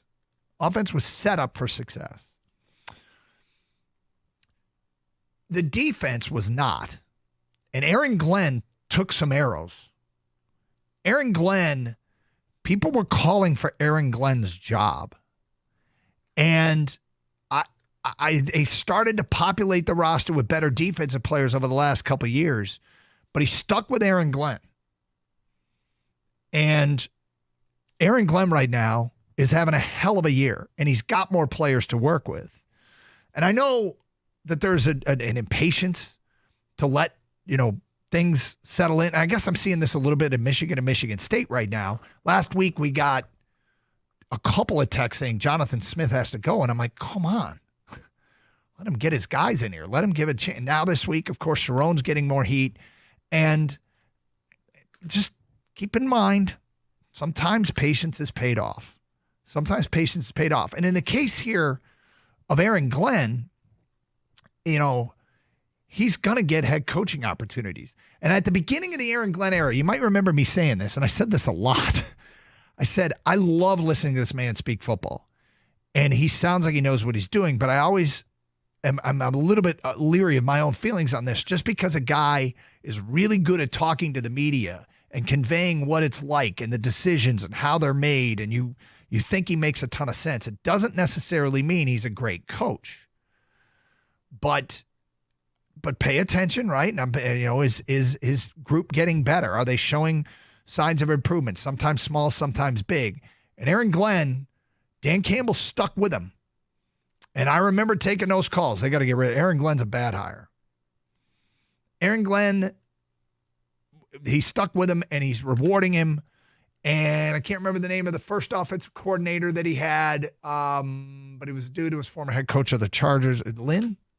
Anyway, he didn't stick with him. So the coaches on the inside, they see the guys that are doing the job that might not have the personnel, or that are solid coaches. They've got a game plan. And they can make the good head coaches can make a call as to who they should move forward with and who they shouldn't. And boy, are they being rewarded for sticking behind Aaron Glenn. 248-539-9797. Terry's in Detroit, and he's on 97.1 The Ticket. Hello, Terry. Hey, what's going on, man? I heard somebody earlier this morning questioning Dan Campbell's football IQ based on the perceived lack of urgency on that last Lions drive in the first half. Mm-hmm. And I really wanted to bring something up about Dan Campbell's emotional intelligence. Up to that point, Jared Goff was having an absolutely horrid evening. And even in that drive, the frustration in Goff when he had to throw that ball to the ground, when he was trying to get it to Amon-Ra St. Brown, I would argue that Campbell's emotional intelligence kicked in and says, you know what? Goff doesn't have it right now. we're going to tuck this thing in and take it to the locker room and come out fresh at halftime. There's something to be said for knowing your guys and knowing when they do and don't have it. There was no point in trying to push Goff, trying to pull something out of him that he didn't have at the moment. So, Terry, I questioned it too, and in the moment, but I'm like sitting there going, this is a great coach. This is an interesting decision to not be more aggressive because this is one of the best offenses in the NFL. At the time, they were down 16-7, and I'm thinking, go get yourself a touchdown here before the half. And they'll probably tell you, just by running the ball doesn't mean we didn't want to get the touchdown. We wanted to get good yardage on first down and then proceed from there. And if we didn't get good yardage, we were going to try and drain the clock and go regroup. Yeah, I mean, look, here's the thing about coaching and decision-making and all of this, Terry, and I've really, they don't get everything right. Even if that was, and it turned out to be perfectly fine call because they won the game when it was all said and done. It wasn't like he made a crucial mistake in that moment. And you very well might be right. And that's where, like, I know Dan met with the media after the game, and it was kind of limited in terms of how many questions he could take. Maybe the morning show will ask him about why they didn't do it, because I'm sure a lot of people were questioning, and it's always good to hear their reason why. He wanted to regroup. He did say something after the game was he really didn't put much on Goff's performance in the first half as far as the interceptions, because one was tipped, the other was he was hit as he released it, and the third was a Hail Mary. You know, that's the price of doing business in the passing game in the NFL. So I don't know if he was thought that Goff was rattled or anything, but yeah, I mean, I'm not going to agree with everything they do and don't do, and I don't think I should agree with them. And as long as they're winning enough, and this guy's winning enough, you know, and has a good plan, yeah, I wouldn't question his football IQ. I was like, okay, he's making this decision for a reason that I don't know why, and that reason I don't know why is because I'm not down on the field coaching the team. Even with Goff's frustration or poor first half, I don't even necessarily mean the interceptions because, as someone alluded to earlier, all interceptions are not created equal. No, you're right. Some of those are just bad bounces. And honestly, Terry, and I was going to make this point later, but since you brought it up, the interceptions, believe it or not, didn't bother me as much as the number of bounced passes. Something was weird there. Like the three in the first half, I could write off as the price of doing business. The first one in the second half, it was, I don't know if that was just not a great throw, but Campbell said that Laporta didn't get his head around quite in time and all that. The only one that I was like, that's a bad decision, was the deep ball to J-Mo. And even Dan Campbell said they had a miscommunication on the route where J-Mo cut it off underneath and Goff went deep. So, you know, I was like, the bounce passes bothered me more than the interceptions did, believe it or not. Again, and like I said, when I talk about him having a bad half and then being frustrated, I'm talking about that more than the actual interceptions. Like not being able to get the ball to St. Brown, who's kind of his, kind of his comfort blanket, so to speak. And just things just not really popping off in that first half, man. It's frustrating when you know you have all this offensive firepower and for whatever reason, it's just not coming together. Terry, thank you for the phone call, 248-539-9797. Cal is in Detroit and next. Hello, Cal. Hey, good morning, Karsh. How you doing this morning? I'm doing well. Thank you. Thank you for calling. First thing I want to check with, man, how's that retina recovering, man? I keep saying last week I heard you talking about anything in the eye area. That's serious business, bro. So, it's going well. It's clearing up a little bit more every day. People watching on the Twitch feed and YouTube might see it, and watched Inside Michigan Football might have noticed it, but it's definitely clearing up, and I have to go see the specialist on Wednesday. But, yeah, it looks like I'm going to be fine. Thank you for asking. Okay, speaking of the Michigan game, I'd have thought Gary Danielson had something wrong with his retina. When CJ went down with that injury, he never said or cited anything about the actual penalty of the Indiana player who grabbed him and shoved him down from behind, which would have been a clip on that return, which made CJ injure himself. He just said he lost his balance and slipped. I thought, oh, boy, that sounds like a parent telling a child something to child abuse, just telling you slip, fail. Well, I did not see or notice, I didn't see the replay where we were in the booth, and I haven't listened to him back yet. He was held That's as the too gunner. bad. He was held and kind of forced, and his leg planted, and then he went down. So, you know, in his grad year, I hated for that young man. I don't know what his prognosis would be for the rest of the year, but yeah, Gary Danielson just kind of laid a lame egg out there and said that he lost his balance, and it's like it's clear as day he was pushed down from behind. That's unfortunate. Yeah, well, one of the first things I want to cover, I don't think many people out there jokingly, probably, I know myself, I had to jokingly say to myself and my savagely recluse teenage son that I thought Goff was on the take last night. You just mentioned how a lot of those passes were grounded, and it was just unlike him.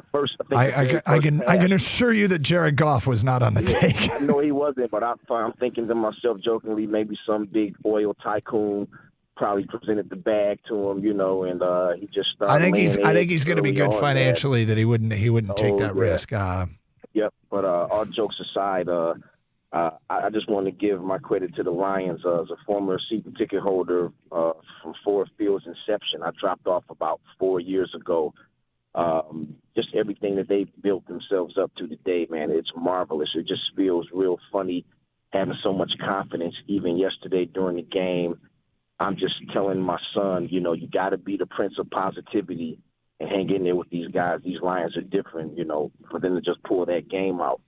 But I wanted to cite my champ and chump. Real quick. My champ is real like a co-champ. I want to say it was Dan Campbell and Bates, because Campbell showed just the reliability and trying to put that into his kicker where he didn't last year, where he might have gone for a score and let his kicker, you know, nail everything for us. The chump is Chris Collinsworthless. This guy's built a career, a side hustle over the years, trying to defame the Lions and everything, you know, the butt of the NFL. And yesterday he took 2 points of putting daggers in us 2 times through the game. Then he made a comment, and I'm not sure what it was verbatim, but he made a comment on a particular play where he says, just like in Detroit, they double-teamed this player like in a fight. It was something to that fact, and I'm thinking, man, Collinsworth, you're really stretching right here, brother. What the heck is going on with him?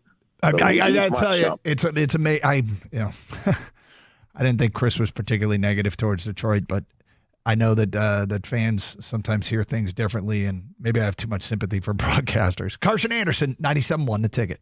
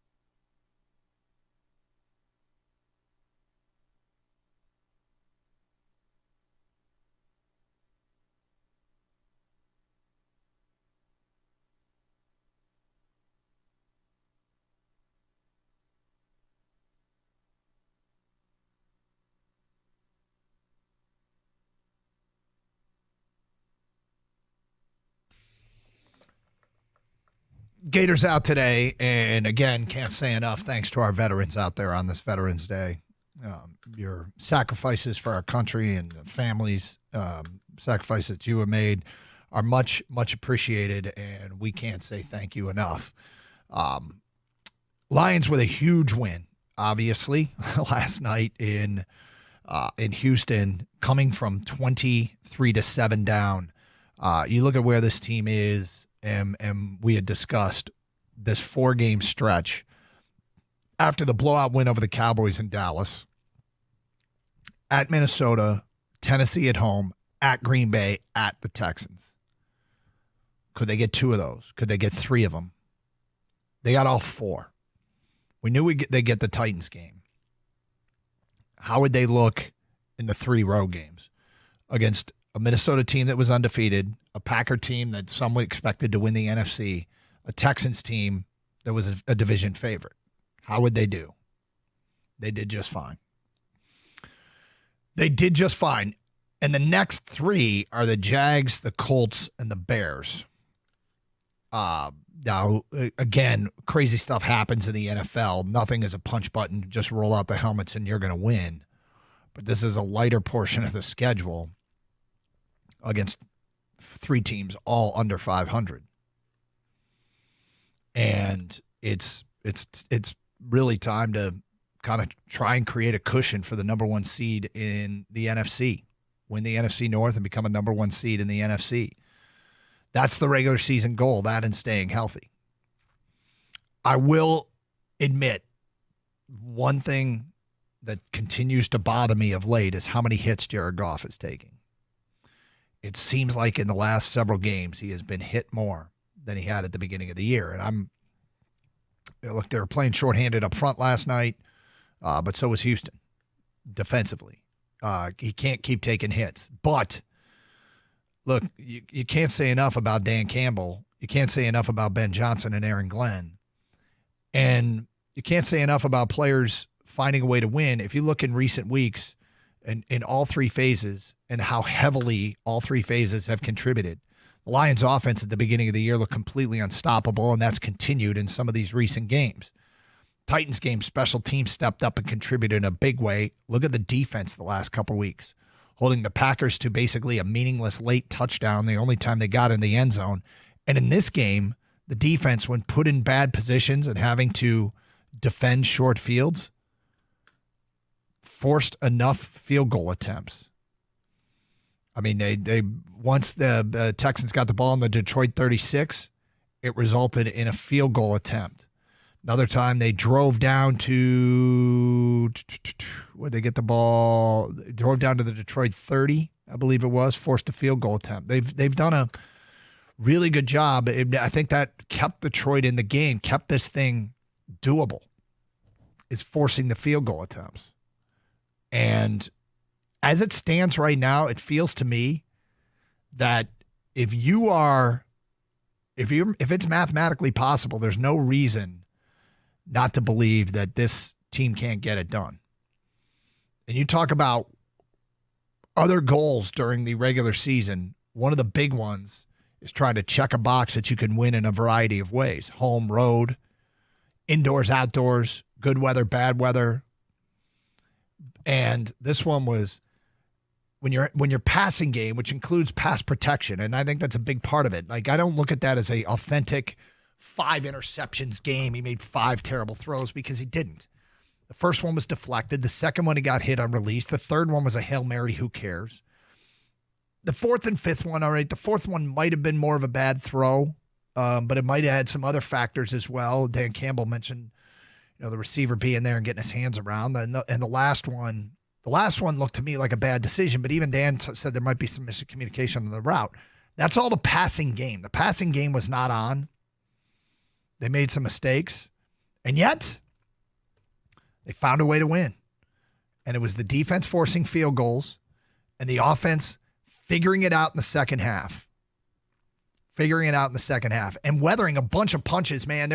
Wasn't like it was a straight line up. Everything was going well the entire comeback. There was huge plays made by Houston, and Detroit, after the example being the opening interception of the second half, it looked like, okay, here we go. And what happened? The Lions turned it over right away. So, there were ups and downs, but the arrow, they just kept climbing and climbing and climbing and scratching and clawing and getting their way back into it. And then the defense got a massive stop on, we've talked a lot about the non-pass interference call on Terrion Arnold. It's a tough one. By letter of the law, thank you to our source out there that sent me the actual way it's worded in the rule book. You can't run through somebody's back. At field level, that's the thing about, and I've expressed this opinion as someone who's been at field level for a long time.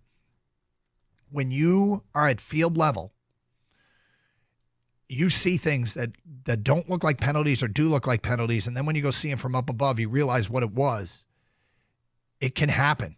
It can happen that the official cannot have a great look. And somebody else pointed out Alex Anzalone was right in the neighborhood and might have blocked the view. Bottom line is, I still think Arnold made a heck of an effort to knock that one down. Long field goal attempt, no good, and then Jake Bates. Jake Bates shaving goalposts. The right goalpost and the left goalpost. It's almost like if it had happened in a movie, we would have rolled our eyes, right? I mean, come on. Nobody shaved. You don't do that on back-to-back kicks. Well, he did. 248-539-9797. Let's get back to your phone calls. We go to Ed in Waterford. You're on 97.1 A Ticket. You are next. Hello, Ed. Yes, thank you for taking my call. Sure. Hey, I've heard a lot of the calls about who made the great plays and everything, but in my opinion, forget everything that JMO has done to date. Everything has been open field. He's just so fast he can get and elusive and get away from people. He's made catches that any good receiver in the NFL should be able to make.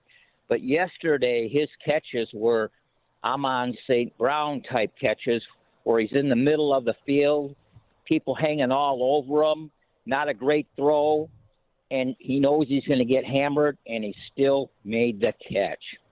Last night was him coming out as a true elite NFL receiver. When he got sandwiched, all right, on that play and held on to the football, that was so big. You are right. I'm glad you called and I'm glad you pointed it out. He made a couple of tough catches. He had the one that he had to double catch, but he knew he was going to take a hit there. And then he comes back, and that one between two defenders, that was gonna be painful. And he held on to the football. And yeah, that's answering the bell. That's a guy that, has always proven his willingness to do the little things, like block downfield. And he's got a toughness about him. That was a big time catch. Big time catch. Yeah, those catches he made last night, you can take any one of them. It would have been the first catch like that he's made in his career like that, and he made 3 of them. Yep. No, that's a good call, Ed. Thank you for sharing. 248-539-9797. More of your phone calls and feedback next. 97.1 The Ticket.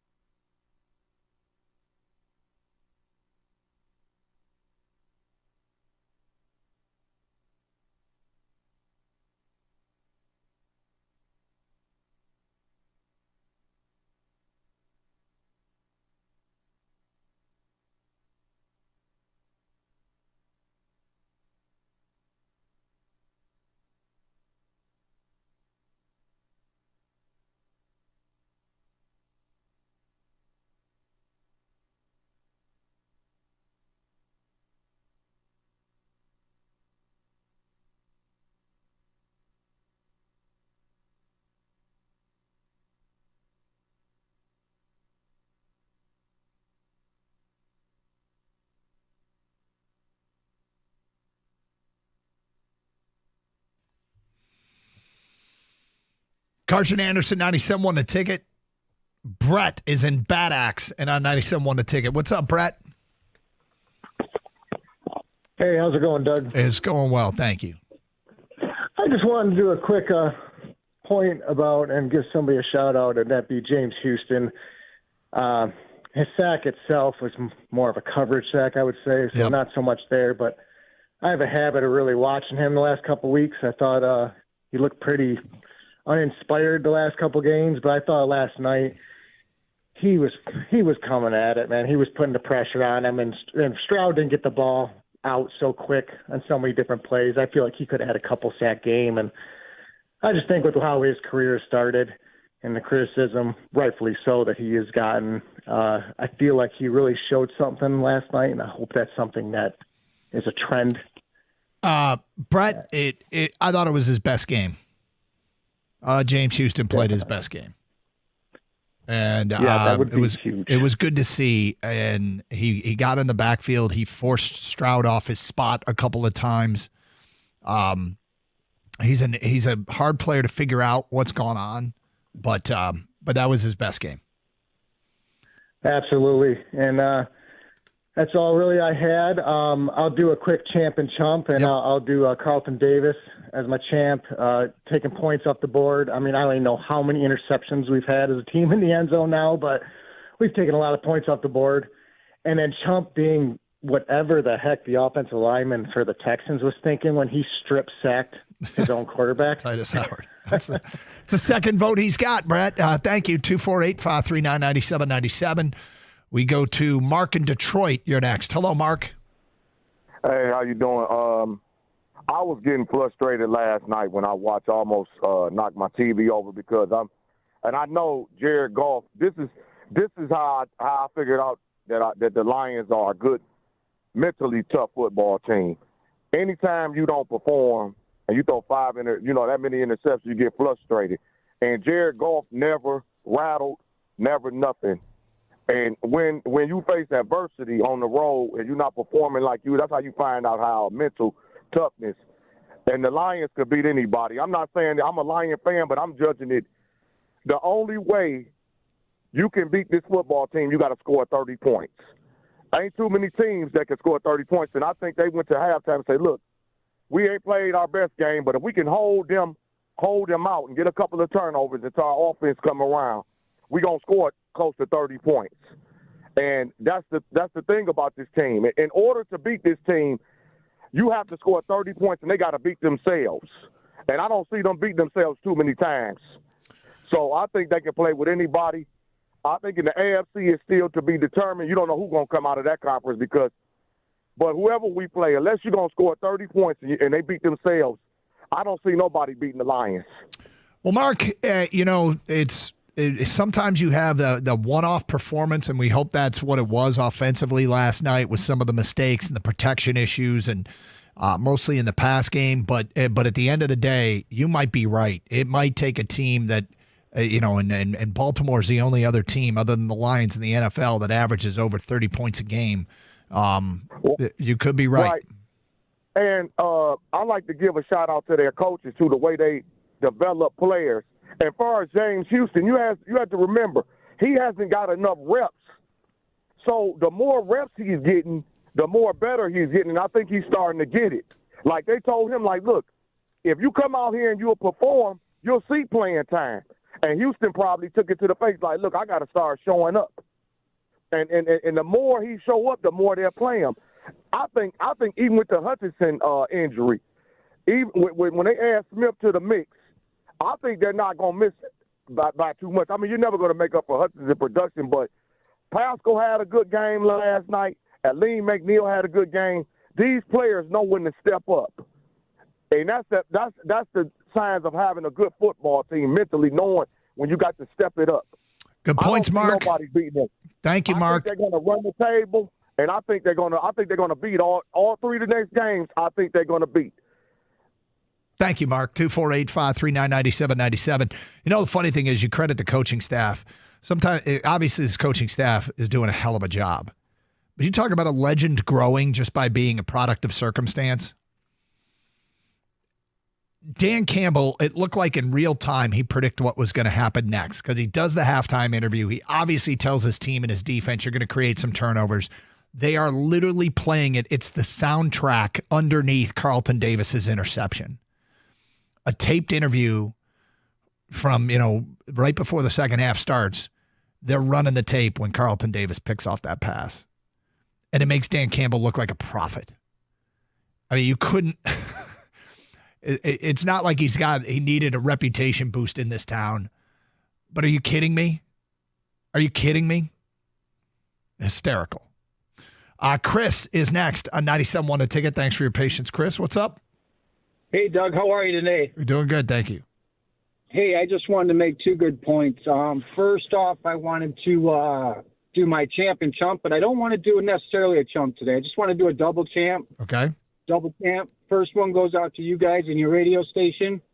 Really? Fantastic job. I listen to you guys every day. You guys are just phenomenal at your craft, so I appreciate it. Thank you very much. Second one, just for those guys out in the woods this up-and-coming weekend.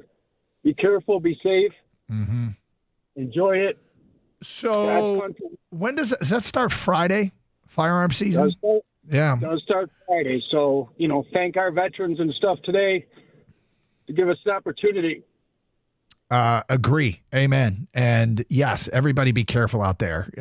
Firearm season. I've never been hunting. It's not something that really... My favorite thing about firearm season is talking to hunters on the 15th. I just...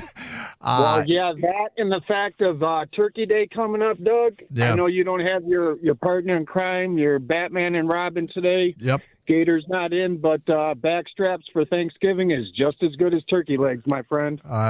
Good to know. Thank you. 248-539-9797. Alan in St. Clair Shores is next. What's up, Alan? Hey, Doug, what a great show you got going on today. Really enjoying listening to the last callers. And when you're talking about a team win, how do you pick the play that turned things around? And there really isn't one in my mind, but offensively in the second half, when Ben Johnson decided to go to the outside, stretch the field, and bring in Jahmyr Gibbs, that to me changed everything because now they started to run inside a little bit better, and certainly the passing lane started to open up. And Gibbs had 107 total offensive yards, and I got to believe 80 of those had to be in the second half.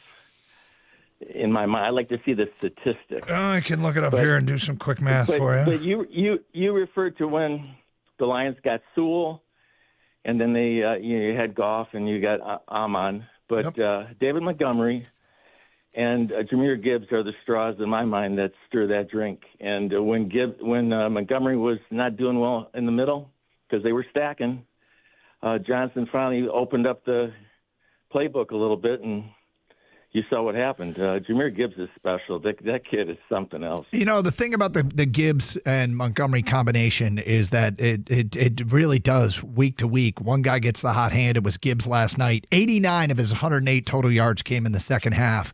And it's going to be David Montgomery down the road. They just go back and forth, and they use them both. And it was interesting, Goff saying that they use them both almost exactly the same. It's like one gets one drive and one gets the next. They feel like they bring much different things to the table, but they swear it's very, very similar. Gary is next on 97.1 A Ticket. Hi, Gary. Hi, guys. Number one observation is, isn't it nice to be able to talk on the radio station? 3 years ago, we were struggling to find something good to say, and now we have nothing but good to say.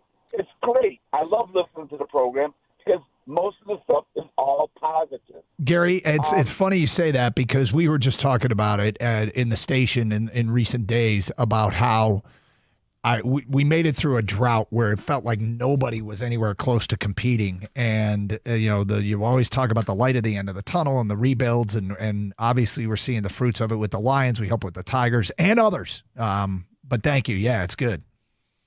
It sure is.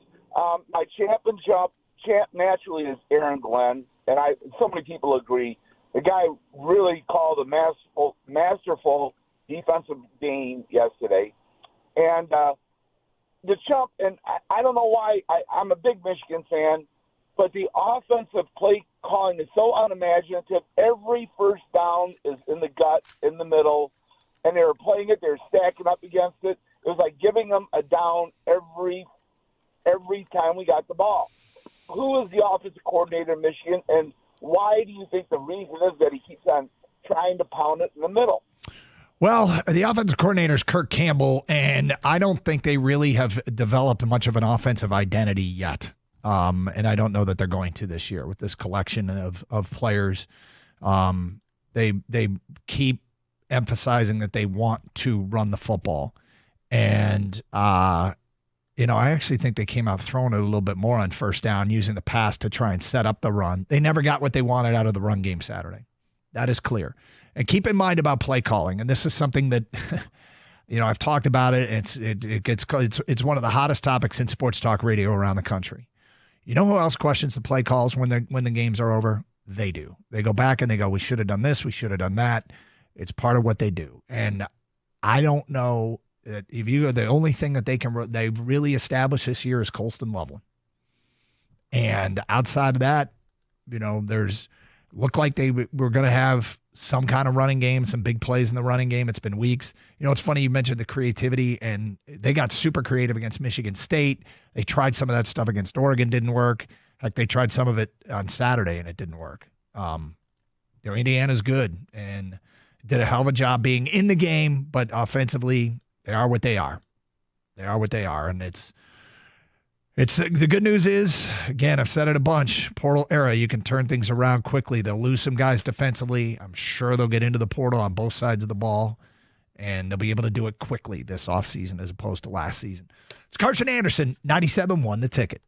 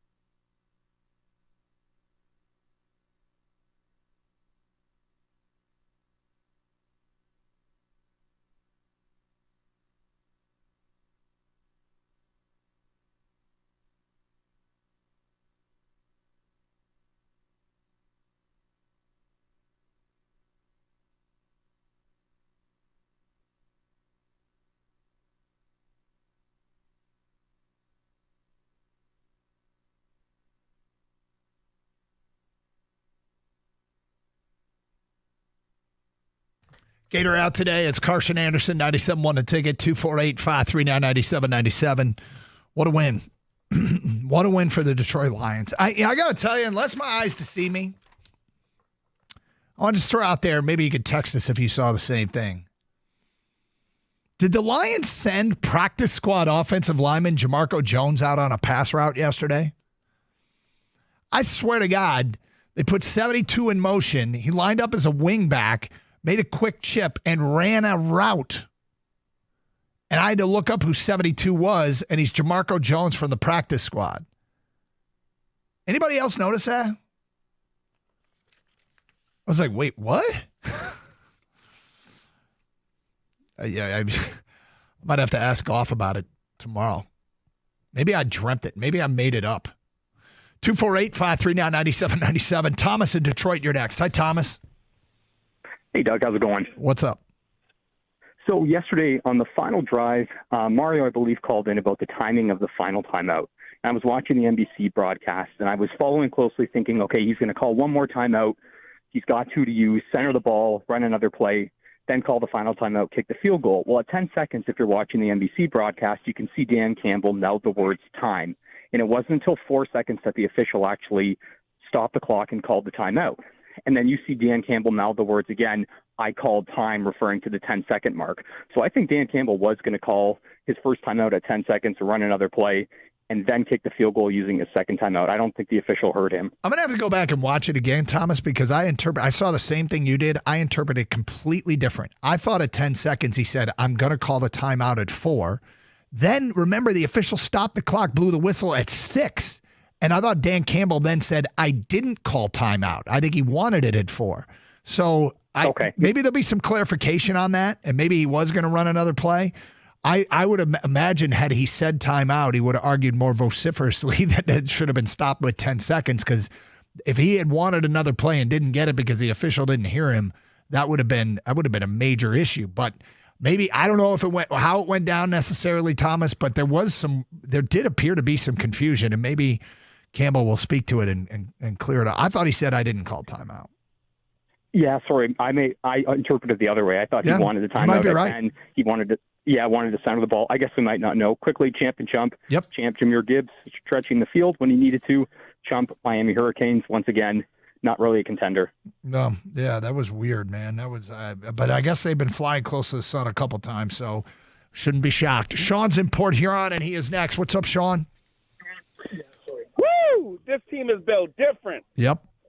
Grit. No cliche. I know it sounds cliche, but the team is full of grit, man. I was watching that first half of the game. My brother-in-law and sister-in-law is over, and they're like negative Nancy's over here. Oh, come on, Goff, throw the ball, and I ain't watching this crap and this and that. And I'm like, chill, calm down. It's first half. They'll be all right. And sure enough, they were. I was a little nervous going into that second half. Don't get me wrong. And Goff throws another pick, and I'm like, oh no, man, he threw 5, and I'm like. But they got defensive players like Brian Branch, Aleem McNeil. They got special team players that step up. Offensive players, to me, the best running back duo.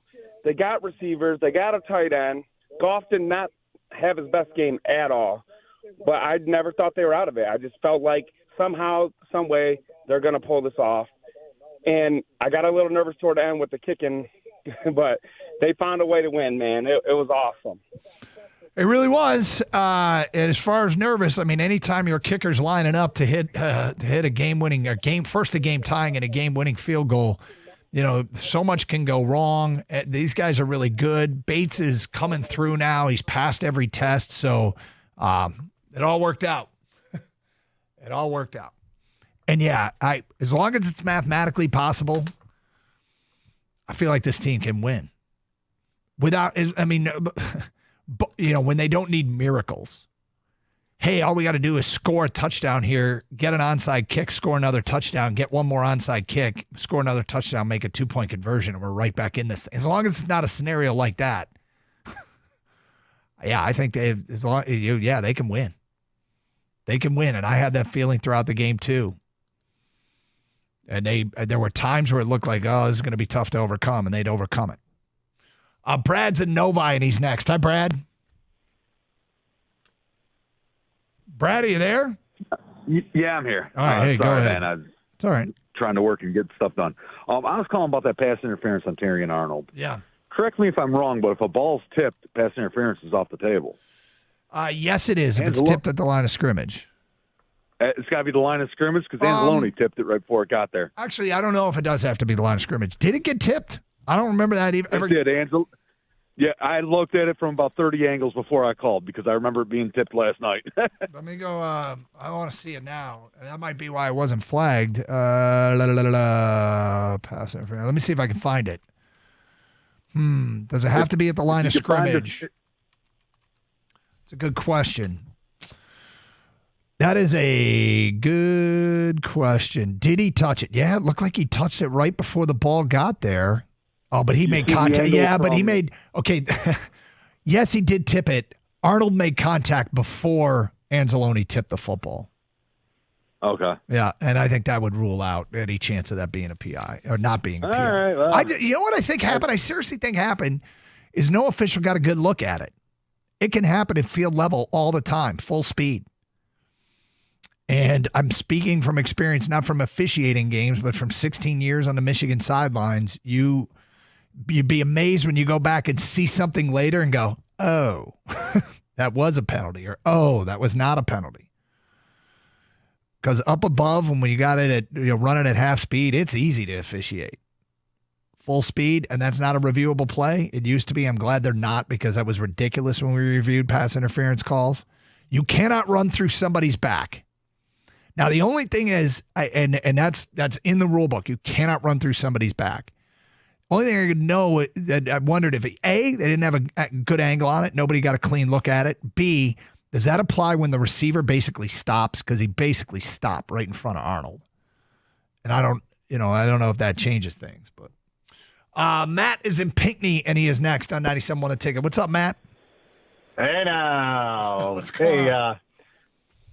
Hold on one second. Let me just change over. Change over. You sound fine. There you go. That's okay. This is much worse, Matt. Whatever you were doing first was better. Sorry. Hey, I love the lines. They're great, but oh my God, if we keep playing this late at night, how am I supposed to go to bed after a game? It's tough. It's definitely tough. I'm exhausted. Yep. But I got a champ and a chum, and I got a quick observation about Za'Darius that I wanted to get into.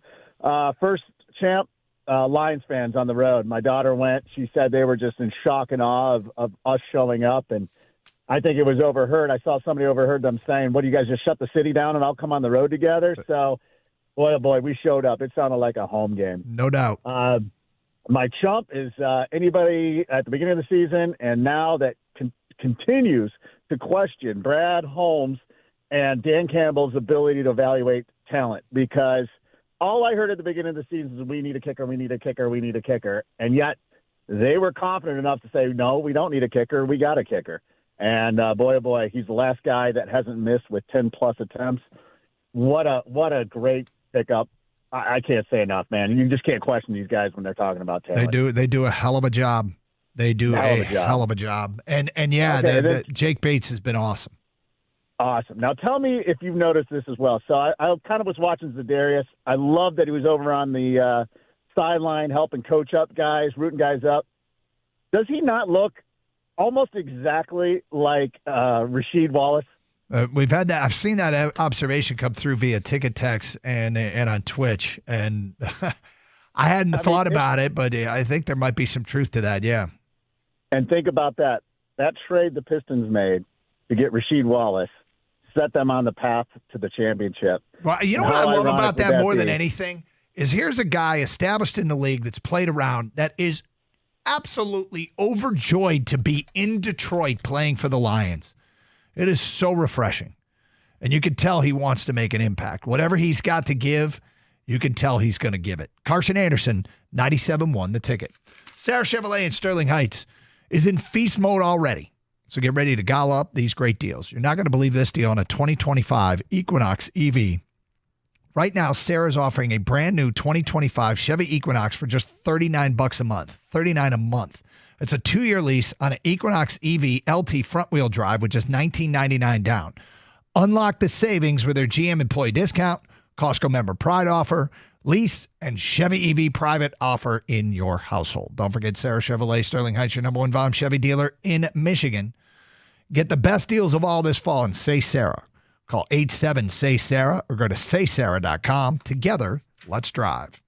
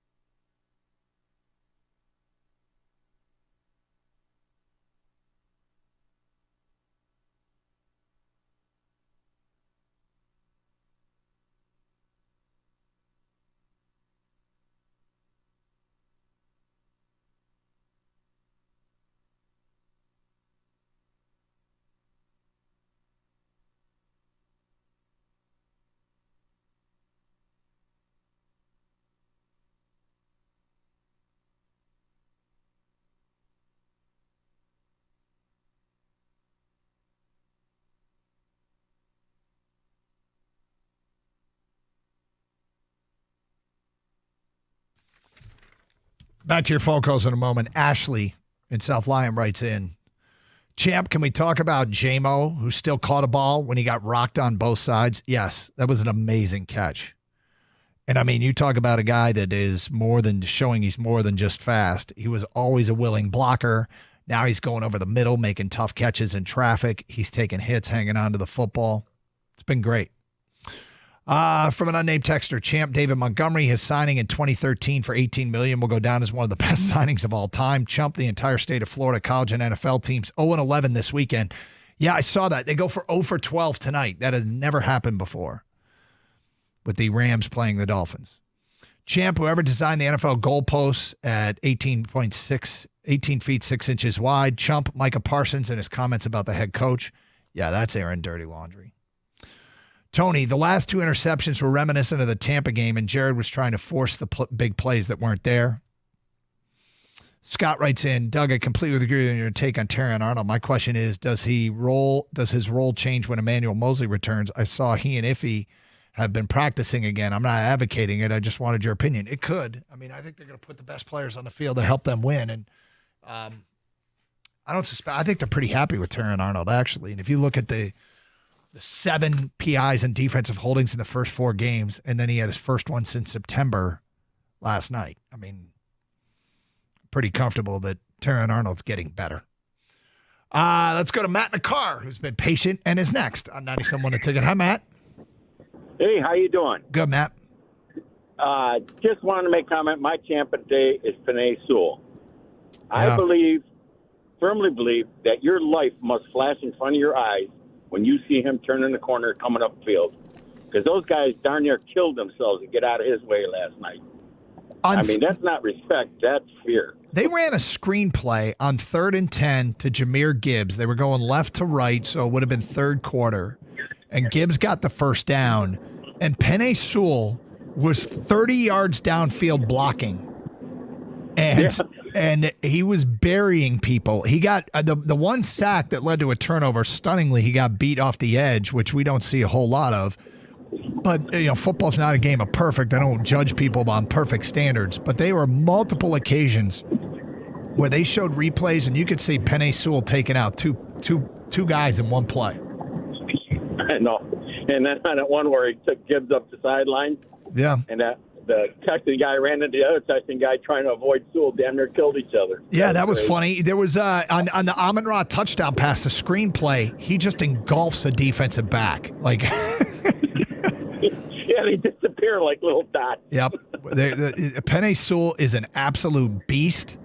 And you think of all the offensive linemen they drafted through all the years, and you're going, all right, now we got that guy, Gosder Cherilus, or who's the dude from Iowa that was their 6th offensive lineman when he first came in? I can't remember his name. But anyway, long story short, they finally got an absolute beast. An absolute beast. Oh, my God, yeah. It's great. Yep. Hey, thanks right, for the phone call, Matt. 248-539-9797. Oh, what the hell was that cat's name? First round pick, Iowa offensive lineman. Now it's going to stick with me, and I'm sure the ticket texts are flying in. Are you talking about Riley Reef? Yes, thank you. Thank you, Paul. Took a minute there. Julian in St. Clair Shores, you're next here on 97.1 The Ticket. Hello, Julian. What's going on? Thanks for taking my call. Sure. I was just yelling Riley Reef into the phone. I'm sure a lot of people were. I got a champ and chump for you, and then a couple things about the game. So, champ is definitely the coaching staff. I mean, to be down 16 at half and then to rally the guys and just you could see it on Amon-Ra's face, just how focused, and to have a coaching staff like that. I never wavered. 4 years ago, I'm turning that game off. So that was awesome. Yep. And my chump is U of M. It's just unacceptable with the way college football is now, the way it's set up to be a defending champ and for my team to look like that, to not have a QB I can trust. It's crazy to me that we can lose that game because it was a very winnable game. It's a huge game, and I just expect to win there out of a defending champ. So the game, so that Dan Campbell, when he was in the interview where he looks like he's just a prophet, I was sitting with my uncles and my brother, and we go, how about right now? And as we're saying now, you see Carlton Davis fly across your screen, and we all just erupt screaming. It was one of the coolest moments of the season, just how we're talking about it, Dan Campbell's talking about it, and it's just like, here you go, and it just happens. It was pretty cool. Julian, it's first of all, it's weird that it just worked out that way, and the legend of Dan Campbell grows. This is a taped interview that happens to get replayed, and it's the soundtrack of the interception as it's taking place. It was so perfect. He had the commentators thinking it was timed right there, that was live. It was so perfect. It wouldn't happen like that. Yep. And then lastly, the end of the game. So that timeout situation with Dan Campbell, I 100% agree with you. I think he wanted to call a timeout late with 4 seconds, and the official just took it upon himself to call a timeout for him. I thought it was pretty weird, but I was pretty upset with how the time management was handled until the end of the game when I heard his interview. And he knew exactly what he was doing. They practiced it. I don't know if you watched this, but they ran the exact scenario. They only had one timeout left. Amon-Ra ran that route, threw it to him, trotted out Bates for a 59-yarder, and he drilled it in practice with the wind in his face. So he had it played out in his head and wanted it to go exactly like that. So when I hear that, it's like, okay, you had faith. I like that. And you're right. He did talk about that exact scenario. They did it Thursday in practice, ones-on-ones, and Bates hit a game-winning field goal. They did the end-of-game scenario. Offense had the ball. I think he said on the -40, and they had a minute to go and a timeout, and they got into field goal range, and Bates hit it, and then it played out in the game. As far as Michigan's concerned, yeah, I understand your frustration. And in this day and age of college football that you referenced, and I assume you meant the portal era, keep in mind that Sharon took over January 28th. And at January 28th, there had been quarterbacks that were interested in coming to Michigan, but didn't want to commit until they knew who the head coach was. And, Harbaugh, they win the national championship. Harbaugh, shortly thereafter, leaves and names Sharon head coach. This is a huge offseason for him.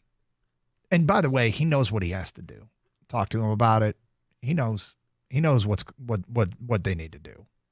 They got to figure out which guys they want to build around and which positions need to be immediately addressed. He's recruiting well, and they love this freshman class. So I get it, but he knows what they need to do. 248-539-9797. We'll get to more. No, actually, we got time here. We'll go to Andrew in Fayette, Ohio. You're on 97 on the ticket. What's up, Andrew? Where's Fayette? Oh, it's just south of Adrian, just south of Lenawee County. Okay. So I can throw a rock into Michigan. All right. Well, don't do that. But hey, I'll make this quick. It's at the end here. My champ is Dan Campbell and Brad Holmes.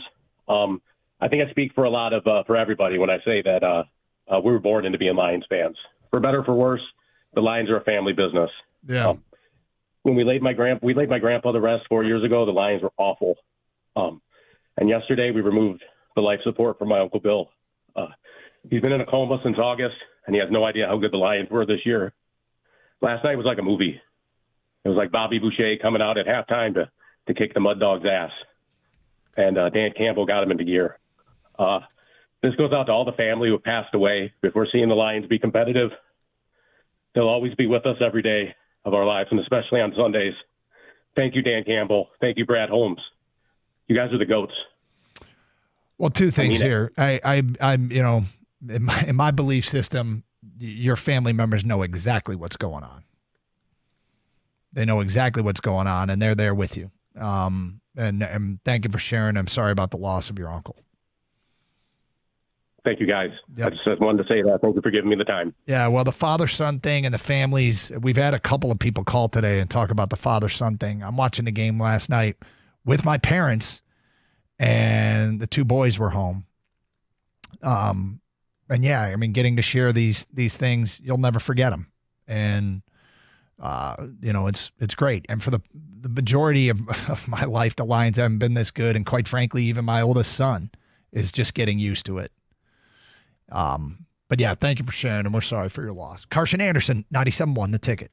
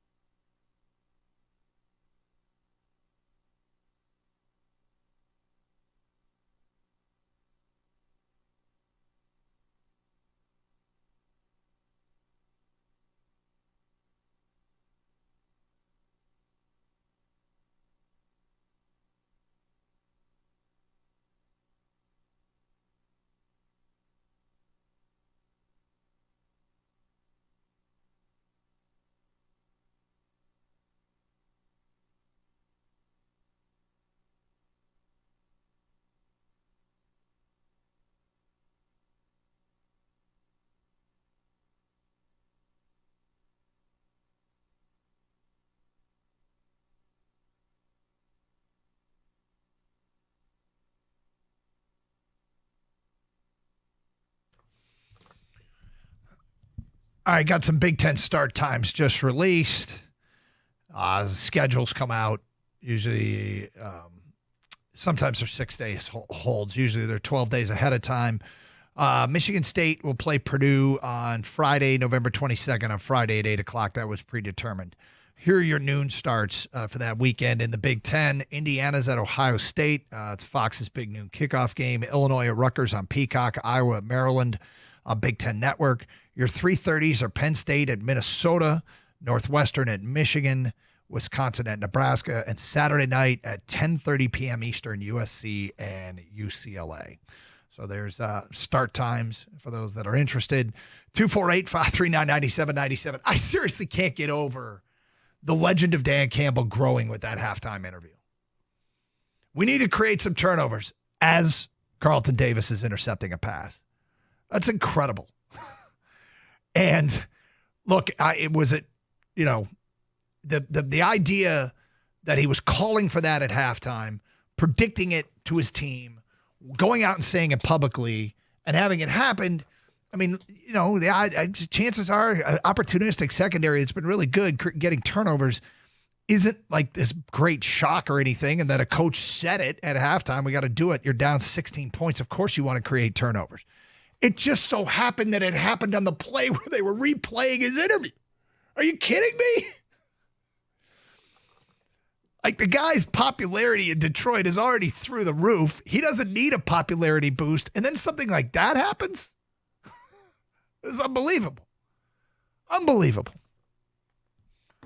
So, hey, man, we already knew we had a good head coach. We knew that he had belief. We knew he had buy-in. But it's almost like he's the puppeteer and he's got the marionette. And they're following his script that he wrote. He's in charge of everything. He's like controlling the time-space continuum or something, getting to do this. And it worked. We need to get some intercepted by Davis. What?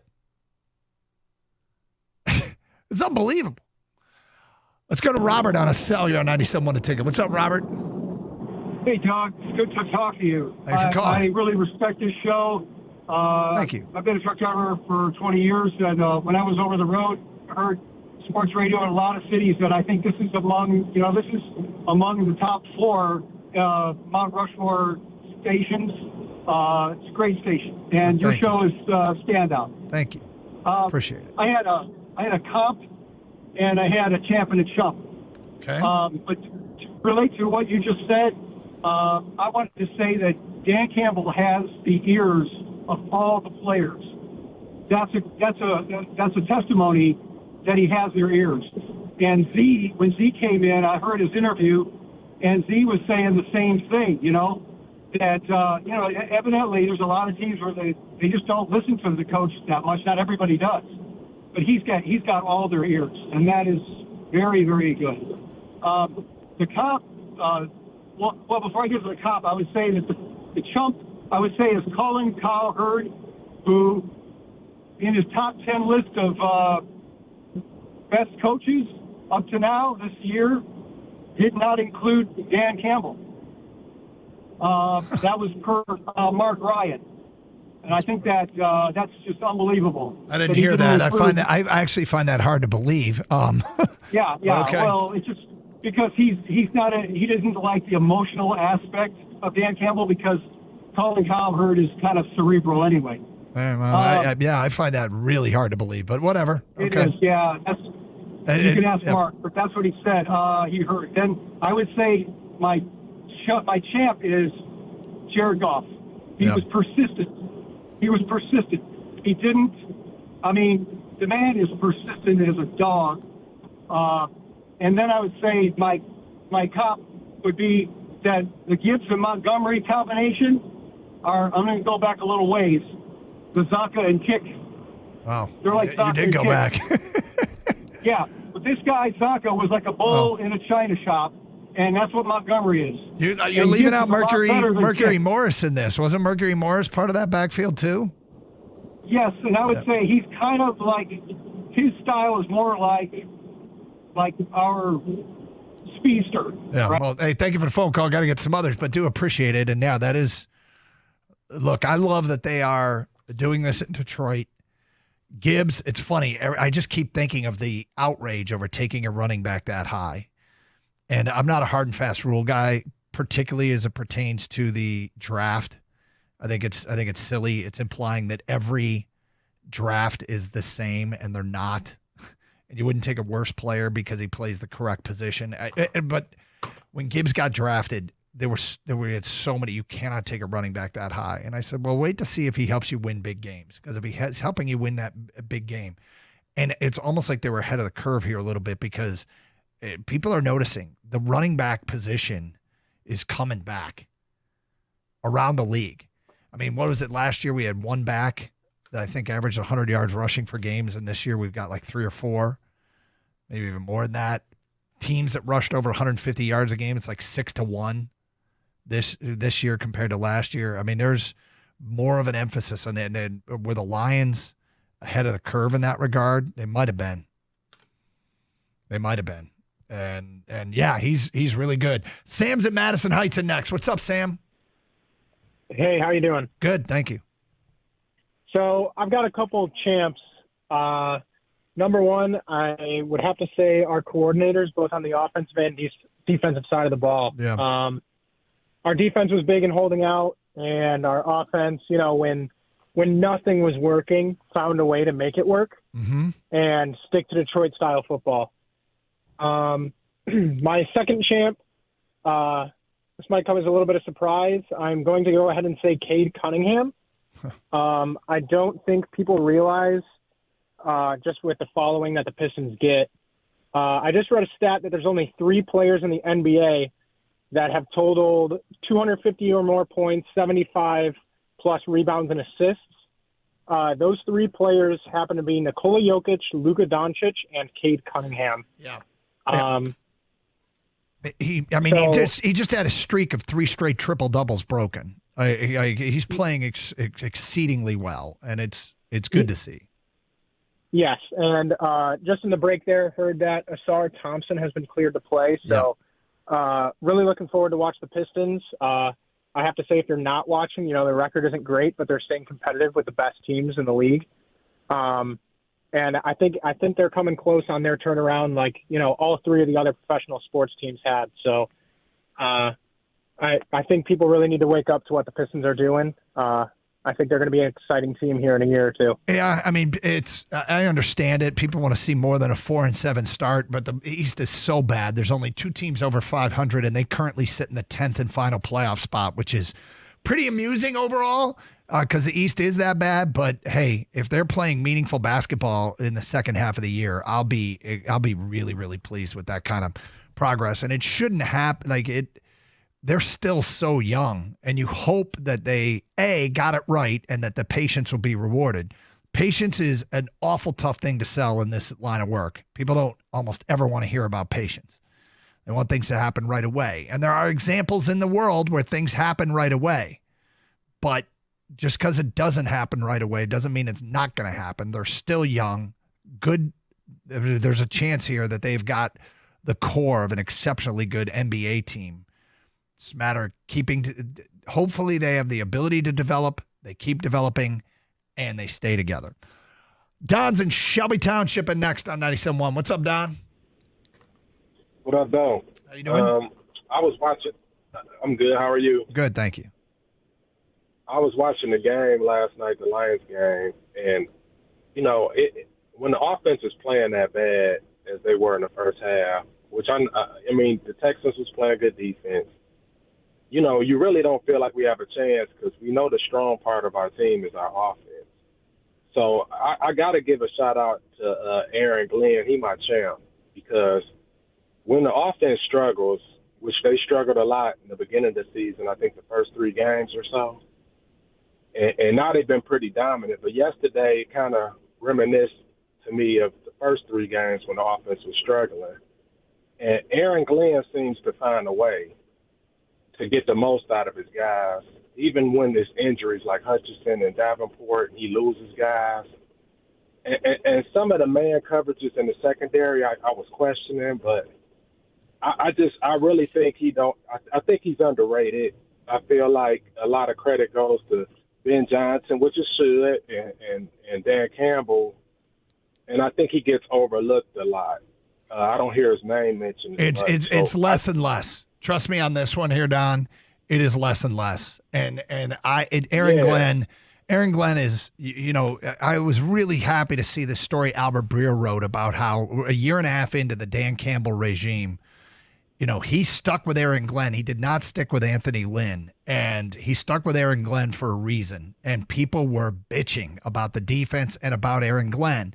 And I always like listening to him talk. And I kept saying on the air, if you've listened to the show on a regular basis, I said, just because he talks a great game, I can be fooled in believing he's a great coach. But there's something about this guy I really like. And, I'm really, really glad that they gave him the material. You think about what Dan Campbell had to work with. They had the makings of an offensive line with guys like Ragnow and Decker were here, and they immediately added Penei Sewell. They trade for Jared Goff. They find Amon-Ra in their first draft, and the offense right away had some talent. Defensively, they didn't have much, and it's taken a time to populate the roster with some defensive players, but Aaron Glenn is making the most with what he has to work with, which is still shorthanded. Everybody's shorthanded, though. Everybody's got to deal with injuries, but the job he's doing is great. Oh yeah, that's my guy, and my chump is Tobias Harris.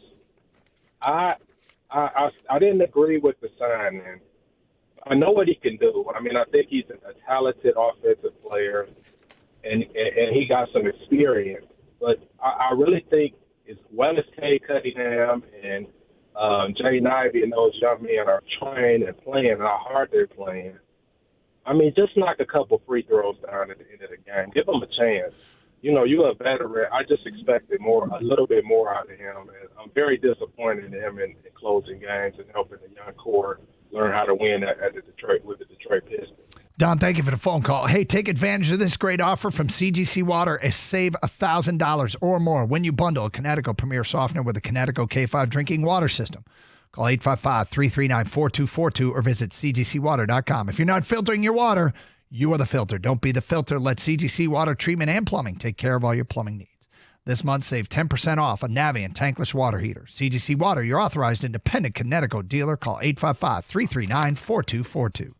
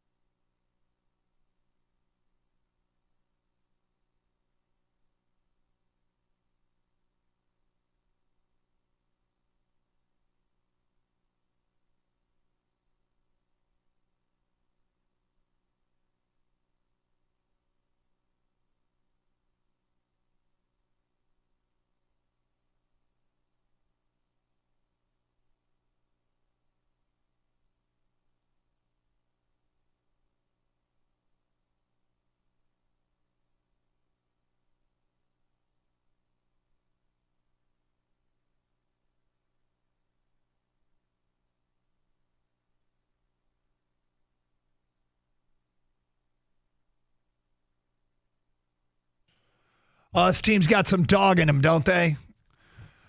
It's pretty amazing. They've identified players that bring to the table what they want. And what they want is grit. And like this is one of those deals where we've heard it feels like we've heard hundreds of coaches coach here, and they've all got their saying, and we're going to do this and we're going to do that. And then they don't look anything like the way the coach says they're going to look or the way the GM says they're going to build their team. It just doesn't work out. It was all lip service. Or they couldn't execute. They couldn't identify what they were looking for. Holmes and Campbell have an idea in mind of what makes a football player work on the team that they want. And this is the result. These guys are tough. These guys don't flinch. These guys believe. And they get guys on that are depth guys that step up. Practice squad guys are stepping up. I mean, the Carlton Davis, like you talk about intentionality, and that's something that Brad Holmes says this was intentional, that was intentional.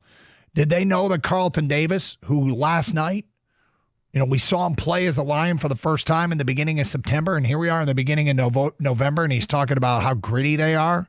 Did they know that before they got him? I bet they did. I bet they had the full personal scouting report that he would fit in exactly with what they wanted. And, it's just such an attractive brand of football. And the weird thing is, after years and years and years and years and years for all of us watching the Detroit Lions find ways to lose, be fearful of how they were going to blow it. They were down 23-7. And it's not an original thought I had, but I didn't think they were out of it. And I bet you didn't either. Because this is the inverse of what we're used to. And they've proven it that they can find ways to win football games. To be clear, they've never been down like this. They've never had a passing game. And be clear, it was not just Goff. The entire passing offense, from protections to maybe some of the route running, Campbell implied it. Maybe we'll get more clarification as the week goes on. To the quarterback, the bounce passes actually bothered me more than the interceptions he threw, given the way the interceptions played themselves out. Some of them are just kind of the cost of doing business in the NFL and the throw game. But seriously, they still found a way. They still found a way. And you look at it a couple weeks ago, a special team stepping up huge against Tennessee, and the defense, which has been maligned to a degree, has stepped up big time the last couple weeks. Forcing field goal attempts last night, keeping this game within reach, and then last week just dominating Green Bay, only giving up a meaningless late touchdown. 248-539-9797. All right, let's get back to your open line calls. John is in Roseville, and he is next on 97.1. Hi, John. Hey, how you doing, guys? Good, thank you. Thanks for taking the call, Doug. Sure. I wanted to say the play of the game for me was the 58-yard field goal. Yeah, it was big. That don't go in, So my champ was Bates, and I wanted to say it's really refreshing to hear his face, and give thanks to the Lord for that. My chump was Chris Collinsworth. I was yelling at the TV. Other caller was right. Minute and 50-something seconds left, and Chris Collinsworth says this kick could be the game. Yeah. He flip-flopped his opinion a couple times in that fourth quarter, which, Dan Campbell, he is a prophet. What are the chances they practice a game-winning field goal on Thursday? Yep. Well, it's almost the exact scenario. He said, I think we got the soundbite in the system, Paul. If you could, it was on the list that Bobby gave you, him talking about it. We'll try and play it because I think it was the exact same scenario. Offense with the ball in the 40 and needing to get into field goal range, and then they did it. Dan Campbell, he's on point. I don't know if you guys picked it up, but after we intercepted the ball early in the second half and we threw an interception, the camera went right to him, and he was pumping up the defense, yelling at them to get out there and get the ball back. Yeah. We were, to have that reaction after such a gut punch. And finally, everybody was saying we needed a loss. A loss would be good to knock us down a little bit, bring us back to that grit. Well, let's this see was how they the best respond case here. scenario. Yeah, let's see how they respond because they may not need a loss. Like if they go out and blast Jacksonville and just continue playing this way. And that's, look, I can't say this enough. Seasons are long. There's ebbs and there's flows. And honestly, I worry because you get into a winning streak and you feel like you're never going to lose again. Sometimes you're in a losing streak and you feel like you're never going to win again. If they're playing this way still 8 weeks from now going into the postseason, I'll feel great. It's hard to do. It's hard to keep it at this level. They're playing really, really well. But there's a lot of season left to be played. Cross our fingers. They can keep this up. 248-539-9797. Pete in Port Huron, you're on 97.1. Hi, Pete. Hey, how you doing today? Good, thank you. So that was probably one of the toughest wins I can remember watching. And I've been watching the Lions over 40 years. I'm like 64 now. Mm-hmm. And I heard you say it before the last guy that even when they were down, you thought you didn't worry about it. Well, kudos to you because I was like thinking, man, what are they going to do? How are they going to come up with this? Because, look, the Texans' defense came out and I would say played almost perfect in the first half. They did everything they did to shut down one of the best offensive teams in the league right now, and they did it very handily. I mean, Detroit looked like they were not going to make it out of this. But when that second half came out and that first interception, I was like, wow, okay. But being a win like that is what good teams have to do to go the distance, to deal with hard adversity, which a lot of teams in that position last night going to that second half probably would have been like, well, let's just see if we can get something going. And the Lions are like, no, we're not done yet. So to be able to win under those circumstances when you're playing terrible and still pull out a win, that's the sign of a great team. So let me be clear here. It's not that I just want to correct you. It wasn't that I wasn't worried necessarily. I just thought they still had a chance to win the game. I was like, they're not out of this because as long they've proven so much. And with this offense, I really thought they had a chance to win the game. So, that I don't think I was alone. I think a lot of people, this team has earned so much faith. They've earned so much faith from the fan base. 248-539-9797. More of your phone calls and feedback coming up. It's Carson Anderson, 97.1 The Ticket. Hey, I know we just made it through the weekend, but the party never stops at Twin Peaks. First, if you haven't checked out their happy hour, you're in for a treat. Monday through Thursday, 3 to 6. They'll put you in control with their $5 You Call It's and their awesome $7 Big Baller Shot Caller. For just $5, you can enjoy your preferred drink of choice like Tito's, Captain Morgan, Jack Daniels, and more. And for $2 more, you get your favorites like Patron Silver, Grey Goose, and Maker's Mark. Even better, they got great food choices to pair with it, like $5 fried pickles or Billionaire's Bacon, or $7, try their smoked chicken quesadillas or their loaded fries. And for you night owls, they run those deals again from 10 to close. So take advantage of those deals like on Monday nights when there's football on or Thursday nights when there's football on. Great deals for the second half of those games you can really enjoy. And then there's the best part, of course. The Twin Peaks girls are awesome. So, Twin Peaks, they simply do it better than everybody else. Monster football matchup tonight, Miami and L.A. Late night happy hour should kick off about the same time as the second half. Twin Peaks, eats, drinks, scenic views.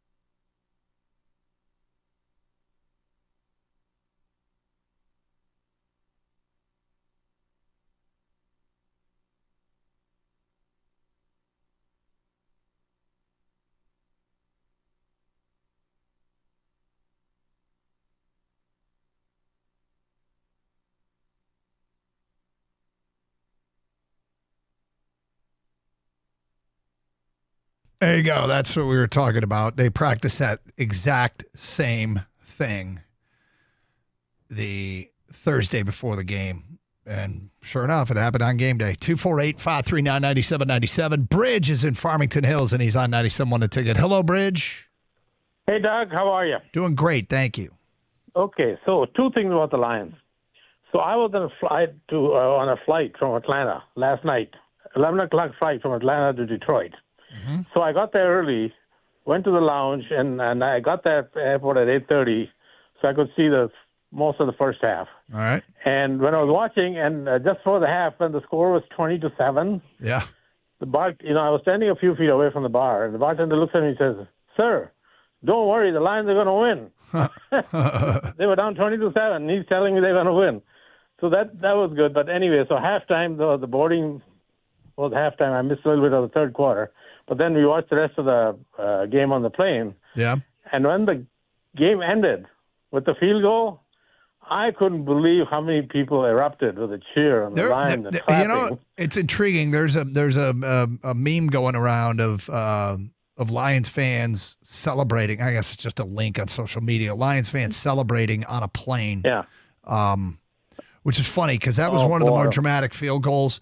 I bet everybody on that plane was leaning, trying to get that football to tuck inside that left upright. Yeah. So game ended like just after 11:30, and this was a 11 o'clock flight. We didn't get home till 1 o'clock. But anyway, that was fun. Yeah. The second thing is about the Lions. At the start of the season, I had my 6 toughest games, and here's the order I had them at the toughest one in the beginning. Okay. At 49ers, at Vikings, Bills at home, at Texans, at Cowboys, and at Green Bay.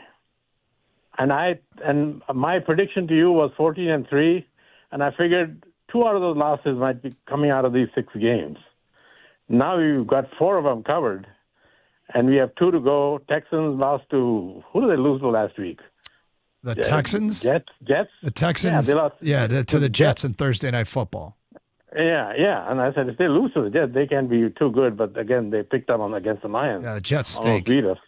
No, I mean, Bridge, I looked at this 4-game stretch, and 4-0 was like, look, I don't concede anything with this football team, but I was not expecting 4-0.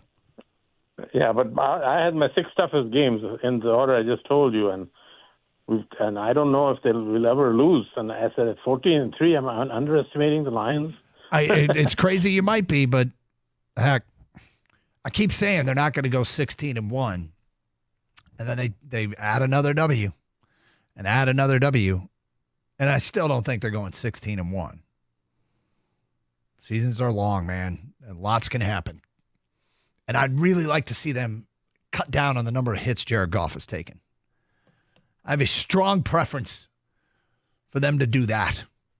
And I like the O-line, don't get me wrong. I mean, obviously Skipper was playing last night and instead of Taylor Decker. And, they got the job done. I was glad to see, these guys that have been here and role players for a while, it's cool to see them be part and get their opportunities and be part of it be part of it for a win. But, yeah, I mean, you want your guys out there, all your top-tier guys, and protecting Jared Goff is rather important. John's in Westland, and he is next. Hello, John. Hey, Doug. Thanks for taking my call. Our pleasure. The coolest part, I thought, or the most impressive for the Lions was their run defense. And I was looking at Joe Mixon's stats over the last 4 or 5 weeks. Last week he ran for 4.5 yards a carry. Week before was 4. Week before was 5. Week before was 7.5.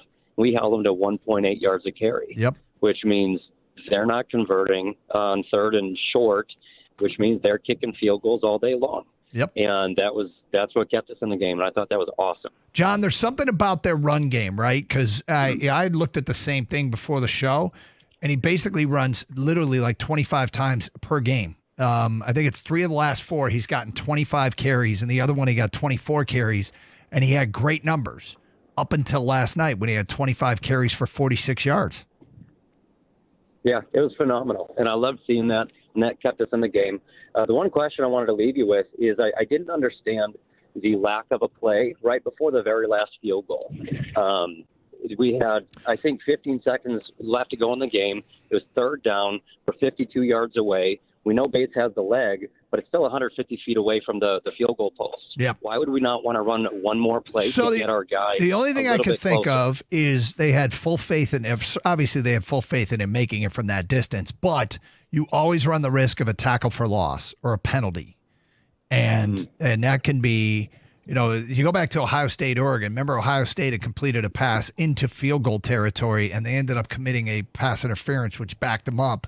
When a field goal would have won it, they might not have completed the pass if not for the OPI, but a penalty or a TFL might take them out of field goal range, and you know your guy can make it. I'm going to guess his theory was, why risk it? Makes sense. Yep. Thanks so much, man. I know that. I was wondering the same thing in the moment. Hey, do you run a play here, get a little closer, increase the odds of that ball going through the uprights? Because it's not about the distance. It's just you have to be more perfect from further away. This goes back to geometry. Feedback from an unnamed texter. Penei Sewell is my champ. He's a man amongst boys, and I just chuckle watching him play. Chump, the Texans head coach. I believe they should have punted at the end of the game rather than go for the long field goal. Their defense had played great all day.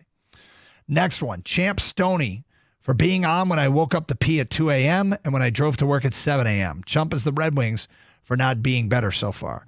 So as far as Stoney's concerned, Stoney did the postgame show last night. Today being Veterans Day, obviously I'm flying solo. The morning show, Jansen had the day off. They had Stoney come in. So Stoney did postgame show, got done with that around 2:30, taped a podcast till 3:10, laid down and took a nap here, and then got up to do the morning show at 6 a.m. I can almost guarantee that Stoney's asleep right now. But he had an animal day. I had a couple of those work animal days where I did, back in another radio life, I hosted a talk show from 5 to 8. I board opped like a Piston game. The overnight board op didn't show. I stayed and did the board op overnight, got done at 6 a.m. So my shift was like from 1:30 in the afternoon to 6 a.m. the next day. And I did it at TV once when I was working TV in Clio, where I worked the 11 o'clock news and then worked the morning news and just slept on a couch in the lobby at the station. Fun times. Champ, Jake Bates, and Aaron Glenn. Chump, Scott Harris, and Chris Illich. I haven't done anything yet. Champ, the Lions defense. Chump, Debo for punching his own long snapper in the throat. Yeah, that does not look like a harmonious situation there. And again, I go back to the term I use, nonsense. Stuff that appears to get in the way of winning. And look, when it was all said and done, they did win the game. They have field goal issues, but that doesn't help. That's the coach's job. And it was the Michigan State kid, Tabor Pepper, kid from Saline, that he was going after. Champ, the Lions D. Chump, the Texans jersey. My dad said he looked like the Lions were playing Spider-Man. Champ, Sione Vaki for his tackle on the punt return with one arm and a guy blocking him with the other. Chump, Micah Parsons for the clown show that is Dallas. Again, nonsense. Who's next here? Stan in Southfield's been patient, and you are next. What's up, Stan? Hey, how you doing, Doug? Good, Stan. Thank you. Got a question for you. Sure. The Lions defensive backfield, the corners never had any picks until last night, and they had a bet that whoever got the first one, the other corners owed 100 push-ups. Since Carlton Davis got 2, do you think they doubled down and they owed him 200 push-ups? I hope so. I love it. Yeah, make him do 200, Carlton. Request it. I mean, yeah, he got 2 before they got, the first one. Does it keep going? If he gets the third one, do they owe him 100 more? Hey, they should. That's funny. Make it interesting. That's really funny. When you have fun, you can do that. Yeah, no, you're right about that. That's really funny. Now, I got one. I'm not trying to be a Debbie Downer, but it doesn't look like Campbell has learned his lesson yet. He's got a good kicker now. Had he kicked the extra point, they wouldn't have even needed the 52-yard field goal. They'd been winning by 1. They could have just took a knee and bled the clock out. I understand when you're on the road, you take all the points you can get whenever you can get them. You don't turn them down. Points are that much more valuable on the road. I don't know, man. I mean, he was trying to make it a one-score game in the second half. You really You really have an issue with it, huh? Well, I mean, think about it. If they were winning by, if the score right. was, I understand how the math works, but I'm just saying if they make the 2-point conversion, they're down 23-15, and then with their next touchdown that they scored, they have another chance at 2 to tie it. And then think about it. They wouldn't even need the last field goal to get to overtime, the 2 field goals that they made. But that's the theory. I don't think the theory is flawed. No, just the statistics, the numbers. It's improbable to get 2-point conversions. Well, you're trying to make it so you have to score 2 touchdowns to tie it. I didn't have an issue with it, but I mean, look, in the end, it all worked out. It didn't cost his team the victory. Hey, cap off the NFL weekend with a chance to win on FanDuel, America's #1 sportsbook. New customers can get $150 in bonus bets if your first $5 bet wins on tonight's game. So here's the formula. Go find a prop bet like Stafford over 100 yards passing, something like that, and just bet the over. Put your $5 down, something that's likely to hit. You won't get a huge return on your $5, but you will get your $150 in bonus bets. There's your workaround. So visit FanDuel.com/Doug. That's FanDuel.com/Doug. FanDuel is an official sportsbook partner of the NFL. Must be 21 or over and present in Michigan. First online real money wager only. $5 first deposit required. Bonus issued is non-withdrawable bonus bets, which expire 7 days after receipt. Restrictions apply. See terms at sportsbook.fanduel.com. Gambling problem? Call 1-800-GAMBLER.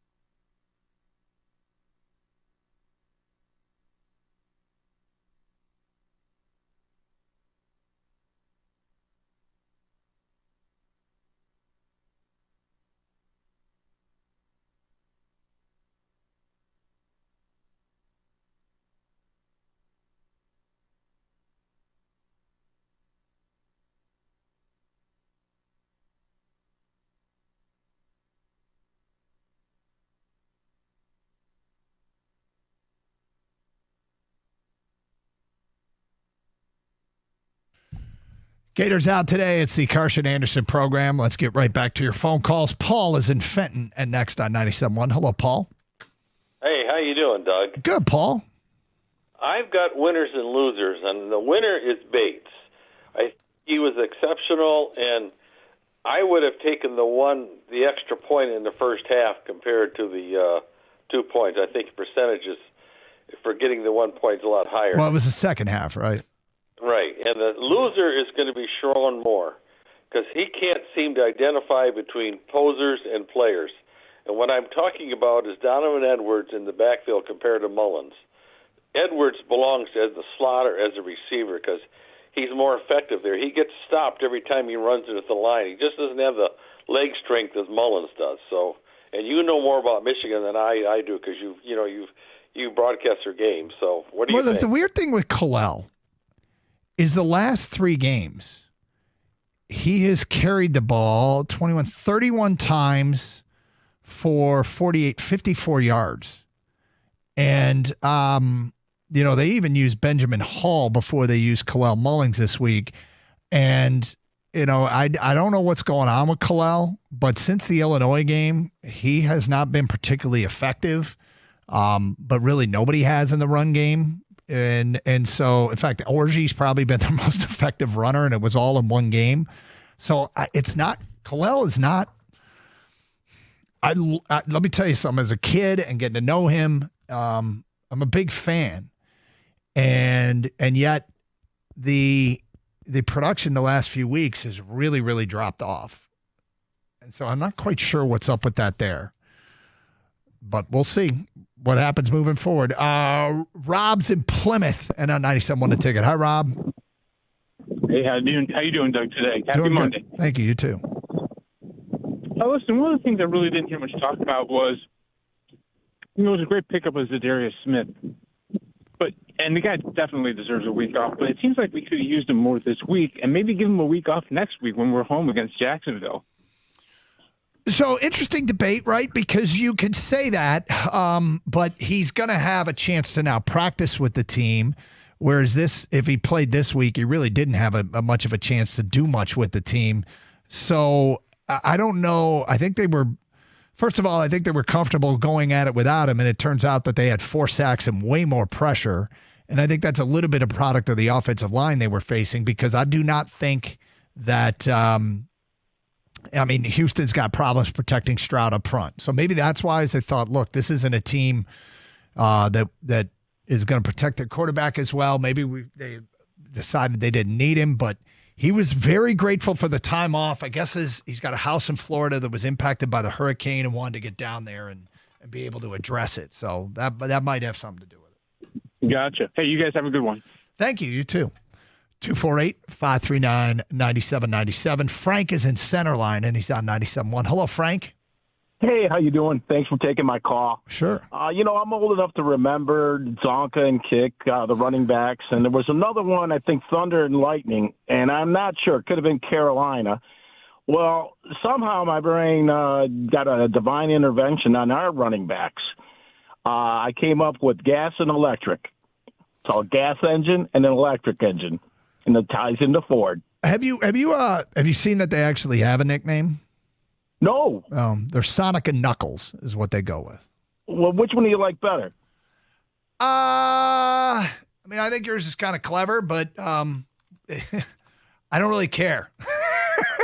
Well, no, I don't either, but I could see Ford doing commercials with mine. Yeah, I guess they could do that. I think they've locked into Sonic and Knuckles, which comes off the old Genesis video game. Okay, I didn't even know about that. I just had a thought, and it's okay. I liked it, and I said I have to tell somebody. Yeah, no, I appreciate the creativity. Look, and it did tie. You could tie it into Ford and make a heck of an NIL deal for these two.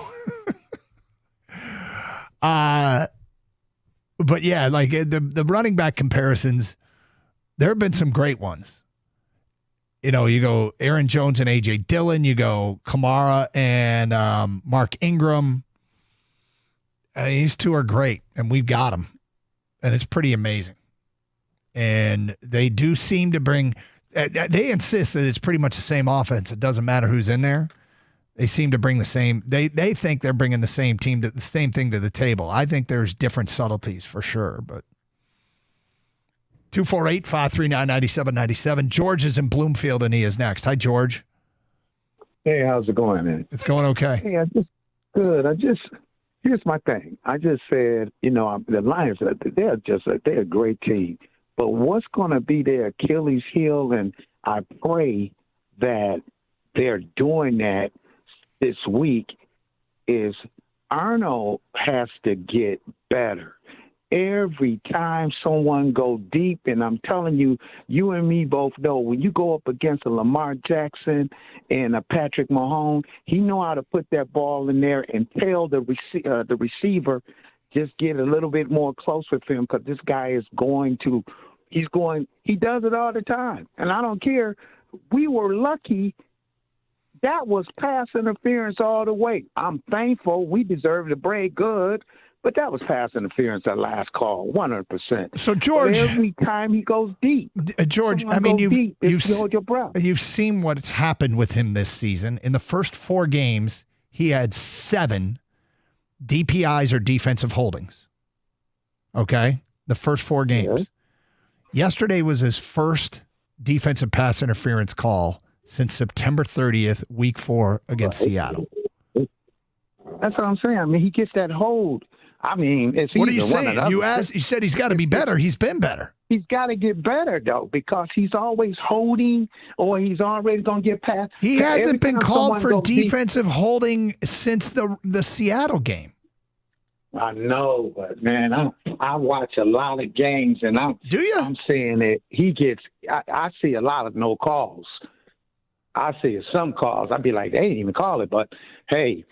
He just got to get better, man. That's just my opinion. That's my only problem. Well, look, every player is probably saying, I got to get better, and all the Lions coaches are going to coach their players to be better. But if you can't see that Terrion Arnold has been better since the first month of the season, I don't know what to tell you. Well, I mean, I'm just saying, he's just like, to me, that's the only Achilles heel. But I'll call back later on in the season. We'll have this discussion again. But that's all I see. Because I'm seeing that good quarterbacks can go deep on him, and just like, hey, we might even get a call because he just play a little too close.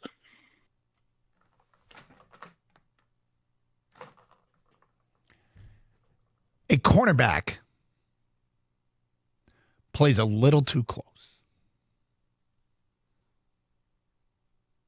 A cornerback plays a little too close.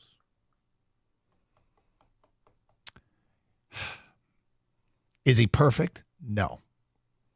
Is he a rookie that's had some growing pains? Yes. All he sees is defensive holding. He's probably taken 300, 400 snaps between his last defensive holding call. But a cornerback plays a little too close. You can be as close as you please as long as you're playing the football. Man. Rico Beard has made his way in studio and joins us here on 97.1. Hello, Rico. Hello, Doug. How are you? I decided I would grace you all today because just...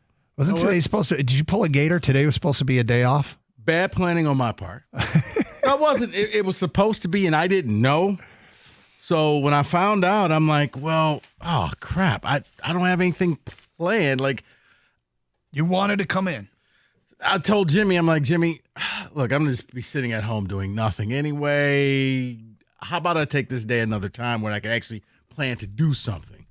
So he was like, sure, fine. You want to come in? Remind me, you can have a day off in December. Well, I got to tell you, it is, it's been a fun day. And you know what? Honestly, I'm kind of glad because I've witnessed Lions fans may take this the wrong way. I think I've seen the best game the Lions ever played. Yeah, last night was? Last night may have been the best game the Lions ever played. Because well, I'm going to be interested to hear I this. know you're like, oh, well, we scored all these points and look what we did at Dallas. Yeah. But you were punched in the mouth so many times. You fell on the mat and you kept getting up. You did not quit. Everything that Dan Campbell said when he first got here, yeah, we saw the living embodiment of it last night. That was the best game. It's funny. I felt the same way after the Minnesota game, but it's answering the bell, man. Right. Checking the box. I kind of want to be here. I want to be here for the Lions fans. Well, have fun. Hopefully they'll have me because, I screwed up. Stay safe, everyone. Treat each other with respect. Gators back tomorrow, 97.1.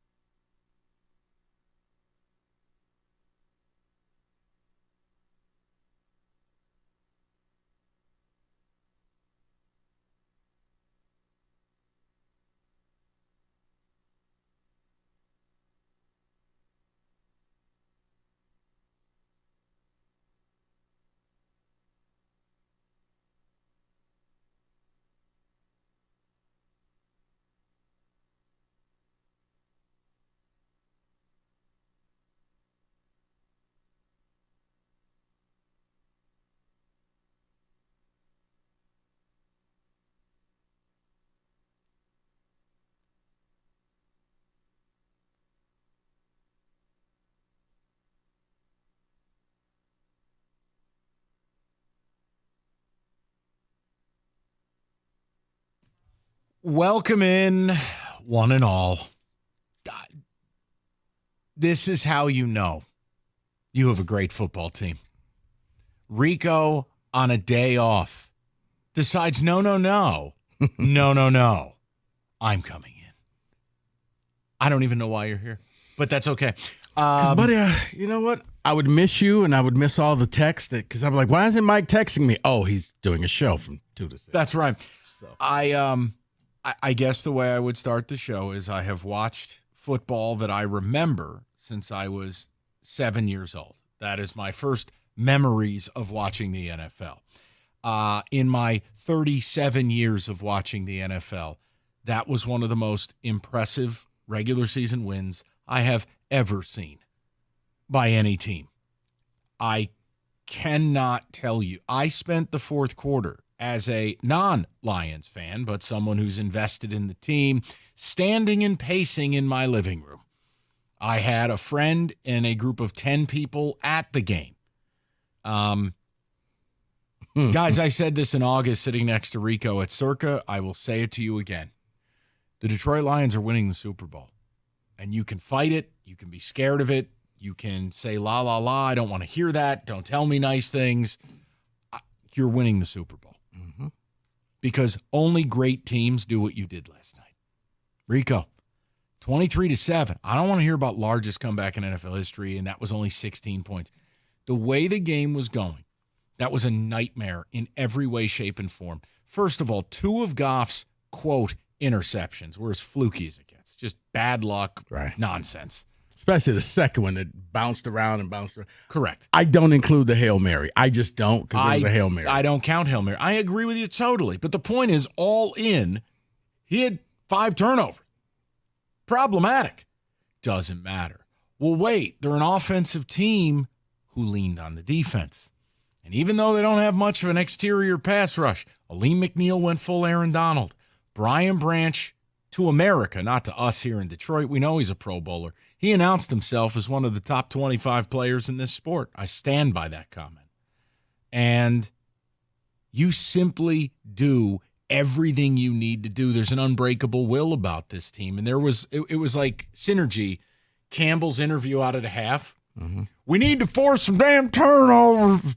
Interception as he's saying it. Right, because when he said that, I'm thinking, wait, that interception didn't happen in the first half. I thought they had synced up some video to go with that. I was like, nope. That just happened on cue.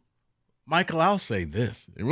The other reason why I'm here today, I witnessed the best Lion victory I've ever seen last night.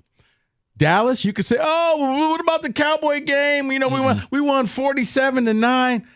Dallas was dead. They didn't want to be there. They were only there to get game checks, okay? Last night was the best Lions game I have ever seen. Why? You had high expectations. You did not live up to those expectations. As a matter of fact, you played maybe the worst game ever. But last night, and I can understand why they put the speech up on social media. Last night was a living embodiment of Dan Campbell's speech when he got here. Yeah. We will do whatever it takes. And last night, the Lions did whatever it took to walk off with a victory. Okay, 5 interceptions. Don't worry about it. We'll make sure they don't score in the second half. Okay, we got to kick field goals because we can't go for it because it's too long. Don't worry about it. I actually like the kicker this year. I'm going to let him kick field goals. He barely made it. Don't care. Does it count as 3? Yes. Kick another one. He barely made that one. Don't care. We won the game. Last night was a team effort. The defensive line. People stepped up who we've been waiting to step up. And you didn't have your new free agent on the field. Didn't matter. Jared Goff played horribly. Didn't matter. The team did not quit on the road. And the reason why, I said Dallas was ready to quit. The Texans were there to fight. The Texans wanted to win that game. The Texans are – Houston radio is probably just roasting this team because somehow or another, since 1970, no one has thrown for 5 interceptions and lost a game like this. They did. They put up a fight. You put up a better fight. You showed the world – even when we are at our worst, we're still better than you. That's why this game was the best game of it. And it's on the road. It's against the first-place team, off 10 days of rest. You didn't have any benefit. And both teams had some injuries. Doesn't matter. I would love to hear from the people. Look, there's so much to unpack. There's so many moments. It's just nothing convinces me more that you're winning the Super Bowl than Bates scraping the paint on the upright to tie the game and scraping it on the left upright to win the game. I mean, just there's a magic to this. And Rico nailed it. To win a game when you throw 5 interceptions, down 14, Yeah, once every 54 years. Okay? I've believed since August. I can't change now. I'm just convinced. And look, there's no better coach team in this league. There's no better operation, all three phases. I don't want to hear about Kansas City being undefeated. That was a crock of you-know-what yesterday to block a chip shot field goal and win a game. I don't want to hear it. Kansas City, this team would hit Kansas City with a garbage can. You know what the difference is? Kansas City, in their 9 wins, Mike, had to come back 8 times. If the Detroit Lions got up on Kansas City, they wouldn't be able to come back. No, that's my whole point. I feel like they're winning Super Bowl. We've seen other teams do what the Lions are doing, right? Mm-hmm. And I know it's foreign to see their helmet and their uniform, but I just don't hold that against them. They're doing this. We had people doing the pregame show with Jim Costa, and there was callers and people. Yeah, they were like, I can't believe you guys are doing this. And doing what? Like, because we were saying, guys, this team's going to win the game. And I said last night, I think the Lions could play a C game and win. I didn't know that they could actually play a D game. Like, you barely, your defense showed up. Your offense didn't. And it didn't matter. Your special teams showed up again. Your defense carried you. Goff, just that the accuracy that we saw wasn't there. Something was up with him last night. Oh, look at how many, you notice how many passes were low or turfed? I don't know what was going on there. I mean, I guess he's smart because especially if you throw 5 picks, you're kind of gun shy. I don't want to force the ball anywhere, so I'll just live to fight another down. So, yeah it was plenty of time. I'm on Ra. I'm just going to bounce past that ball to you. It was very bizarre. It was not very Jared Goff-like. No, and again, the O-line, we got to be careful. Like everyone's allowed a bad day at the office. Houston, thank God they didn't have Will Anderson because the pressure they were getting without him, I don't want to see what that would have been with him. Goff got absolutely murdered last night. Murdered. Yeah. And he's still there to make the plays they need. Defensively, look, this is why I'm so all in about this season. You're not keeping Aaron Glenn. You're not keeping Ben Johnson. This is the last dance right here. See, Ben Johnson, I think, may stay. I don't think he wants to be a head coach, and that's okay. It's not a slam on him. I think he just loves and appreciates. All I got to do is run the offense. All I got to do is just have meetings with the offensive, the different units.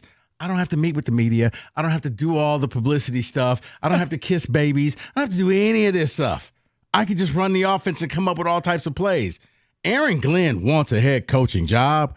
Last night, that was his audition tape. Last night, that was his interview. I fully expect him to be a head coach somewhere. Yeah. Well, and they put it was like a vice. They just kept tightening like a tourniquet. They kept just tightening it and tightening it and tightening it, more aggressive, more at the line of scrimmage. Now, look, some of the reason they got burnt on a few plays is they have no pass rush. Mm-hmm. I mean, there were blitzes they were bringing in. Nobody won. You're creating an extra rusher, and Houston keeps the back in. Nobody of the 6 people you were bringing, nobody could win. Mm-hmm. Like, that is a distinct problem. Now, Zadarius Smith hopefully helps with that. But I'd like to know from you guys. I mean, give me your takeaway of it. Can you finally say, like, yeah, we're doing this? I mean, there's so many things for us to talk about. J-Mo played a huge role last night. Couple of ridiculous catches. Jahmyr Gibbs, David Montgomery, Penei Sewell, Ben Johnson with the call of the game deep in your own territory on a 3rd down, and we're going to run this fake out screen that like got a wheel route. Yeah, Sewell on the edge, and now he's murdering Bullock, their safety, and just all of it. Brian Branch was everywhere. Everywhere. Yeah. This should let you know that you kind of arrived last night. You got what you've always complained about, Detroit.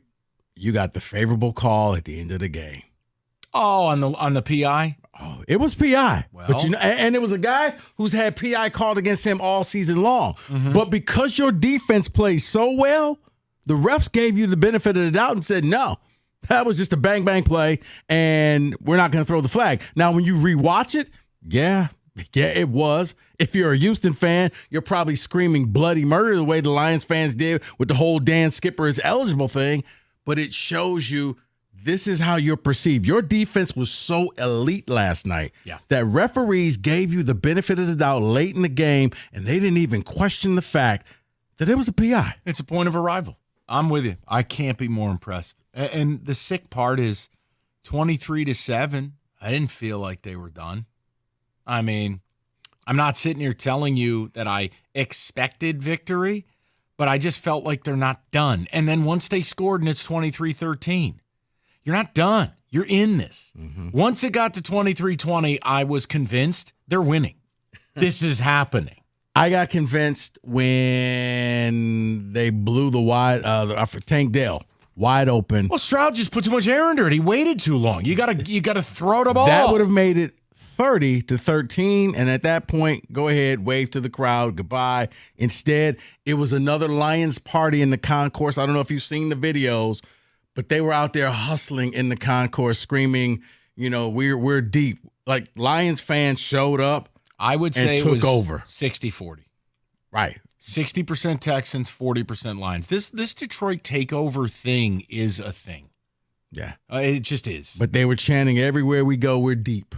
I don't know what that means, but okay. 248-539-9797. I could make a joke, but it's too early to anger you. All right. Holiday season, Serta Mattress Black Friday sale, all the holiday parties, shopping, you name it. It's happening. You need a great night's rest. Save up to $600 on the all-new Serta Perfect Sleeper X or Serta iComfort and Serta mattresses made right here in Michigan for the past 111 years. Serta Black Friday sale all month long. Just go to Serta.com. Find a retailer near you.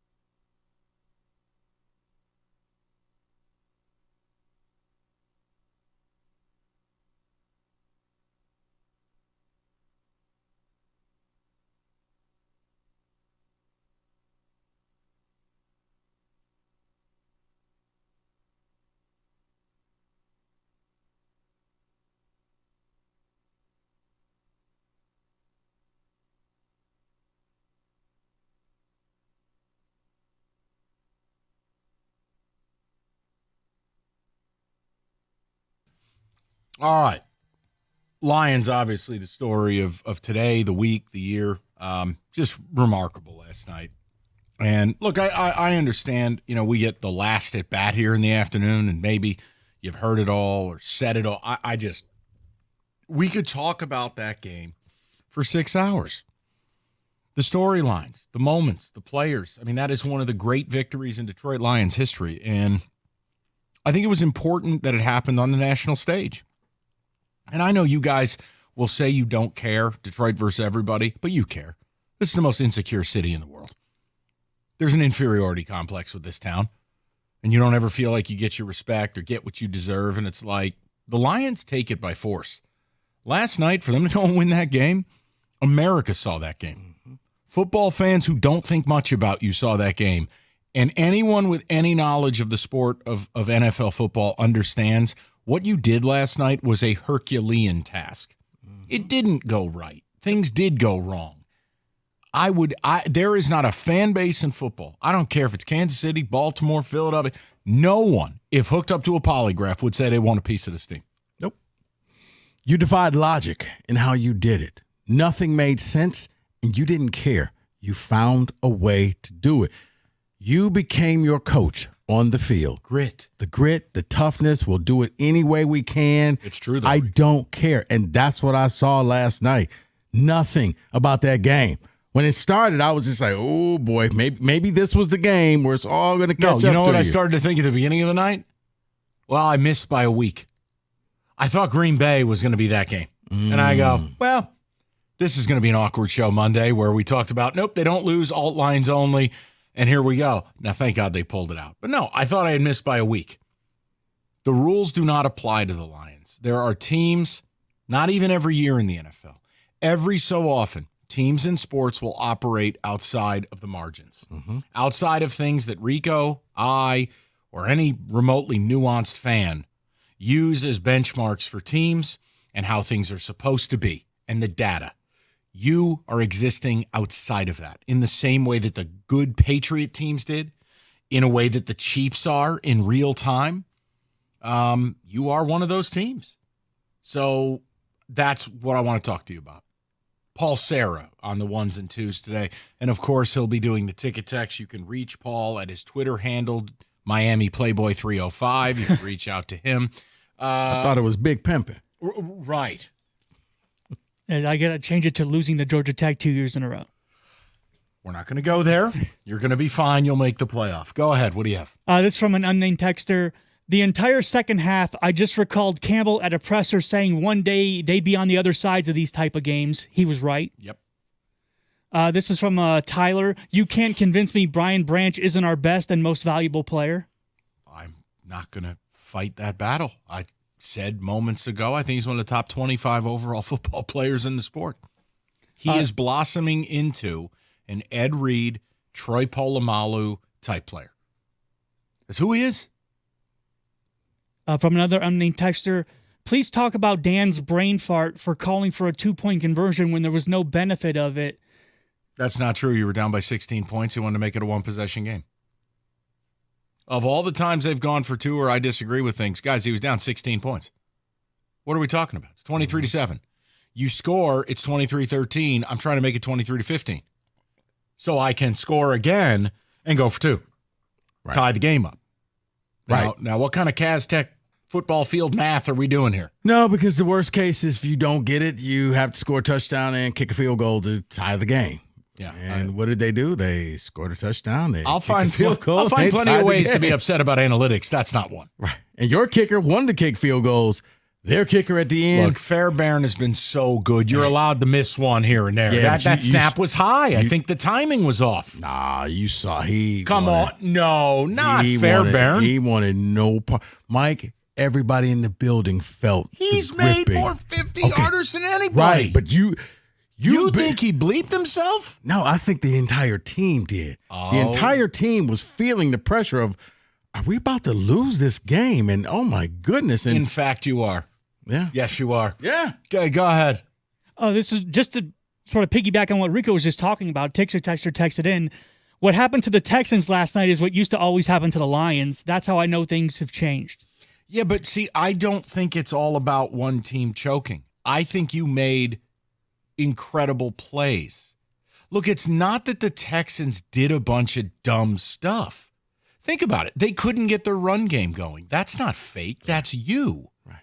That interception by Carlton Davis, yeah, Stroud didn't put enough pace on the ball. Davis still had to close 15 yards of separation to make the play.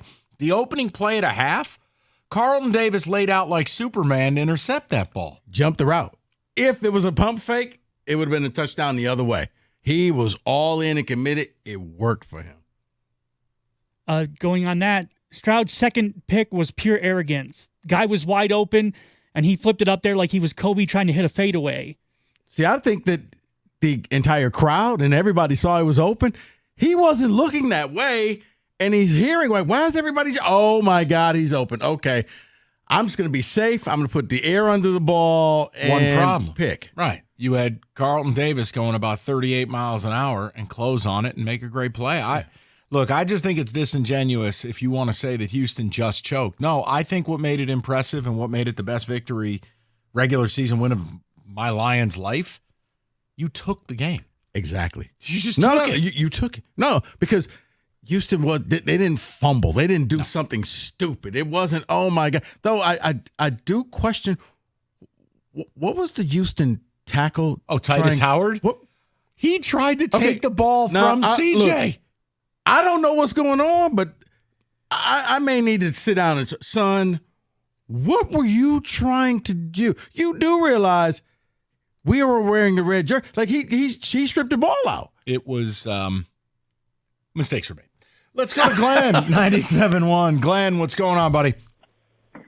Hey, man, just absolutely exhausted after working today and staying up late for that game. But, man, did they reward me with it, so I can't complain. But that I will have to say that was probably the greatest regular season Lions wins that in my life that I can remember. It was absolutely fantastic. And what's crazy is you're seeing these players, I have no idea who they are, just making plays defensively to take up the spots that Derek Barnes once had, Aiden Hutchinson. Like, this is collectively the best team in football. And in spite of losing half of their defensive line and being out Taylor Decker, they're like, hold my beer. We're going to win this freaking game regardless of what we've done. And it's awesome, man. I can't believe it. And then secondly, I don't know if anyone else has noticed, but Za'Darius Smith looks like a spitting image of a young Rasheed Wallace. Right there. And you all know what happened when we traded for him. It's the team of destiny, man. This is the year. It is meant to happen.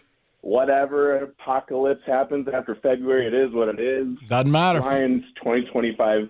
Hey, Glenn, it's funny because I was told today that maybe somebody made a deal with the devil.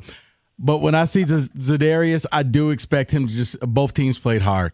But every Rasheed thing, like he looks just like Rasheed. I'll tell you, here's the other thing, and you can't deny it. You can tell that man is thrilled to be here.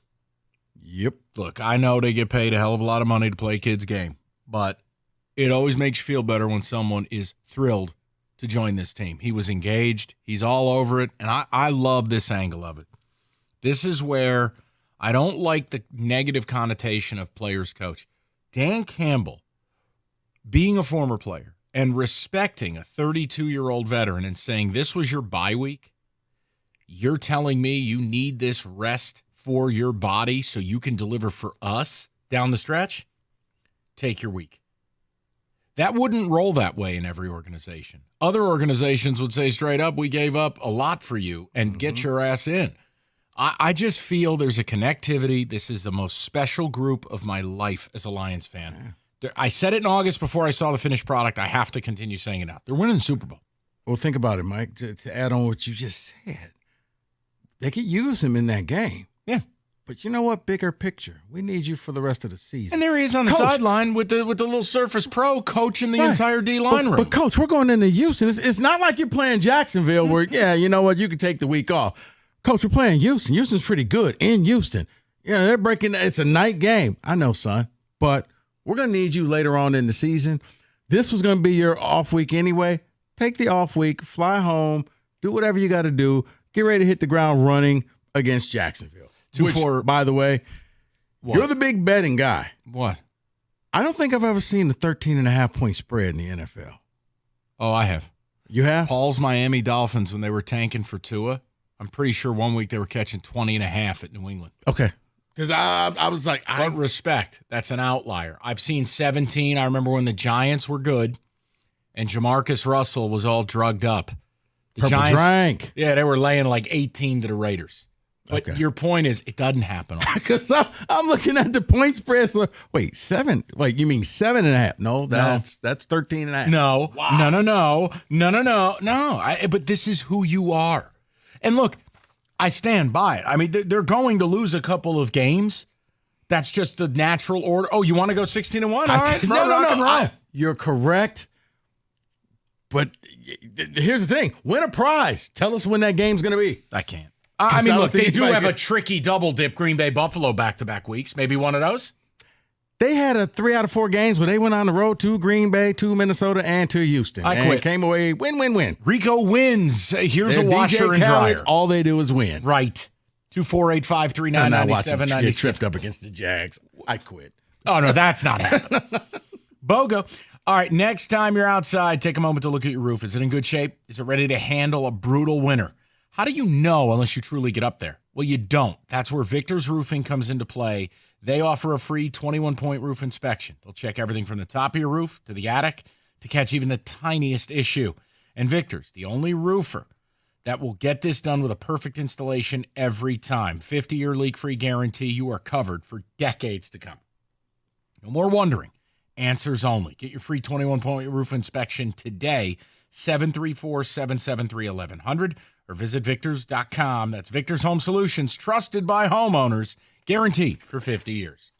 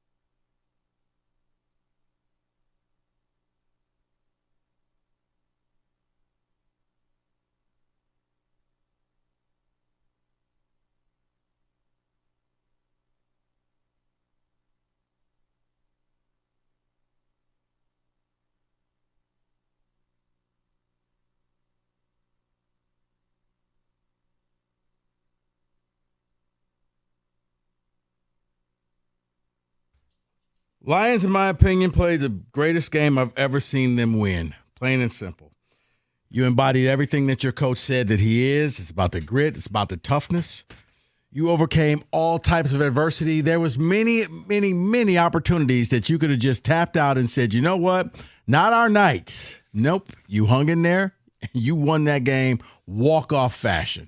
Best. Jake Bates. And, hey, congratulations. You have a kicker that Campbell actually likes, and they kicked the ball. Super Bowl. Get your rooms in New Orleans. It's happening. Let's go to Dave, 97.1. Dave, what's going on, buddy? Good afternoon, guys. Afternoon. I was another one, stayed up way too late because I'll tell you, I really wondered what was going to happen. First of all, I got to tell you, you, Rico, I love your show. It's one of my favorite things in the afternoon. Just sit back and listen to you guys. Thank you very much. This, like you said, is probably one of the most impressive games. I think because you watch the first half. The interceptions, the offensive line just looked out of sync. This is a game you would normally say the Lions weren't going to win. They played after 5 interceptions. This is a game you generally wouldn't win. But it reminded me, I don't know if you guys ever seen the Sports Century documentary on Vince Lombardi. It's one of my favorites. Mm-hmm. But Howard Cosell asked him, what is the one thing you want from your players? And he said, I want my players to give everything they have 100% on every single play. And I look at this Lions team, and that's what I see. I mean, they came and they did exactly what they had to do. They put all of their energy into it, and they wound up pulling it out. Quite frankly, after the first half, I didn't think it was going to happen. I thought, well, maybe they've just read too much of their headlines. They're kind of just not, they're a little tired, what have you. They came back and said, nope, we've got this. Dave, it's something that only great teams do, because I don't think that Houston gave the game away as much as you took it. And to do it on the road, to do it when you weren't off a bye like they were, right? They had the 10 days of rest. You didn't. And, I mean, Dave, look at how they had to lean on a defense. And honestly, that defense bullied Houston. It was remarkable. It was just incredible to watch. The Lions are that team now. And it's easier for me to – No, I know, Dave. And look, I know it's easier for me and Rico to say that because, look, I'm a Giants fan. Rico's a Niners fan. I've seen Super Bowls. So has Rico. But, guys, I'm telling you, you're living what I've lived. And, look, the last time I felt that way about my team was 2008, and that's before Plaxico decided to shoot himself in his sweatpants. Like, the Giants in 2008 were murdering teams. I was convinced. We are repeating. Cutscene. I'm at the club with a gun. Guys, this is what it is. It's what this looks like. Yeah. Everything just goes right. Remember the stats that I gave you last week about the Lions defense, since we're speaking about them? Yes. No quarterback has thrown for 2 or more touchdowns. That still is applicable. No team has scored over 29 points. That's still applicable. This defense is playing well. Glenn, he won't be here next year. I can promise you that. Him and his raindrop filled glasses will be on somebody's sidelines. Poor man. Out there in Green Bay, and we needed a Farnsworth Bentley. We needed somebody to hold his umbrella. A tiny little squeegee something. Anything. Let's go over to Monty, 97.1. Monty, how you doing? Hey, how's it going, fellas? Great show today, as always. Thank you, sir. Thank God I'm not the coach, because I know myself and other people are sitting at home like, I'm ready to put Hooker in. This game is over with. I don't know what's going on with Goff. His family being held ransom somewhere because something was just off with him. No, he was off. It was the Goff that we were so used to seeing him making all the completions in a row. I mean, the first pass was an incomplete pass. Like, okay. It was like him and Amon-Ra didn't sync up, and they were talking about it last night, and maybe that's the key to stopping that Ben Johnson offense. Just take Amon-Ra out the game. because you really didn't hear his name until the fourth quarter. And then until the biggest moments. Yeah. And he's there. I mean, again, on 3rd and 9, you needed it. He's there. I'm sitting there screaming. It's like Cooper Kupp. You knew he was open? getting the ball. Why is a linebacker on him? That's right. Right. Will was also he kept throwing the ball very low. Like, and I wasn't understanding that. Like, I mean, thank God this was the worst game we've seen him play, and we've gotten it out the way. But I mean, we got to be happy right now. Even the national media is talking about, who's the best team right now, and everybody's picking the Lions over the undefeated Kansas City. So, welcome to the big time. Yeah, 100%. 248-539-9797. Go to Rick 97.1. Rick, what's going on, brother? How are you? Great, Mike. Hey, Rico, I totally agree with you. Mike, you're 100% right. This is the Lions' year for the Super Bowl. Rico, this is the original Rocky versus Apollo Creed. We go down for 2 8 counts in the first and second quarter, and bam, we hung in there and came back, and you know what happened. I just got a question for Mike. What was the halftime odds on FanDuel to take the Lions on a live bet? Oh, Jesus. I mean, my bet, I believe. I think they were at plus 200. Yeah, it was 200 or 210. So just about 2 to 1 on your money if you wanted it. Man, I'm kicking myself for that because after the Viking game, I'm like, man, we got knocked down for the first quarter. But I never doubted it. I stood up. I'm like, they're going to pull this game out. And, man, I was that close to putting 50 on a live bet, but I didn't do it. So, anyways, great show, guys. Love you, man. You guys take care. Thanks, brother. Appreciate it, man. And again, I mean, guys, like, I organically, I'm standing up in the fourth quarter. I have an incredibly comfortable couch. I was standing up. We have a coffee table. I'm putting my leg up there like I'm Captain Morgan. I've got one leg up. I'm standing. My arms are crossed. I'm into this. And it's not, I recognize what's going on. And as much of a cold-hearted bastard as some of you inappropriately label me, I want this for you. Like, yes, we have a business to run, but this team's already good. How much better will it get? It won't. I want the people who have suffered forever to get this. Yeah.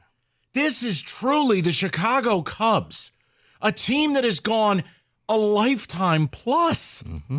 Like, it's now, though, Rico, because I'm with you. No, you don't get to just run it back next year or the year after.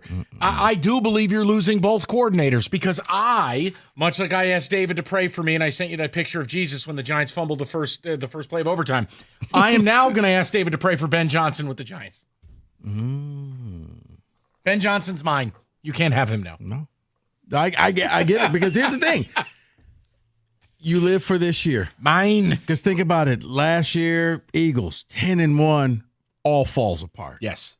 Last year, Niners make the Super Bowl, all falls apart. By the way, also, if you didn't want 2 to 1 at halftime on your money, can I interest you in 5 to 1? Oh. Just bet the Lions to win the Super Bowl. Oh, okay. Plus 500 right now. Kansas City's plus 420.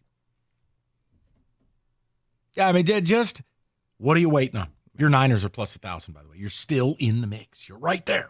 Really? You're ahead of the Eagles. You know what? We call that the Pearsall effect. We're going to talk about that later. Okay, then. 248-539-9797. Hungry Howie's. Look, maybe you ordered some for the game last night. You probably got a little nervous at one point. But Howie's. Did they celebrate with the chicken and waffles? Maybe Kenny did because he's not here today. I don't know. As an Italian person, I can just tell you I find this offensive. But chicken and waffle pizza, yes, it's mozzarella, it's chicken bites, it's waffle bits, and it's maple syrup because you can't put sauce on that. If that's your thing, if you're high as a kite and you've had 17 gummies, maybe this is your way out. God bless. Enjoy it. I'll stick to the classics. Treat yourself. Grab a large chicken and waffle pizza tonight for $15.99. Only at Hungry Howie's. Go there.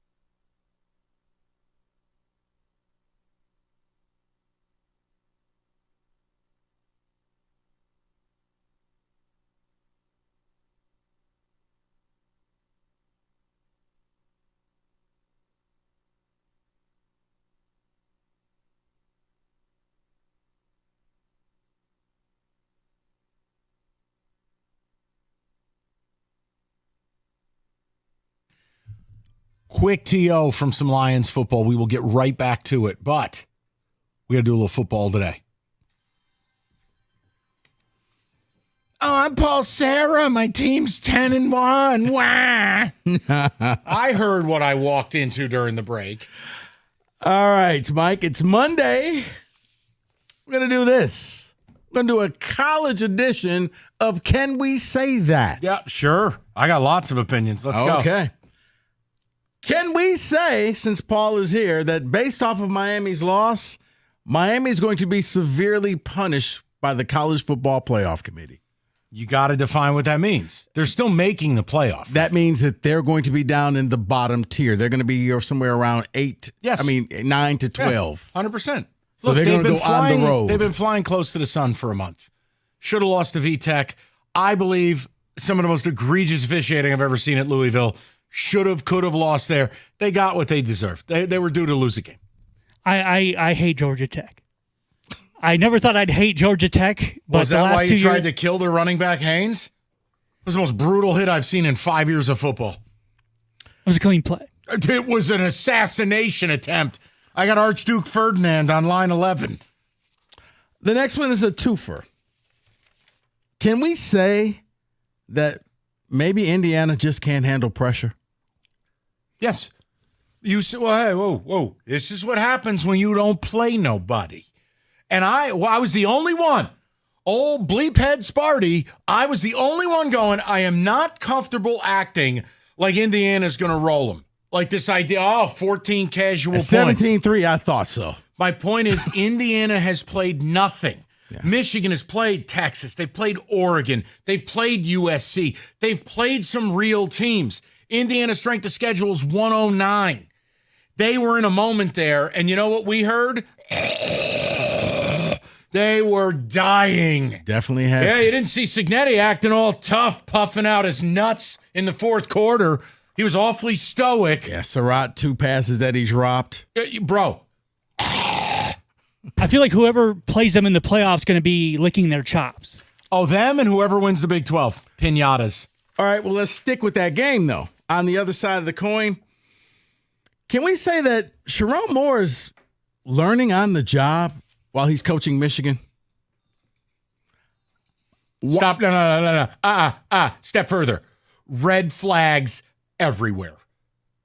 I mean, we were having conversations about play calling. Sherrone, take the time out, and you won't burn 28 seconds conversing. That was pure idiocy. Yeah. Also, did he pull a Lloyd Carr and do an unannounced suspension of Mullings? Sure feels like it. You noticed that Mullings didn't really play, and he said, well, Edwards just practiced harder this week. Yeah. It's easy to do that when you're not there. Or we all saw what we saw against State. But hey, who am I? It kind of just feels like he's learning that it's harder to actually game plan all week yourself and then call the game than it is to just take over on Saturday and do it. Look, there's red flags there. That's all I can tell you. I mean, the 28 seconds, like, Coach, it's a one-score game. You stop them. You give yourself a chance for a Hail Mary, a long something. And tick, tick, tick, tick, tick. Oh, wait, timeout. Like, okay, that was a waste of time. All right, can we say, Mike, this is for you. Okay. Lane Kiffin had the best win ever as a head coach. Yeah, probably. Look, Ole Miss. Look, unfortunately, they're back against the wall. They can't afford a slip up. They've had the embarrassing Ole Miss, oh no loss. But yeah, they bodied Georgia start to finish. It's fantastic. And they did it without their best player, Trey Harris. Georgia up. They spotted Georgia 7 points and then said, watch this. That was great because that got me Ole Miss plus 4.5. Perfect. Paul? Carson Beck is terrible. Okay, then. Like, what's going on? Like, you watch Georgia play, and they would have beat Texas by 40 if he wasn't their quarterback. Like, he's cost himself millions of dollars. I just think he's got to go back to school. I don't know who's giving him a first-round grade after what they've watched on tape this year. Yeah. No, I mean, he's the reason. He's the reason they have one of the losses. Can we say Brian Kelly's on the hot seat at LSU? This was the game. It was down at LSU. You had a Bama whose legs were staggering. ready for the knockout blow, and instead Jalen Milroe scores not once, not twice, not 3 times, bro, but 4. I felt like I was watching the Breeders' Cup because he looked like Flightline out there. That's the Milroe that had been missing before their bye week. He was hurt. I told you when they played Tennessee, I go, wow, I bet on a guy in a wheelchair. So my whole thing is there's two caveats to your question. A, he will be under immense pressure next year, and it could boil over if they don't perform. And here's the other one. If they lose Bryce Underwood, he will be blamed for that. Yeah. You cannot lose the number 1 quarterback in America. When Nuss is out, you need to sell hope. You need to sell excitement. If he loses Underwood and they go out next year and lose 3 games, oh, yeah, no, he's in big trouble. Well, perhaps he should get some hanger-on at LSU to come and be the offensive coordinator at Belleville. I kind of agree with Mike. I think he'll get next year. Hey, Mike, did you see who was coaching at Belleville?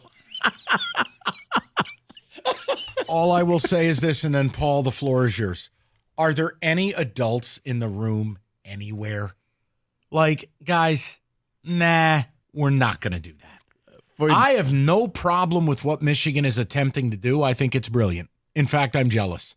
But this Stallion stuff, I mean, shame on Belleville. Connor Stallions is coaching Belleville, for those who don't know. Just get a grip, Belleville. Yeah, that please? Connor Stallions. Come on, get a grip. Who runs the successful vacuum cleaner company. Hey, let's hire a weirdo. I just, whatever, dude. Paul, go ahead. Well, no, I was just going to say I agree with your take on the LSU situation. I think Brian Kelly get another year, and then I think next year will be determined whether he gets to stick around or not. Feels right to me. Guys, can we say that the Big Ten will get 4 teams in the college football playoffs? Yeah. Oregon, Ohio State, Penn State, Indiana. Yep. Yes. I think I don't have to even. No. Yes. I kind of feel it's a lock at this point. Like Well, the ACC, everyone's losing in the ACC. ACC is ass. The Big 12's a disgrace. They don't deserve a single team in. If Colorado and BYU were the best 2 you got, hey, right here, 1 for each. SEC's a mess. Yeah, Big 10 will get 4. It's the truth, Rico. No, speaking of Colorado. Go ahead. Will Colorado make the college football playoff? I would much rather see them than BYU. At least Prime is interesting, but I'll tell you this. But old man strength. No, listen to me. Whichever one of those teams wins, they will be nothing more than a piñata for whoever they play. Oh, they're a bye week team? No, please. Please, whoever makes the playoff, bring me Colorado. Yeah. Bring me BYU, please. I agree with Mike on this. I think it'd be entertaining to see Colorado get in, but I think they would just be fodder for whoever they play. They would just be immediately ousted. Same thing with fake-ass geriatric BYU. Nice holding call on a 4th and 10. What a joke. What an absolute joke. Retzloff blows. That team sucks. Them and their old people who play. Honestly. Sticking with the college football playoff. Yes. Based off of what happened last week, can we say Georgia won't make the college football playoffs? Uh-oh. I'm still going to say they're in because I think they're going to drop a bomb on Tennessee this week. Really? Tennessee's effed up, man. And Kirby, when he gets that team angry, back against the wall, everybody hates you. They think you're human garbage. Maybe he'll put a big picture of poop up on the wall and be like, that's what they think about you. I think they're going to bomb Tennessee. And once they do that, they're made. Because guess what they get to skip out on? SEC title game. They get to sit home and go. Yeah, that's going to be problematic because you know what you just described? Penn State. Yes. I kind of feel like Kenny's going to be very upset because I kind of feel like they're going to lose to Tennessee. Okay. And they're going to not get in the playoff, which is kind of a disaster. And it's, to me, I would blame Carson Beck on that. I think he's cost them so badly. You really hate Carson Beck. I never knew this about you. Well, watching him play this year, I was just like, this is a first-round quarterback. This guy stinks. Are you okay? I don't even know if you have a sister, but did Carson Beck sleep with her? What is going on here, Paul? He hates this kid. He's just not any good. I have to learn the Paul Serra origin story. He's a mysterious figure. He is very mysterious. He only talks to me every now and then. Today was a good day, so I'm gonna ride with this. All right, finally, getting ready to come around that quarter turn, Mike. Well, wait, what do you call the term as you coming down the stretch? Top of the stretch. Top of the stretch. Oh my I knew God. It was something. What do you want? Nay bands. I hate you. Dylan Gabriel. Yes. Travis Hunter. These are Heisman Trophy favorites. Did Jalen Milroe enter into the stretch? A little bit. But if we're giving the award to the best football player in America, Travis Hunter's the best football player in America. He is. He's unique. Nobody does what he does. Plays both ways. He's explosive in both facets. I right now as a Heisman voter, no, I would vote for Travis Hunter. Oh, but you hate prime, racist. No, I just don't like shenanigans. Sorry. No, I agree with Mike. It's Travis Hunter. Like, I would have argued Cam Ward based on my heart, but then after last weekend, he's out of it. So it's Travis Hunter. You mentioned Prime. Is he the coach of Colorado next year? No. Is he coaching next year, or is he just going to follow his He's kid? not coaching this year. Okay, you know what? Honestly, what's that? He's a hype man. He wears the sunglasses and the cowboy hat. The only reason Have you not seen the Aflac commercials? The only reason he's coaching is he got Hunter to come from Jackson State, and he had his kid.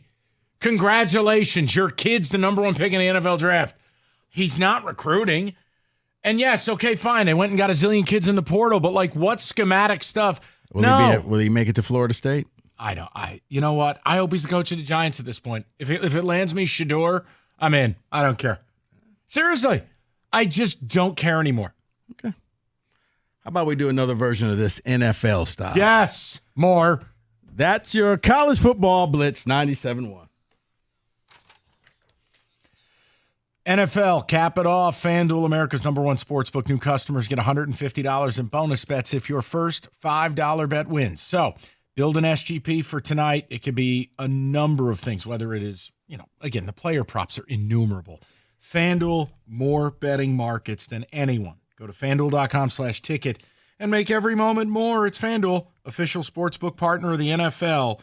21 and up, present Michigan. First online real money wager only. $5 first deposit required. Bonus issued. Non-withdrawable bonus bets that expire 7 days after receipt.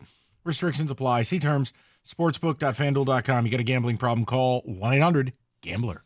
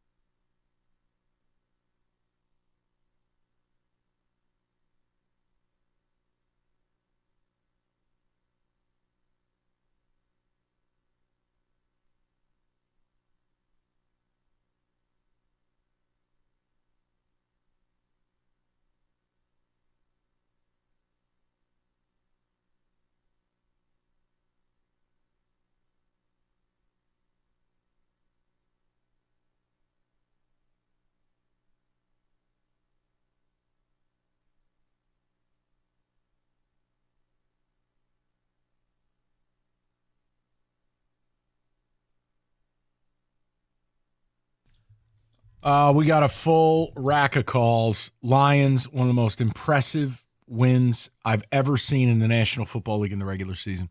And I just walk away repeating what I said to you guys in August. You're winning the Super Bowl. You can fight it. You can downplay it. You can be scared of it. You do whatever you want. If I were you, I'd at least get a refundable rate on a room in New Orleans. You're winning the Super Bowl. This team, and it's not an insult to say it, they're good and they have magic. That's a deadly combination. And we will continue to just talk about, there are so many moments last night, so many little things, little plays. There's a will about this team. Rico, they're like Michael Myers. You can't kill them. Not the goofball on SNL. I'm talking about the murderer, yes. Jamie Lee Curtis. Halloween. You couldn't kill Michael Myers. They're Jason from Friday the 13th. I don't know how they made 12 of those movies. How didn't they kill this guy? It's the whole idea is you can't kill him. They won't be killed. No, they won't. And Dan Campbell it's very rare at the professional level. You see a college level of not control, that's the wrong word. I don't know, synergy? No. But he's achieved it. Last night, was very, horror movie-esque villain. They just kept coming. Every time that Houston thought, okay, we have them, we got them, wait, they're back. The sequel, okay. What about now? Nope, he's still back. Houston gave them everything that they had, and the Lions just said, no, that's not enough. You should have put us away. You didn't. We gave you every opportunity to put us away. You didn't. And now you're trying to struggle. You didn't score in the second half.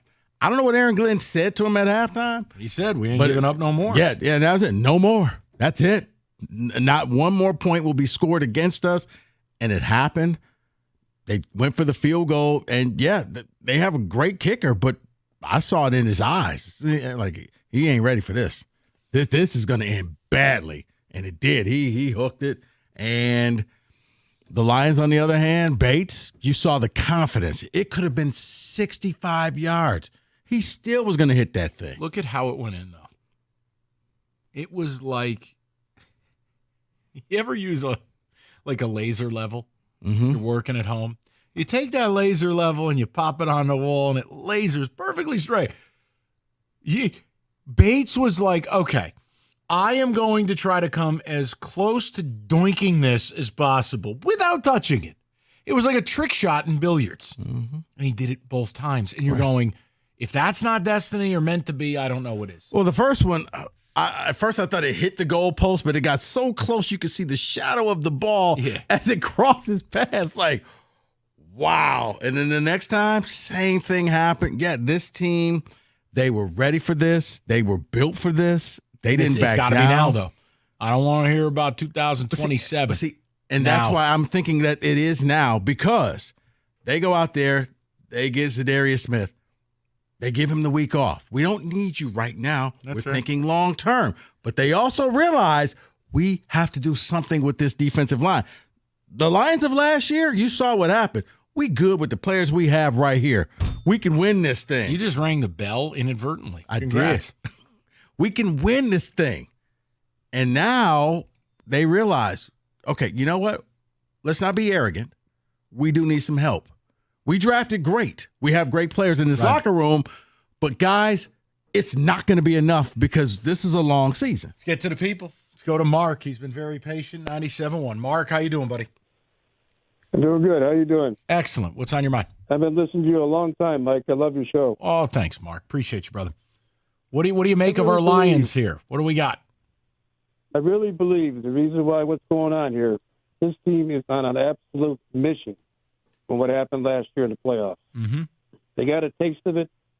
I really believe this is really giving the macho to win this whole thing. I really do. Mark, I think it's purposeful. It feels intentional. It feels like more than just games, more than just a season. It feels like last year still lives with them. And look, I'm not big on magic or Disney movies, but there does come a point where you watch enough sports that feel empty. This team feels different, and it feels very, very cosmic. Like they're winning. They're doing this. I believe it with every fiber of my being. They're winning the Super Bowl. When I watched this game last year, I was absolutely sick after that game when I seen that. Oh, I know. Listen, everybody was. But remember, like I don't want Mark. I don't want people to be all upset. All right, but like they got fortunate to beat the Rams, right? I mean, the blown call. You needed you barely win the game. You survived the Rams game, and then the Bucs game. Couple scary moments there. Like they were probably a year ahead of schedule.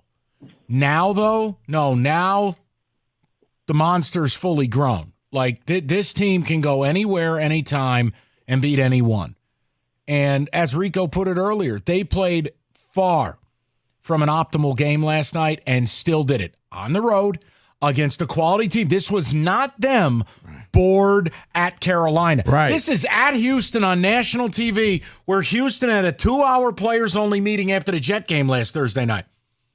That's a spot you're supposed to lose. They didn't get the memo. Yeah, Houston's a playoff team. They're not there to roll over and just collect a paycheck. Houston's trying to get seeding in the AFC. They're trying to remain competitive. They're trying to win their division. Yep. They went out there to play. Right. This isn't you're playing Jacksonville. This isn't you're playing a lesser than team and you did this. This was a good team with a quarterback who's up and coming, with a quarterback who is mobile, with a quarterback who can do a lot of different things. And they found a way to make sure that quarterback didn't only threw one touchdown pass, and they kept that team under 30 points. Dude, at one point, Mixon had 20 carries for 30 yards. They just... Yes. I think he was slamming his helmet more. He slammed his helmet more than the yards that he actually had because he went on the sideline and had a fit. I did see that. You hate to see it. Let's go to Lavelle, 97.1. Hello, Lavelle. Hey, what's going on, Mike? What's up? It was my first time traveling to the game in Houston. I'm actually at the airport right now. I'm going to tell you, when I Lavelle, that game was electric. You guys took over. That was unbelievable. Tirico acknowledged it at the start of the game. And on the third downs, Lavelle, if you wondered if it sounded like Houston was on the road. Yeah. That's what I wanted to know because we were so loud. And then we heard the first one. I said, I wanted to hear that on TV. There was so many of us down there. But the first half, it was like we was looking like, what is going on? And they were just talking so much trash to us. And then second half, it was like Aaron Glenn talked to him, and they didn't get another point. Their fan was quiet. We was chanting Jared Goff, go defense. It was amazing. Lavelle is funny because I just had a buddy of mine who said the same thing. He was at the game and said the Houston fans were giving it to you guys in the first half, and in the second half, it was quiet. Lavelle, were you part of the group in the concourse chanting everywhere we go, we deep? Man, yes. Man, we waving to them goodbye. They flicking us off. Oh no! Yeah, we took over their whole stadium. Took it over. I'll tell you the next one, Lavelle, that I really wonder if you could actually have a majority of the seats is at Indianapolis. You can probably have the whole stadium. Well, geographically, it makes sense. Drive it. And it's a team that's not that good. Fans are starting to get annoyed. Lavelle may roll down there with the crew and take the whole damn Lucas Oil over. Lavelle, all you got to do is just pony up, get some a tank of gas, and you're there. Hey, and my last thing, Mike, I just looked at seeing the Darius Smith interview. Yeah. Man, I've never seen a player more excited to be here to play, man. And all my time of being a Lions fan. It's what you're turning. Like he's ready to run through a wall. It is, and Lavelle, that's the beauty of what Campbell and Holmes and Sheila have built. This is a place where players want to be because unlike the NBA, which is largely bitch made and diva behavior, the NFL players want to win. Players don't care about South Beach. No disrespect, Paul. Players don't care about geography. They want to win. There's something about football that is far more cultural. What's going on in the building? You know, it's just different. And when Za'Darius wanted to be here, and now he's here, and dude, I'm telling you, it used to be that way. And if you're young, you will laugh in my face when I say this, but it used to be that way with the Pistons. The Pistons were getting veterans who wanted to be here, to chase championships, to be a part of the going to work culture. Now, instead, we just get dead bodies. Mm-hmm. But you've built it. You saw that. Indianapolis will be a scene. People, you need to call. It's you got to call St. Elmo's and you got to call Harry and Izzy's. Get the reservations all set.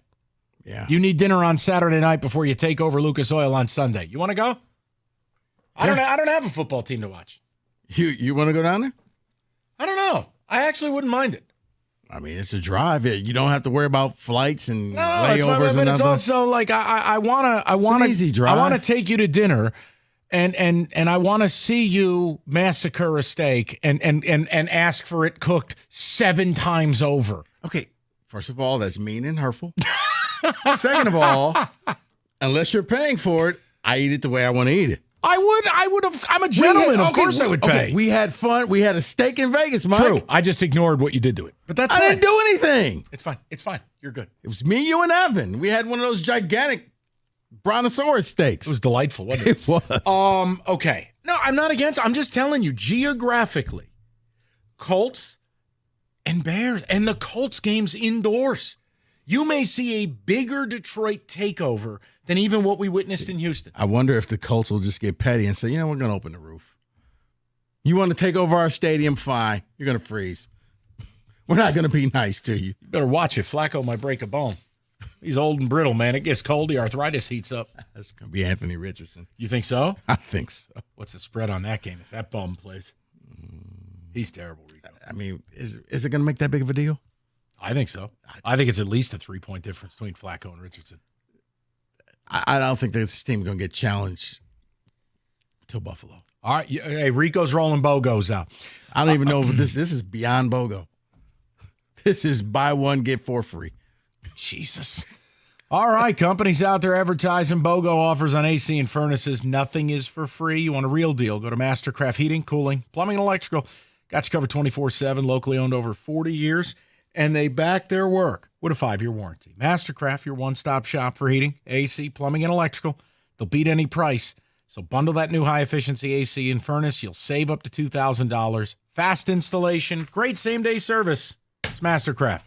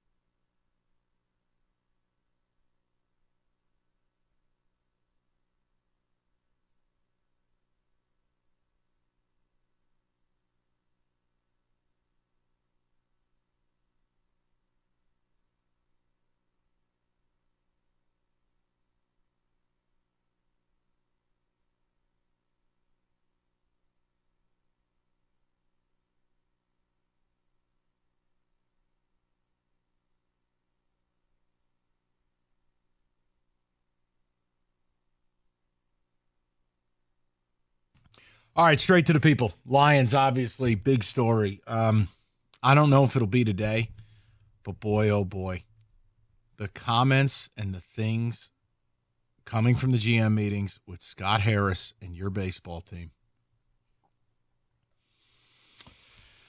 Not what I was expecting. Even the bathwater drinkers are going to have trouble with this cocktail. We'll get to it, but not now. We go to Keith, 97.1. Keith, how you doing, buddy? Doing good. How you guys doing? Excellent. What's on your mind? Just want to salute our veterans, thank them for the freedom to drag ass through this Monday after I stayed up late for that win. Yes. I also survived the Rams game. It was my first live playoff game with my 10-year-old. That was awesome. But I don't know if my central nervous system can handle Dan Campbell, spotting the Minnesota Vikings 7 points with that fake. And then I wish they would have waited until Jacksonville to, mess around with the game plan. All year it's been Montgomery the whole first half, and it just felt different, like everything switched last night. Yeah, I mean, they definitely – yeah, you're right, and it seemed to be – you got to turn your radio down for me. I apologize. Yeah, no, just because of the echo. No, Keith, I think, look, week to week, this is the blessing and the curse of having a two-headed monster in your backfield. It felt like early on they wanted to use Jahmyr Gibbs' speed to get to the edge. I'm going to put you on hold because your radio's killing me. It's just they ended up course correcting. And the middle part of that game became a David Montgomery game. Mm-hmm. And then the closer was Gibbs. Mm-hmm. So it kind of evolved, and it went full circle. Yeah, Montgomery gave the body blows, and Gibbs just gave the knockout punch. Beautiful to see Sam Laporta reemerge in 2023 style, too. The problem is he got hurt again. But, yes, the shoulder will be something to monitor. But big touchdown reception, big deep shot. And I understand. I can't sit here and tell you Goff played well. But there were moments where it does take real fortitude when nothing's going your way to keep firing. And Goff made the throws that were needed. But something didn't add up with how many balls got turfed and how many throws were low. It was almost like there was glue in his hand and the ball was staying too long. Maybe Collinsworth had it right. Maybe the Texans just kind of took Amon-Ra out the game because think about it. The Laporta passes worked because the running game was working, because he was able to fake the run, get everybody going one way, and then he would roll out, and there's Laporta with a linebacker on him for a completed pass or for a touchdown. So, because I don't know. It was just like he did hit J-Mo a couple times, but Amon-Ra was really non-existent until money time in the fourth. Remember, the other guy's getting paid too, Rico. Yeah. We're going to bracket and take this guy away. Well, you're going to pay the price somewhere else. Yeah. But he couldn't find that somewhere else for the longest. No, I will say this. J-Mo made the two toughest catches of the night by either team. Okay, the one that he tipped up in the air, I thought was about to be a pick because the Texan guy was waiting, like, okay, just tip it up a little bit, and I'm about to take it. And J-Mo corrals it in, and he was like, "Oh, damn it! I thought I had a pick." Well, and then the other one where basically the defender tried to remove his kidneys, and J-Mo made two incredibly tough-minded catches. I thought he has suffered some type of a knee injury because when they replayed it, it bent a weird type of way, and I was like, "Oh, Uh-oh. No." Let's go to Nate, 97.1. Nate, what's going on, buddy? How's it going, gentlemen? Good. What's on your mind? I just want to touch on a few things before I get to my main point. First thing is I want a huge shout-out to the goalpost painter for not painting that extra coat on the goalposts, because those two kits were the closest things I could have ever seen to hitting the Nate, goalpost. as the ball got closer to the uprights, I started leaning towards the TV. I think everybody did. I just couldn't believe what I was watching. It was like an optical illusion.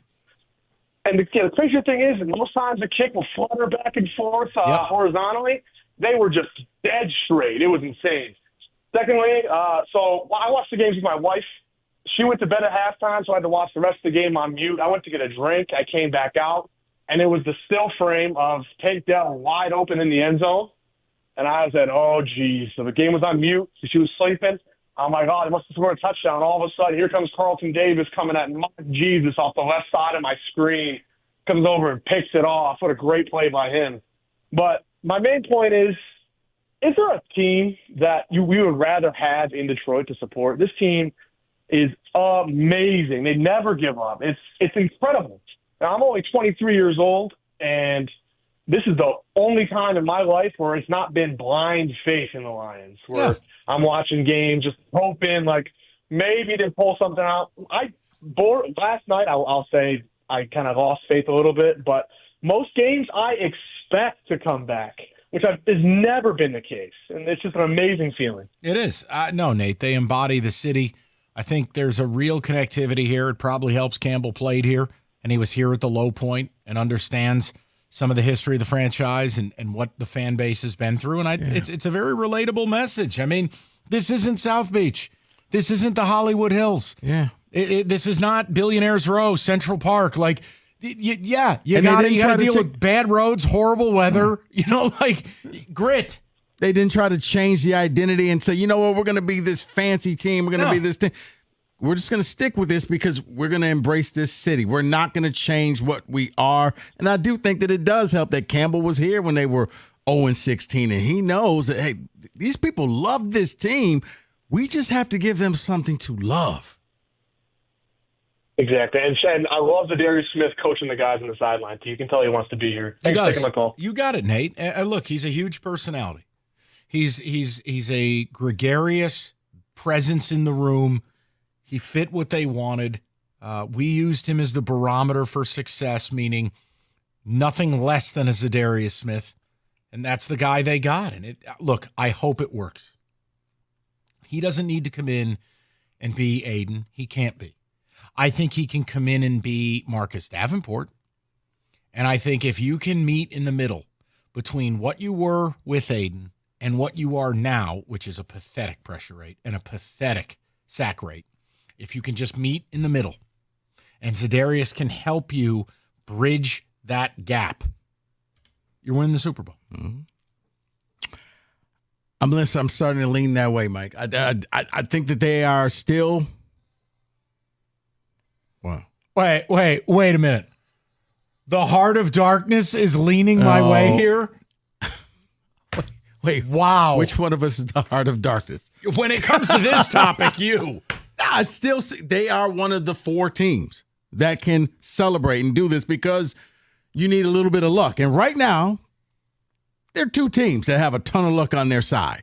You just want to have the good luck. But yes, you are one of 4 that I look at and say, I wouldn't be surprised if you won the whole thing. I'll get you there. You'll be there. Let's December 1st. Let's wait to the playoff. We'll flip the calendar. You'll be in the Holy Spirit. You'll be all right. I'll get you there. December 1st? Yeah, I think you'll be there. Especially you're throwing out all these damn BOGOs. No, Paul put it best. What is it, Paul? He's throwing out Groupons. There we go. Sounds like Miami's recruiting. 248-539-9797. We will get more of the people coming up next. 97.1. If you purchase your own health insurance, listen up. Time to renew it for 25. Open enrollment only 45 days. You got till December 15th. Call Mike Papura. He'll be a free consultant for you. He'll shop every health insurance plan available. He'll make sure you get the best bang for your buck. And Mike has got 30 years of experience doing it. He'll give you the lowest price guaranteed. Open enrollment for 25 is here. You want coverage or you want to make changes, you got to get with Mike. 877-734-2200 or on the web at nbphealth.com. Remember, National Benefit Plans wants to be your health and life insurance agency for a lifetime.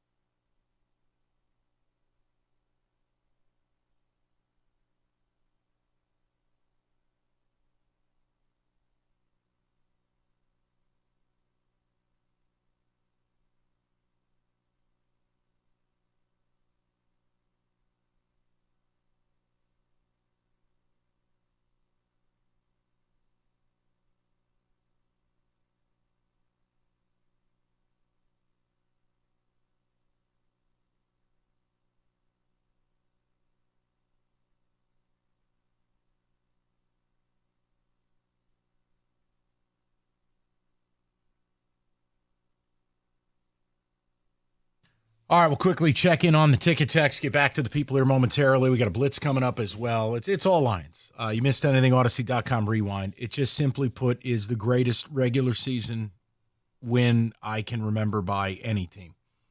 And I mean that. That's not hyperbole. To do what you did the way you did it, to go on the road against first-place team, to make that comeback, to have the answers when it felt like the test was rigged against you. Like, I don't know, it just feels like an inflection point, like a moment of graduation where if you didn't believe before, you have to believe now. You are one of those teams. And I've been saying it since August. You're winning the Super Bowl. And last night, all that did was further my belief. Rico, you said it. Hey, man, they played like a B- C+ game, and they just roll out and still get it done. And it traces right to Dan Campbell. Oh, that wasn't a B- C+ game. What are you going to give him, an F? That was a D. Oh, good Lord. A D? You can't play that level of defense and get a D. Overall. Come on, D? Okay, C-. All right, I'll take that. Just come on. Okay, your quarterback threw 5 picks, Mike. Well, a couple bad bounces. Paul Sarah, what do you have on ticket text? Okay, this is from an unnamed texter. Last night was the best of both worlds. Got a little bit of humble pie, but didn't have to suffer the loss in the process. That's fair. This is from an unnamed texter. Lions just did to the Texans what the 49ers did to the Lions last year in the NFC title game. Not only are we good, but we're learning how to win week to week against solid teams. I still feel like the Lions gave that game away. Vildor, Gibbs fumble. No, I'm thinking, the Gibbs fumble. Vildor gets a lot of grief. Josh Reynolds drops. Come on. It was the Gibbs fumble because they had just scored, and then he fumbled, and they scored again and tied the game up, and that's when you lost all the momentum. This is on the letting Za'Darius Smith sit. Campbell giving Za'Darius the week off is why he's one of the best coaches in the league and why players want to come to Detroit. Can you imagine Patricia giving him the week off? He would have had him running Oklahoma drills 5 minutes after getting off the plane to show him who's in charge. It goes without saying. Two completely different classifications of human being. We go to Jason, 97.1. Jason, how you doing, buddy? Hey, I'm doing well, guys. I know we're a little bit far removed from this original conversation because you guys have the most popular sports show in Detroit, so you got to wait on hold a little while to talk to you. But when the show opened, somebody called in and said that, man, they wish they had thrown $50 on the Lions to get 2-1 odds at halftime. And I just wanted to call and say I did throw $50 on the Lions at halftime, and it wasn't 2-1. It was a little over 6-1. I got them at plus 630. Woo! But I chickened out, and right after they scored in the third quarter, I was offered a cash out of like $105. I'm like, you know what? I'll take the double up. I'll enjoy the rest of the game, not have to sweat it. And then Jared threw another one of his 5 picks of the night right after that. So obviously the cash out would have dropped like crazy from there. So I'm happy with my decision. But either way, I just wanted to say, obviously, roller coaster of a game. I'm kind of what, you made a few points throughout talking about this that nobody would have been mad at the Detroit Lions for losing this game. Nobody's going to say, oh, they suck, they're frauds. Look, they go and they play a good team, and this is what happens to them. Those guys were coming off a bye. Those guys got embarrassed by the New York Jets. They had a point to prove. They came out, they gave us everything they had. And whether you want to say it was something that Houston was doing or Jared Goff just having an off night, you're right. I've never seen that many balls thrown directly to the turf. I have not seen that level of offensive ineptitude from this team all season. So if it's a combination of them having a bad day and the Texans giving you everything they got, but something inside me said, you know what? This game should be a lot worse than it is right now. To only be down 16 points, you're offering me 6-1 odds. I'm going to throw some money on this because I think this is going to happen. Yep. And then to see it play out the way that it did in the second half was just absolutely beautiful. Aaron Glenn's defense plays for him harder than any. I mean, this is a collection of guys that got talent, but none of them are household names except for the one that's sitting there with a broken leg on the couch right now. No. You got another household name. You may not recognize it yet, but you have one. Brian Branch. Absolutely. Yeah. But Household. I'm saying right now, nationally, they don't know. People don't know how nasty that dude is. He's a second-year player, and he looks like an absolute all-pro right now. He is. Now, 100%. Jason, right now, he's just a guy with the green mouthpiece in his helmet. Yep, exactly. No, he's but an anyway, all-pro. Thanks for having me on, guys. I appreciate it. This is a fun team to watch right now. It's a fun time to be a football fan in Detroit. Oh, it's incredible. And it makes up for the absolute dirty diaper that is our Saturdays in this state. So, yes, at least there's something redeemable to watch. God, I loved having MSU on bye this week. Just not having to even suffer through one of those games. Oh, God. That's how bad it's gotten? It was like a vacation for me. I know you do it for the job. I'm still shocked you still watched them. I thought you would have cashed out. No, I just don't think you can do this job effectively. I mean, if you want to be a con artist, you can go that route. Mike, I said I know you do it for the job. It still just amazes me. If I didn't have this job, would I watch them? No. Yeah. No, because the sport's a joke. I could just see you on Let's Make a Deal. You know what? I'm just going to go ahead and take the $50. Yeah. And it was great playing. Michigan State or a punch in the face? Let me weigh that out. Which jaw? Yeah, let me weigh out those options. Let me go to Jackson, 97.1. Jackson, what's going on, buddy? Oh, not much. Punching out this honeydew list, but I got a question for you guys that I'm trying to figure out. Okay. Even our coaches talk about how much they love this team, they love our fans, they love the players, they love what we're becoming. What would it take to keep both AG and Ben Johnson to become a dynasty? Because if you don't separate this coaching staff and you see what they become in maybe 5 years with our manager drafting the way he is, trading the way he is, I feel like the Lions could become the next dynasty of the NFL. What do we need to do to keep it together? Jackson, I would say this. I don't think if either guy really wants to go, there's no amount of money that you can give them that takes this place of being the guy, the man running a team. Yeah. I mean, think about how Dan Campbell feels. You took something that was dead and buried and you turned it into a perennial powerhouse. That's what those two want to do as well. At least I think Aaron Glenn, wants to do that. Ben Johnson, if you offer the right price, he may just take option B and say, I'll stay here. But Aaron Glenn, I think if he gets the opportunity, Glenn's gone.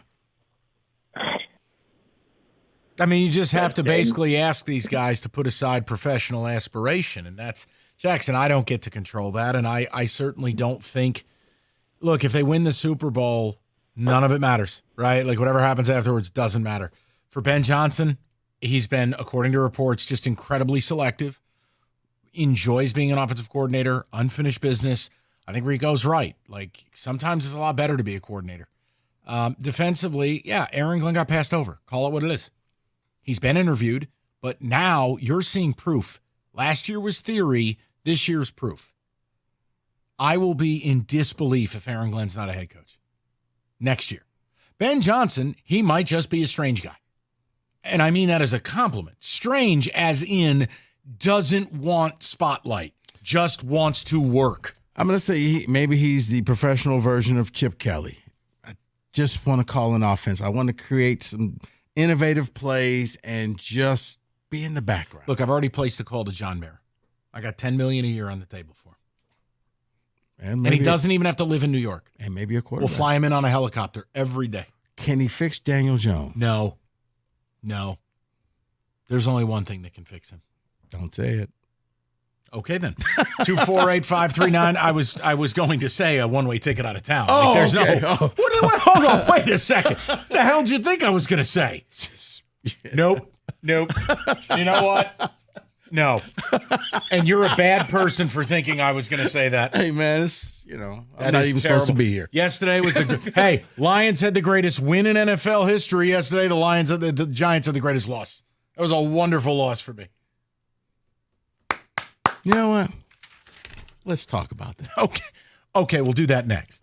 You've heard us talk about Northville Lumber for a long time. Oldest company in the state, largest Trex decking outlet in the country. Nobody stocks or sells more Trex than Northville. Last year, contractors, homeowners bought enough Trex to cover 26 football fields. There is a reason Northville can move that amount of product. They stock it all. It's in their warehouse. Some of it as low as $1.59 a foot. So if you want to build that Trex deck, they will intro you to a Trex certified pro. All you need to do is call Northville Lumber today or go to northvillelumber.com. That's northvillelumber.com.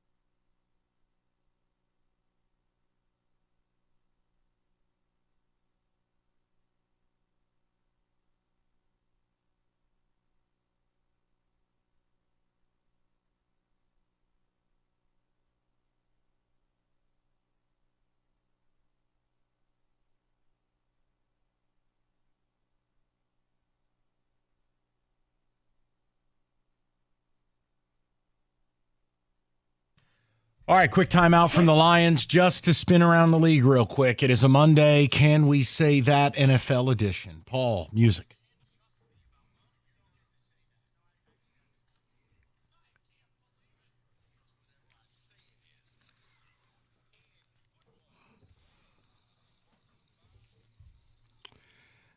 Mike, this first one I know is just going to be a joy to your soul. And no, it's not Giants related. What is going on in Dallas? Can we say that the Cowboys have officially hit rock bottom when you have Micah Parsons out there saying basically, I feel sorry for the players, but not for Mike McCarthy. He can go wherever he wants to go. I said this to you all summer, and I'm going to stand by it. I just don't think Micah Parsons is going to be a Dallas Cowboy next year. Everything I keep hearing is this dude's an absolute handful to deal with. This guy's very George Pickens-esque and popping off. You want to be a team leader? You want to be the highest paid defensive player in the sport. He says things, including his podcast where they didn't name Dak one of their top 10 QBs. Rico, I just got a feeling if they're going to burn it to the ground, I don't think you start by doing it with a $200 million defensive player. True. You know what I mean? So, yes, they've hit rock bottom, but I think it's going to get worse before it gets better. They got to do a complete reset of that franchise. I don't think Jerry Jones is going to admit he needs to do that, but that's he what he also needs doesn't to know do. if he's waking up tomorrow. Jerry's That's true. 100. Wow. Well, I'm saying you get to that age, you look at things differently. All right. What? Chicago Bears. A little bit of buyer's remorse, I got to think. They had the top pick. Doesn't look like they took the right quarterback. No. Is this going to get Eberflus fired midseason? Yes, but the mistake they made wasn't Caleb Williams. The mistake they made was allowing an agent to power broke within the organization. Do you know that everyone in that organization has the same agent, Trace Armstrong? Are you serious? Yeah, and you know who they hired? Trace Armstrong offensive coordinator Shane Waldron instead of non-Chase Armstrong rep Cliff Kingsbury. Who did Kingsbury work with in college? Not Jaden Daniels, Caleb Williams. So Ryan Poles and Eberflus, everyone in that organization are all rep by the same guy. That to me felt like preferential treatment for a client. Pulled a Palinka. Yeah, 100%. So I think that's the mistake. Did now, not know that. That's what I would do if I were the Bears. I'm being serious. $1 zillion to Ben Johnson. And not him, Bobby Slowick in Houston. You have to get an offensive coordinator who's going to be an offensive coach before the Bears ruin another quarterback. No, if I was the Bears, I'd be all in to get Ben Johnson. Get him here. Get him working with Caleb Williams. You've got 4 more years on that rookie deal. You can add free agents. Your defense is pretty good. I don't know why that wouldn't be the call. Yeah, I know I'm going to be in the minority. I just don't think that Caleb Williams is any good. All right. Can you say that the Chiefs, not the Lions, are the team of destiny? Kansas City has won 9 games, 8 of which they've had to come back and win. They keep finding ways to win. Can we be objective in Detroit and say that maybe it's not the Lions, but it's actually the Chiefs are the team of destiny? I just think they're manure.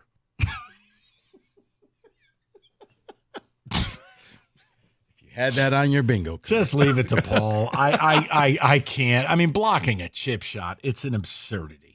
I just think they're very good. I mean, I think they've won 15 or 16 in a row dating back to last season, if you include the playoffs and the Super Bowl. I just think they're really good, and they just know how to win. And even when they're playing badly, they could just beat teams because they know what they need to do to beat you. And Andy Reid's the best coach maybe ever. Oh, God. See, that's just it. If they played in the Super Bowl, advantage would be Reid. No. When you look at the coaching. Bundle-Rooski. No. I think if the Lions played the Chiefs in the Super Bowl, it would be a very unenthusiastic 27-23 Chiefs win. Right. What is wrong with you people? Andy Reid would have the advantage. I hate all of you. That's my response. Okay. Can we say I hate you? Yes. All right. No. Following what happened yesterday, can we say that with Christian McCaffrey back, the 49ers will be a wild card weekend threat? Yes. There's enough raw talent on that team if they're all healthy at the same time. Yes. And by the way, Pearsall looks pretty good. So that'll help offset the Ayuk thing. Maybe. But yes, they're too talented not to be. I wouldn't want to play in wild card weekend. Good thing we won't be. We'll be on bye. I still think they're going to win the division, Rico. Oh, really? Yeah, I think they're going to win your division. I think they might get the 2 seed. But do you have to say things just to upset me? Is that Well, no, your they're existence? just very good. They're starting to get healthy. Over Philly. Yeah, I 'Cause don't right really now, trust. I Philly don't trust. looks like- Yeah, but I don't trust Sirianni. Yeah, I think all those players hate him. They're just playing well. Okay, but hold on. Hey, buddy, earmuffs. Gotcha. All right, they play in a bad division. That's true. They got guaranteed win. Like, all you got to do is really try to sweep the Commanders, and everybody else is pretty bad. So, just saying. All right. Hey, welcome back, Mike. All right. Speaking of which, okay. Hi. So, will the Arizona Cardinals continue their winning ways with Kyler Murray? Yes. Can we say that? Yes. He's a totally different quarterback. Playing winning football, smart football, and his season didn't tank when Call of Duty came out this year. So I think that's a real sign of personal growth. Yeah, man, they're 5-1 in their last 6. They destroyed the Jets yesterday. You hate to see it. Really, it broke my heart. That was great. I loved every second of it. It's almost like when you pay a soulless bleep hole all that money, it takes the air out of your building. Thanks, Aaron. So what you do in your bye week? Well, we planned for this, I think. The Jets just found out what a lot of teams find out, like that Eagles team from like 10 years ago where they tried to get the super team where it's like, we're going to get a few mercenary old veteran guys that are going to come here and help us win. It doesn't work. Doesn't work that way. Can we say Mike Tomlin may win Coach of the Year? Not again. No, you can't. Dan Campbell. No more with Mike Tomlin. He's got Mr. Dangerous. I can't. Can we say the Commanders got screwed on that spot? Yes. Yeah, they did. I was just like, what game were you? What were you watching? That was a first down. They didn't get it. Paul? I think Tomlin's in the running. I think Campbell should win it. I don't know why Stefanski's won it twice, but he has, and that's weird. So that maybe they have like a bias to NFC North teams or AFC North teams for some reason. See, you know why? And here's why I don't think that Campbell's going to get it.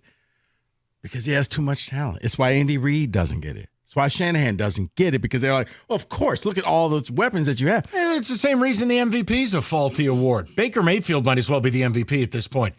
You kidding me? Guy has no weapons. He's got KC in overtime, never gets touched the ball. And then yesterday, he stiff arms Nick Bosa, completes an insane pass, carries his team only to lose. Well, you know what? Let's add a bonus. Can we say that? Can we say that? The way the games are being officiated, defensive players really don't know what to do when it comes to quarterbacks. Yes. Because, Yes. if you watch the game, if you didn't watch the game, Baker Mayfield has Nick Bosa both hands on his right arm, his left arm, as he's 10 years ago, he would have ripped his arm off Yeah. and beat him with it. And it would have been a standard play, and they would have reattached his arm in the blue tent. Yeah. Now, you don't know what to do. If he ragdolls him and does a wrestling move, Unnecessary hip roughness. drop thing, Yeah. tackle. The one thing I don't understand is when they implemented the helmet-to-helmet stuff, I also thought they were going to flag offensive guys for leading with their helmets into guys trying to tackle them, and they don't get flagged for that ever.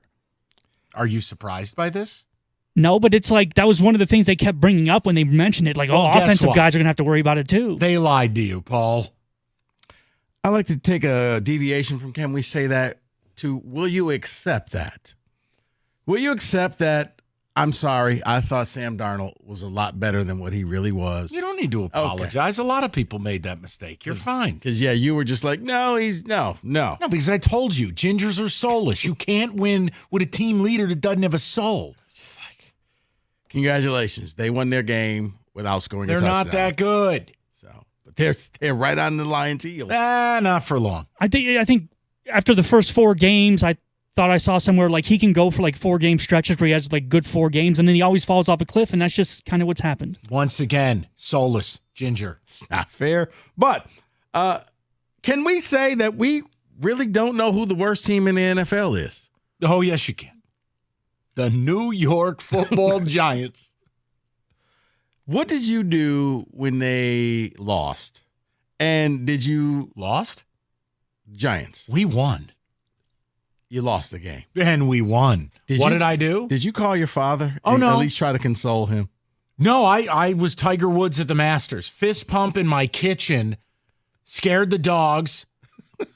Started with a word that rhymes with duck, followed by yes. And I told my wife that is the greatest loss in Giants history. And she just shook her head at me. And that's okay. I definitely think the Giants are probably the worst team, but I do think you can make an argument for Jacksonville being the worst team. There's a lot of teams you can make an argument. You know what? I am tired of you. Listen. Mike playing the role of Howard Dean. Yeah! Paul, I need the number 1 pick. Can you just leave me alone?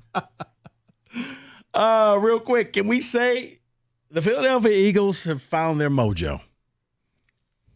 Yes, I will go with that. Yes. Yeah, I think so, although I do think they hate Nick Sirianni. But somehow he's managed to – it looks like a totally different team than where they were last year when they fell off the cliff, and at the beginning of this year where it looked like he was unraveling, and now they're back to just scoring a ton of points. Sitting there in the number 2 seed in the NFC. That is our NFL Blitz. Can we say that edition 97.1.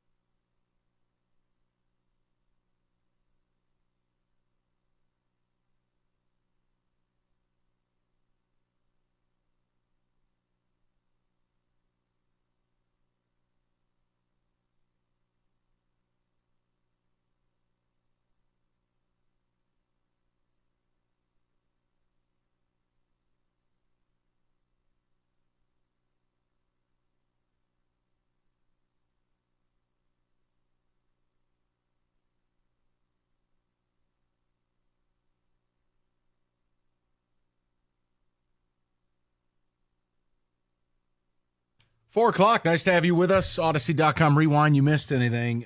We are going to get right to the callers, so we will keep this very short. It's simple. Last night, beyond the obvious of it being incredible to watch, entertaining, thrilling, all that jazz. I mean it when I tell you. That is one of the best regular season wins in the National Football League in my memory of watching this sport for over 30 years. You're on the road at a first-place team who effectively was off of a bye week with 10 days of rest because of their Thursday night game. Had to have it, had a players-only meeting, jumped you. You had a couple of bad bounces early, like the first couple picks. I don't blame Jared Goff. It's just things happen. And to battle back from 23-7, to do it the way you're doing it, to do it on a night your quarterback wasn't very good. It gets to a point once they made it 23-13, I go, you know what? They're going to be okay here. Now, I don't know if they'll pull it off. When they got to 23-20, mortal lock. I was fully convinced they're winning the game. Yeah. 23-13, I was convinced they were winning the game when C.J. Stroud threw the pick in the end zone. Then, because at that point, think about that play changes everything. They catch that, you're looking at 30-13, and chances are that's just a little bit too much. I don't know if the Lions had that much voodoo to turn that around. No. But you made the pick, and now you go down and you score. And right. Amon-Ra scores the touchdown on a play where when he's running out, I'm like, okay, that's just going to be a screen to Amon-Ra. But apparently the Texans didn't see that. He catches it, and everybody's just standing and like, he's going to run the end zone. The other game ball, it's simple. What the Lions fans pulled off last night was ridiculous. I mean, I'm not going to, do hyperbole. It wasn't 50-50. But if you told me it was 60% Texan fans, 40% Lion fans, I'd believe it. Mike Tirico saw it. Collinsworth saw it. They acknowledged it. And if you watched the game, you heard it. The louder your TV was, the more you heard Lion fan, because I'm telling you, I was sitting there and at one point, I just said it. I go, dude, this is a road game. Listen to this. It's third down for the Texans, and it's loud in their own building. Lion fans, it was incredible. And now it's setting up the possibility of the Rico Beard kissing booth making its way to Indianapolis in 2 weeks. Oh, man. Book signing at St. Elmo's. My Life as a Spartan. Pure pain and tragedy. Yeah, you got Jacksonville, you got Indianapolis. At Indianapolis, the Lions may take half that stadium. I think they take more than half. Listen, let's face it, as Spartans, it's the only time we're ever going to see the inside of Lucas Oil again. Why don't we? We should go. Old time's sake. You never know. I'll go to my seats from the 2013 Big Ten title game. You never know. 5 years. Sometime within 5 years. They can stumble upon when we win the MAC? They could stumble upon it. But you're insane. Let's stay focused. Okay, I'm sorry. Lions will have more than 50%. It's possible. No, it's not possible. They will, because I think Colts fans don't really care about this team anymore. They're tanking. You're rising up. You may overpay for tickets. It's a short drive. So think about it. Every Lion fan who can't afford to hop on a flight and just go out for a weekend, you can gas up your car and drive down 4 hours to Indianapolis. They're taking over that stadium. I hope so. It'll be exciting. Tom, 97.1. Tommy, how you doing, buddy? Fantastic. Rico, Mike, pleasure to speak with you. Hey, man. My connection. Good. Good. A little windy down here on the beach in the Gulf of Mexico. Wanted to just bring up the fact of, do either of you know the date, November 10th, and the significance in the as far as history? November 10th. November 10th? No, please, enlighten me. Yes, yesterday, Marine Corps birthday, 249th Marine Corps birthday for the organization. My point is that me and three of my buddies all live in the UP. We are all retired Marines. We jumped in our Silverado and drove all the way down to Houston on Friday. Oh, I have a place. Wow. And then your signal died. Did we lose him? Oh, no. I'm going to put him on hold. Make sure I want to hear the rest of the story. Yeah. I'll put him on hold. We'll see if we can reconnect with Tom. He literally just, it was gone. Yeah, first of all, Tom, thank you for your service. And, wow, just road tripped. From the UP to Houston? Jesus, why don't you just drive to Brazil at that point? I mean, my God, it's a hell of a road trip. Maybe Hawaii is next. We'll go to Dan while we see if we can reconnect with Tom. Danny, what's going on, buddy? What's up, guys? How you guys doing? Hey, excellent. I wanted to make a quick point to Rico earlier about us getting away with that pass interference. I thought so too until I noticed Anzalone tipped it and he was in front of the play. Well, so there is no pass. Well, hold on. Now, at first I thought that, but then they showed the replay. The contact, he played through his back, and the tip doesn't happen until after the contact on the receiver. Look, Dan, I got news for you. We got a Rolodex of about 50 ways this league has screwed the Lions. I don't care. So Dan, if anything, it would have been like defensive holding, but that's an automatic first down. Oh, I'm not mad at. I wasn't complaining at all. I was like, finally, something goes our way. And like, how many times have we lost the way Houston just? A zillion. Oh, Dan, you know what? You know what that's called? That's your SOL right there. Of how Houston lost. If it went the other way around, everybody would have been like, oh, my God, I thought SOL was dead, and it's not. No, you found a way. You play such good defense that the referees just gave you the benefit of the doubt at the end of the game and said, nope, you must have made a play. I have one more thing I want to add that I've noticed with the Lions for the first time that I've never noticed with any team in any sport. Mm-hmm.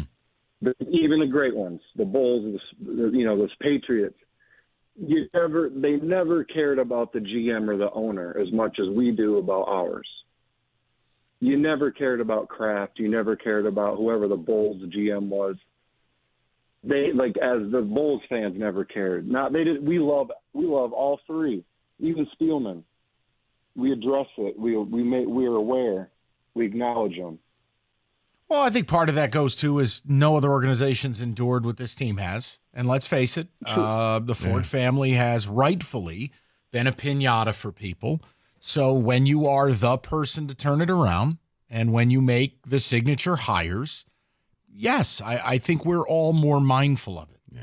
Yeah, then you would become revered like you're the Rooney family or something like that where, you're known for winning organizations. So, unlike the comments we're hearing about coming out of Tigers. But we'll save that for another day.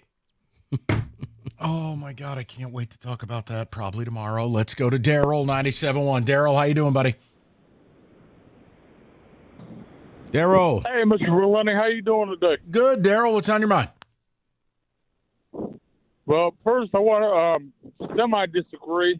That was a great win, but what do you think about that come from behind in Minnesota? A conference division game, head-to-head competition?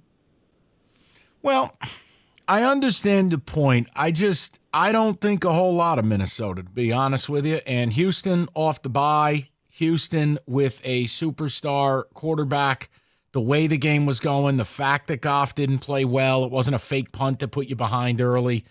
Daryl, it's deeper in the season. It's more meaningful to me, but I understand where you're at with it. And, Daryl, I would also say the fact that you were the only game on at that time. It wasn't buried in 1 o'clock with a lot of other games. Everybody who was watching football was watching the Lions, and I'm sure a lot of people were saying, wait, I thought Detroit was supposed to be good. Really? This is what I've been hearing? People bragging about? But then you showed, you know what? We'll take every punch. We'll throw picks. Doesn't matter. You're not going to score in the second half. Walk-off field goal victory. Okay.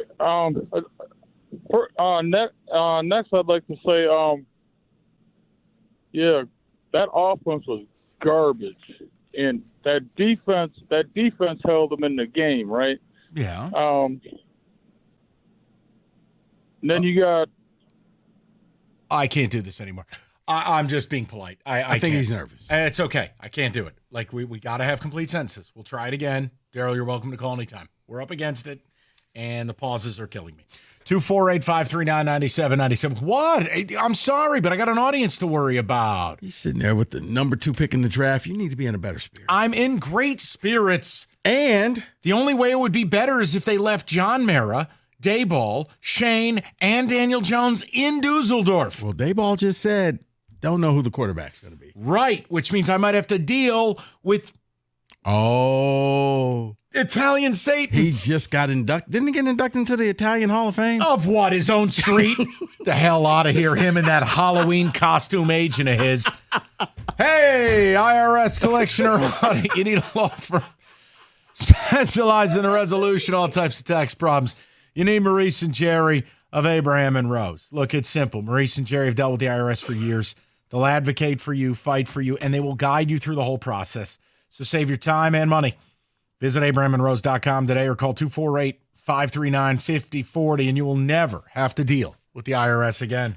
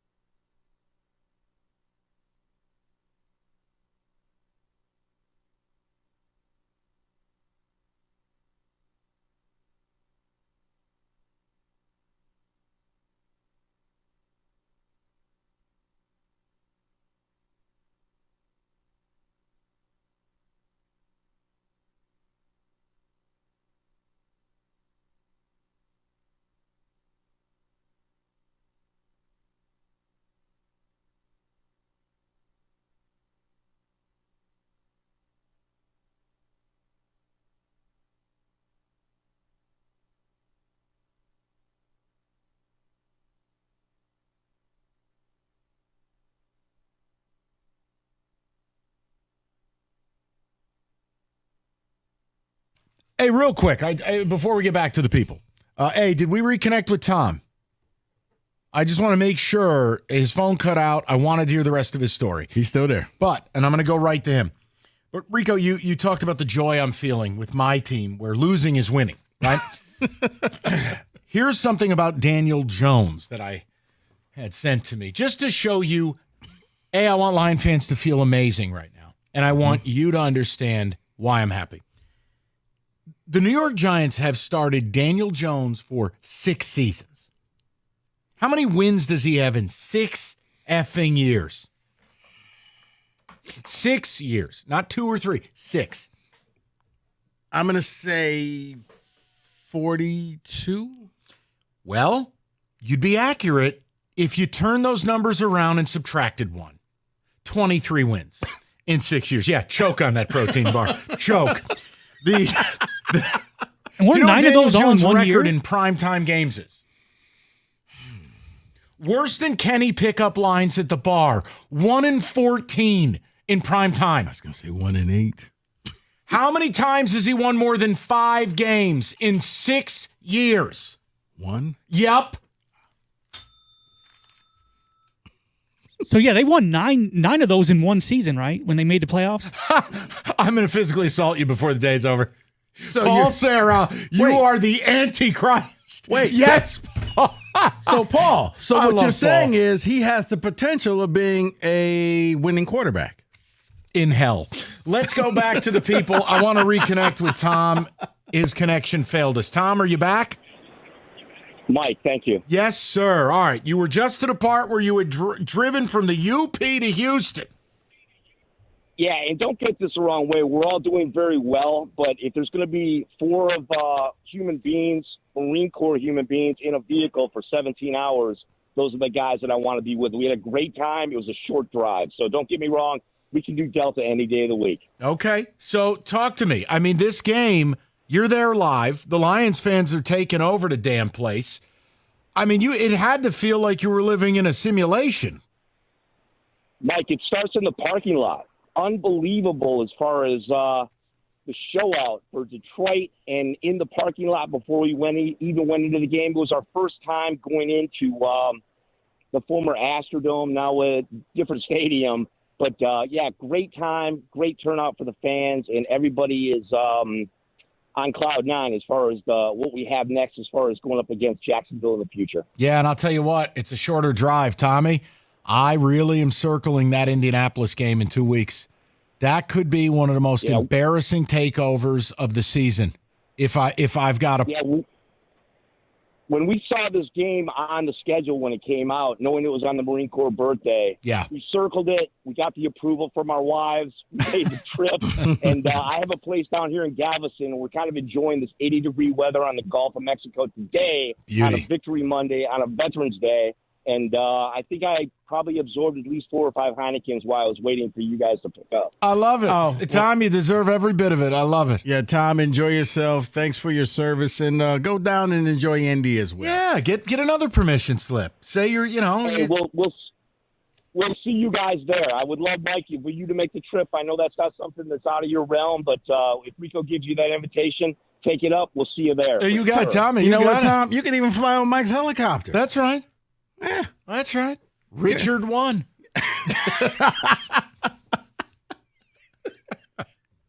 I'm doing great, Paul. I'm doing great.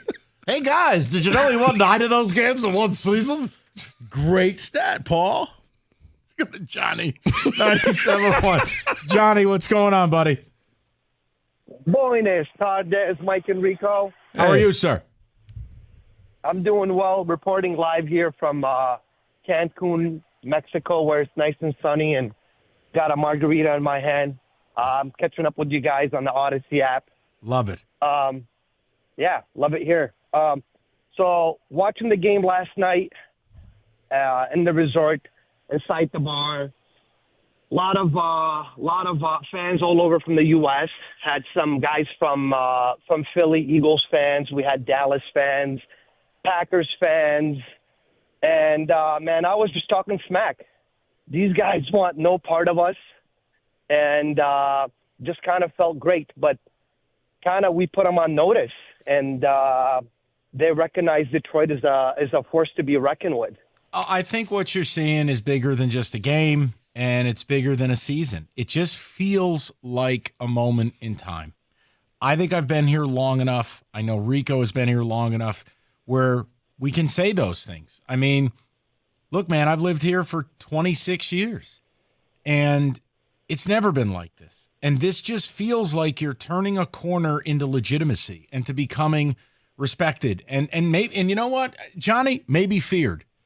And this year feels like this is your year. It's your time. This is happening. I truly believe it. I mean, Rico looked at me like I was on crack when we were in Vegas, and I'm like, look, I'm just saying this. Pre-show, I said this to you. I go, they're winning the Super Bowl. He's like, well, what about just going to? No. Other day parts can play it safe.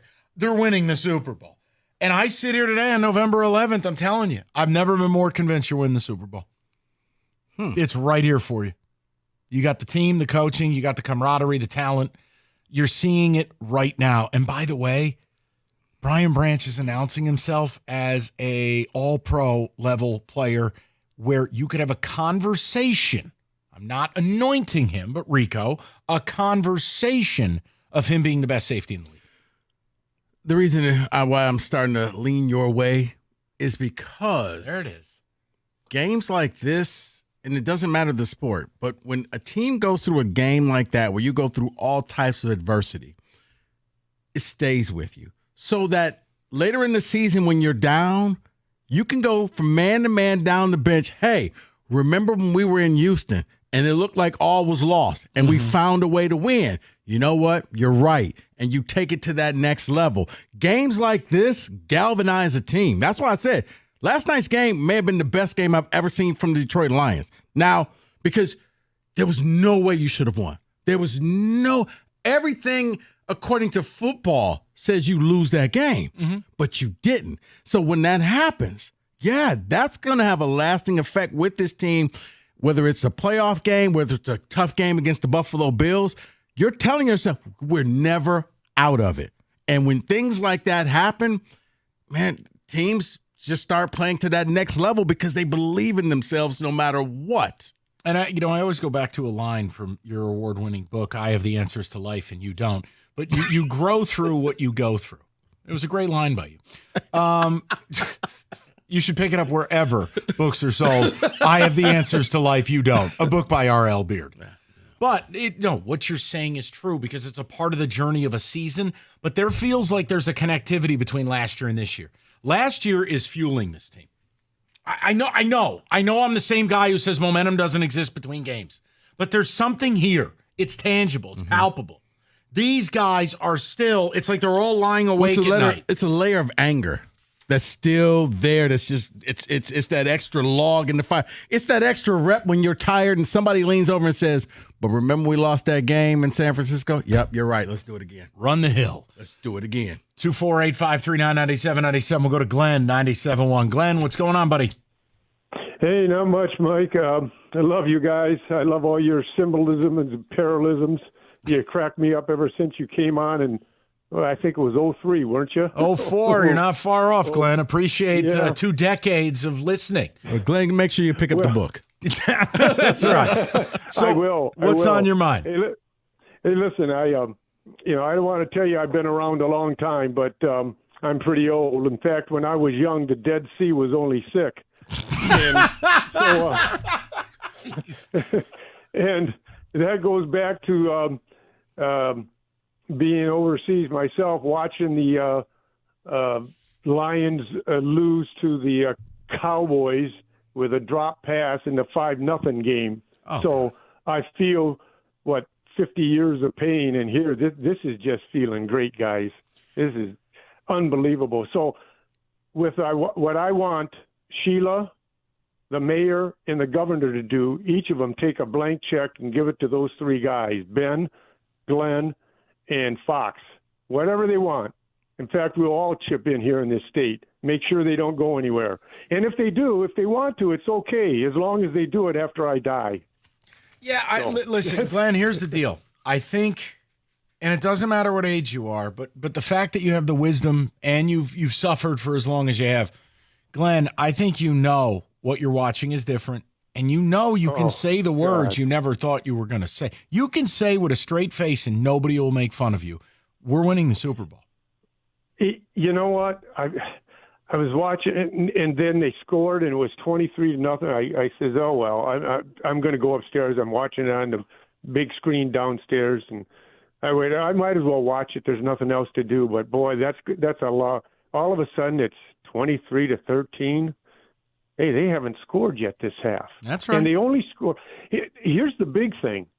In the first half, those 3 field goals they had, if they're touchdowns, we can't touch them. But they held them to field goals. That's right. And as bad as, I mean, that defense, I was sitting there going, I was getting frazzled. What are they going to do to beat this defense? They were on golf before they were, before they hiked the ball and it was legal. And yet they turned it around. I'm telling you, you're right. There's something going on here that they've got all the stars have aligned, okay, so to speak. And just enjoy it, everybody. And if they lose a game coming up, so what? No, that's fine. Better now than like the Patriots losing to your Giants in the Super Bowl when they're undefeated. 19-0 yeah. team. Listen, and Glenn, look, the whole point is if you don't win your last game of the season, you're going to walk away disappointed. We all know that. I've always said it. If this team ever got things right, I'd be your biggest fan. But for all the people who are like, oh my God, Mike is so negative. No, you have the worst franchise in professional sports. Well, Glenn, now that they're good, who's the guy who's been driving the bus even last year? You're winning a home playoff game. You're winning your division this year. I didn't, bleep foot it. I said straight up, you're winning the Super Bowl. Like, Glenn, they're doing this. This is real. Yep. And you make sure you get some sleep. Don't panic. They're going to lose a game here or there. Nope. You're going to be all right. I think they're doing this. It's happening, Glenn. It is happening. Why would I, like Rico, why am I going to lie to the listener? No. Why am I going to couch what I'm saying? There's no point. They're winning this. You're just doing it so the Lions like you. F them. I don't have any, I don't need them. Buddy. I don't have any friendships there. I don't need these people. As I told you guys in the last commercial break, sometimes people are funny. Oh, I know. Like, if you, God forbid, you pick against them, you're the devil. Last week, Costa and I go do Green Bay pregame. And then yesterday, hey, guys, Lions going to beat Houston. Oh, there you go. You just placate to the Lions. Oh. People went bat bleep crazy because I took the Packers plus the 2.5. I go, guys, it just gets to a point. Certain games are like a scheduled loss, bad weather. I had a million reasons. I wasn't right. Wait, so the guy who picks them to win the Super Bowl can't pick that they're going to lose a singular football game? No, because even though the average fan will say, oh, they'll go 14-3, but you better not pick against them for 3 games. Right. In order to go 14-3, simple math says you must lose 3. From the man who got into Harvard, everybody. NFL, FanDuel, America's #1 sportsbook. New customers get $150 in bonus bets if your first $5 bet wins tonight's game. You can build an SGP for Monday Night Football. And whether it's anytime touchdowns, rushing yards, you do what you want. Stafford's been balling. I just go all in on Rams and passing game. FanDuel.com/ticket. Make every moment more. It's FanDuel, sportsbook partner of the NFL. 21 and up, present Michigan. First online real money wager only. $5 first deposit required. Bonus issued, non-withdrawable bonus bets that expire 7 days after receipt. Restrictions apply. See terms. Sportsbook.fanduel.com. You got a gambling problem? Call 1-800-GAMBLER.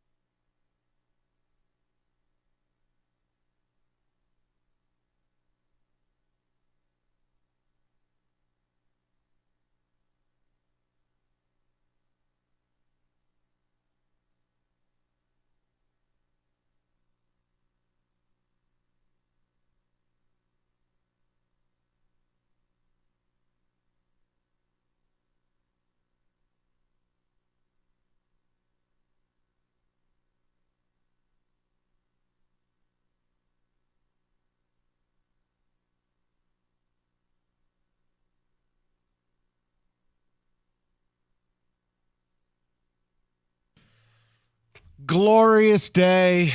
Oh, God, I'm so happy for you guys. And I can't lie, I'm happy for myself. You guys won. It was glorious. It was a fabulous W. And America had to deal with a Detroit takeover. And my team won by losing. Greatest loss in Giants history. Oh, God, what a blessed Monday.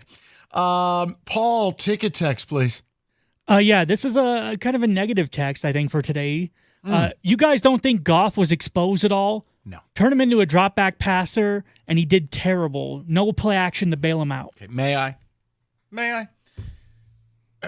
If you turn any quarterback into a true drop back passer, void of running game, in known passing downs, and all you're doing is passing, you're going to make them look bad. Okay? Last night, lost in the euphoria is your offensive line in a pass blocking capacity was mediocre to bad. Goff was getting assassinated on a regular basis. The first interception, in Tommy Boy quotations, was an incredible tip where the ball happened to go straight up in the air and a diving play. All right. Is that really Goff's fault? No. A Hail Mary, is that Goff's fault? I've never even believed those should be statistically recorded. The other interception is him getting blindsided in the pocket under heavy duress, and instead of it being viewed as a fumble, it's viewed as it's a pick. It didn't hit the ground. All I'm saying is he still completed multiple high-level passes, deep shots, third downs, made the plays that you needed. It's not always going to be a beauty contest. Might I add to this? Yes, please. Here's what happened. Everybody saw Jared Goff for the last 5 or 6 games where he was damn near perfect. You know what he looked like yesterday? An NFL quarterback who threw some incomplete passes. We're not used to seeing that because Goff was perfect, or he would have 4 incomplete passes the entire game. So that's why it looked like he got exposed. He was never going to throw at an 85% completion rate for the entire season. Hater. Okay? That's just not going to happen. Why are That's you so not negative? the NFL. Okay? No. I think what you saw was, hey, Houston applied pressure to him. Houston took away the run game and said, okay, well, Goff, you're going to have to beat us. And guess what? Near the end, he found Amon-Ra and said, okay, let's do this. Look, the throw to Laporta, both of them. Both big throws Gibbs. to J-Mo, the swing to Gibbs, Amon-Ra on 2, high leverage critical spots. Look, guys, I'm not going to take 20 games, 30 games of a guy playing Pro Bowl caliber football and then go nuts when one game doesn't go his way. You know what it could have looked like? Ready? Who am I? Daniel Jones. Oh, yeah, on the flea flicker. Both guys are open. Paul Sarah could have completed it for a touchdown. People saw Jared Goff. He looked like one of the magnetic football players. Oh, my goodness. The little vibrating things. He might have been able to punt it to them. Really? You are something else. Is he going to be a problem? He is just, it's just. But people are so used to Jared Goff completing every pass and looking like he just invented the game. It wasn't going to last forever. Hey, newsflash.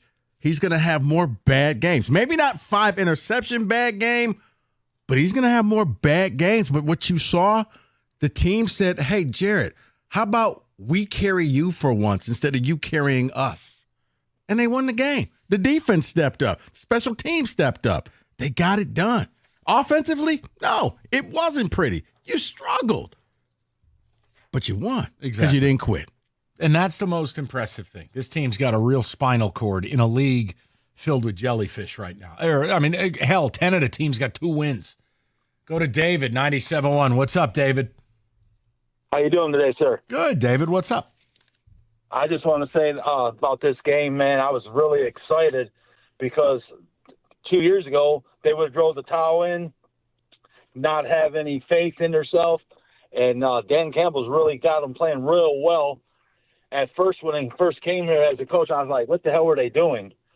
But now, as I look as his coach, I have more respect for this man than I ever had before. And I think this team can win a Super Bowl, and they will probably play Kansas City But I also think we can beat Kansas City because our defense is going to be a lot better beating Kansas City. That's just my opinion. So I just want to get your guys' feedback, see what you guys think about that. Go ahead, Rico. I mean, this is where we are. As we're talking about the potential Super Bowl matchup with Kansas City. You will hit them with a garbage can. That's how I feel about it. Really? I don't think Kansas City's on your level. I think they're fake. Their offense sucks. Honestly, David, go look at it. They can't score 20 points. They need miracles to beat mediocre to bad teams. No, but see, I agree with you 100%. I'm sorry, didn't mean to cut you off. No, David, you're fine. I think the only difference is, I think it's what you saw in the NFC title game last year. Kansas City's been in the Super Bowl before. The Lions haven't, and I think that's going to be the difference maker in the game. You could have a more talented team, but if you make the mental errors because this is your first time there, it could hurt you. I want to quote a movie I really do like, and I want to quote a character. Go ahead, quickly. I was just going to say this. From last year, from them playing in the championship game, that was their experience. I could have put them over the hump. Because when they had a 17-point lead against the 49ers, all heck broke loose on them after halftime. Nerves got to them. They're a different team this year than they were last year. They're more hungrier to me, too. David, it is, but the Super Bowl's a different animal. And I'm just going to quote Alonzo Harris. Do you know who that is? Yes, I do. I'm putting cases on all you bitches. That's what the Lions are doing. They are Alonzo from Training Day, and they are calling out the rest of the league, not a housing project. So Patrick Mahomes is going to be playing basketball in Pelican Bay. All right. Yo, you mother. Mm-hmm. That's what the Lions are doing every week. Mm-hmm. That's just how I feel. Yeah. Alonzo. Right. That's what's going on. You killed Roger. All right, let's focus. Moran Buick GMC, 24 Sierra 1500 four-wheel drive elevation, $259 a month, 24 months, $999 down. Moran also has GM employee pricing on all 25 Buick Encore GXs, including the Sport all-wheel drive, 39-month lease, $309 a month, zero down, zero first payment, zero security deposit. You got something wrong with your vehicle? Go to MoranExpress.com. They'll get you right. It's Moran Buick GMC, where you always get the best price, period. On Telegraph, just north of Eureka and Taylor, or visit them at MoranExpress.com.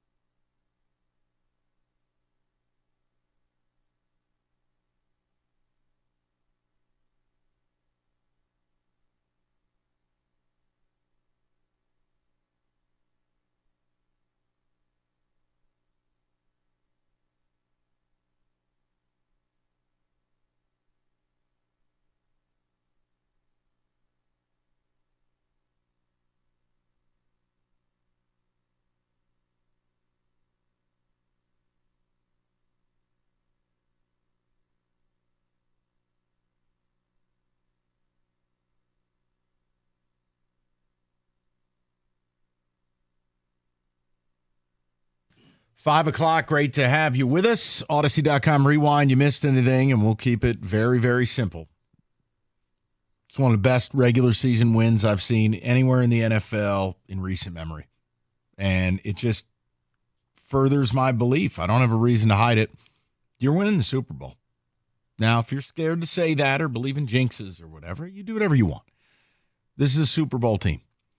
And they have an attitude and a conviction and a belief. And sometimes, once in a while, teams operate outside the margins. And the Lions are one of those teams. And it was remarkable. And I mean, people, you can think whatever you want of me. I stood up for most of the fourth quarter like a crazy person. I was riveted. It was election night riveting. Dude, it was amazing. Well, it looked like the election night map. Red, blue, red. It's a good call. I mean, Lions fans took over. It was remarkable. And on a night, again, since, what is it, down by at least 14 and your quarterback throws 5 picks, we haven't seen a team win a game like this since 1970.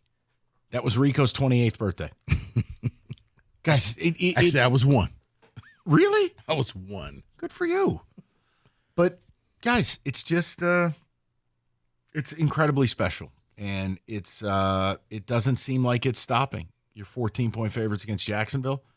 I think there's another opportunity for a stadium takeover in Indy. I feel like you are the most complete team in football, the best team in football. And Dan Campbell, he's just got a hold on this team. I mean, there's just only thing I can draw upon, like in my sports life, was like at the peak of D'Antonio, 13, 14, 15, just emulating the coach, emulating the message, taking on the personality of your coach, a belief, right? And like the difference is this Lions team has superstars.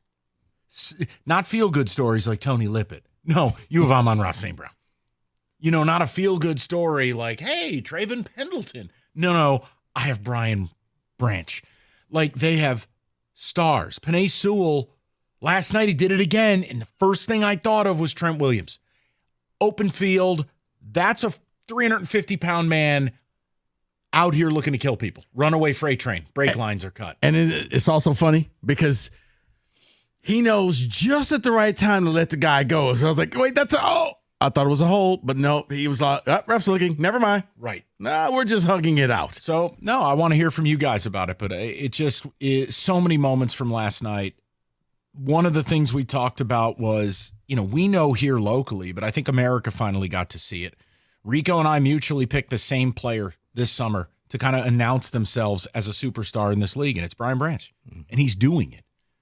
I mean, Brian Branch right now, I can make a credible case as an all-pro, not just a Pro Bowler, all-pro. He is building himself into a Troy Polamalu, Ed Reed type safety, where they're bigger than the position, that they are nightmares for people to have to plan for because you don't know where they're going to be.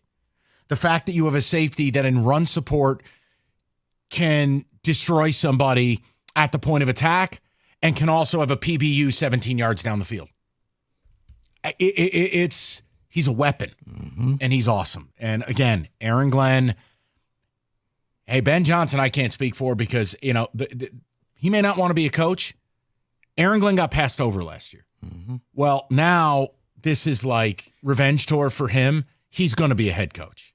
And he's doing it, and he doesn't have all the pieces that the offense has. Oh, and by the way, you're going to take away his best piece, and he's still going to be able to go and get the quarterback. Now, last night was something different because what's been missing was the Lions team really hasn't been bringing a lot of pressure. They did last night. They have to because the only pass rush they have is Aleem McNeil. And the interior pass rush is no good without exterior complement. But Aleem was unbelievable last night. Zadarius Smith next week, I think we finally get a chance to see, okay, can we rebalance this thing a little bit? Because I tell you, if you give Aaron Glenn a pass rush, the way he's got this secondary playing. Because what happens is you see, when you bring the pass rush and you get to the quarterback, you get a sack, they look disheveled. But when you miss, that's when you end up with the wide receivers deep down the field.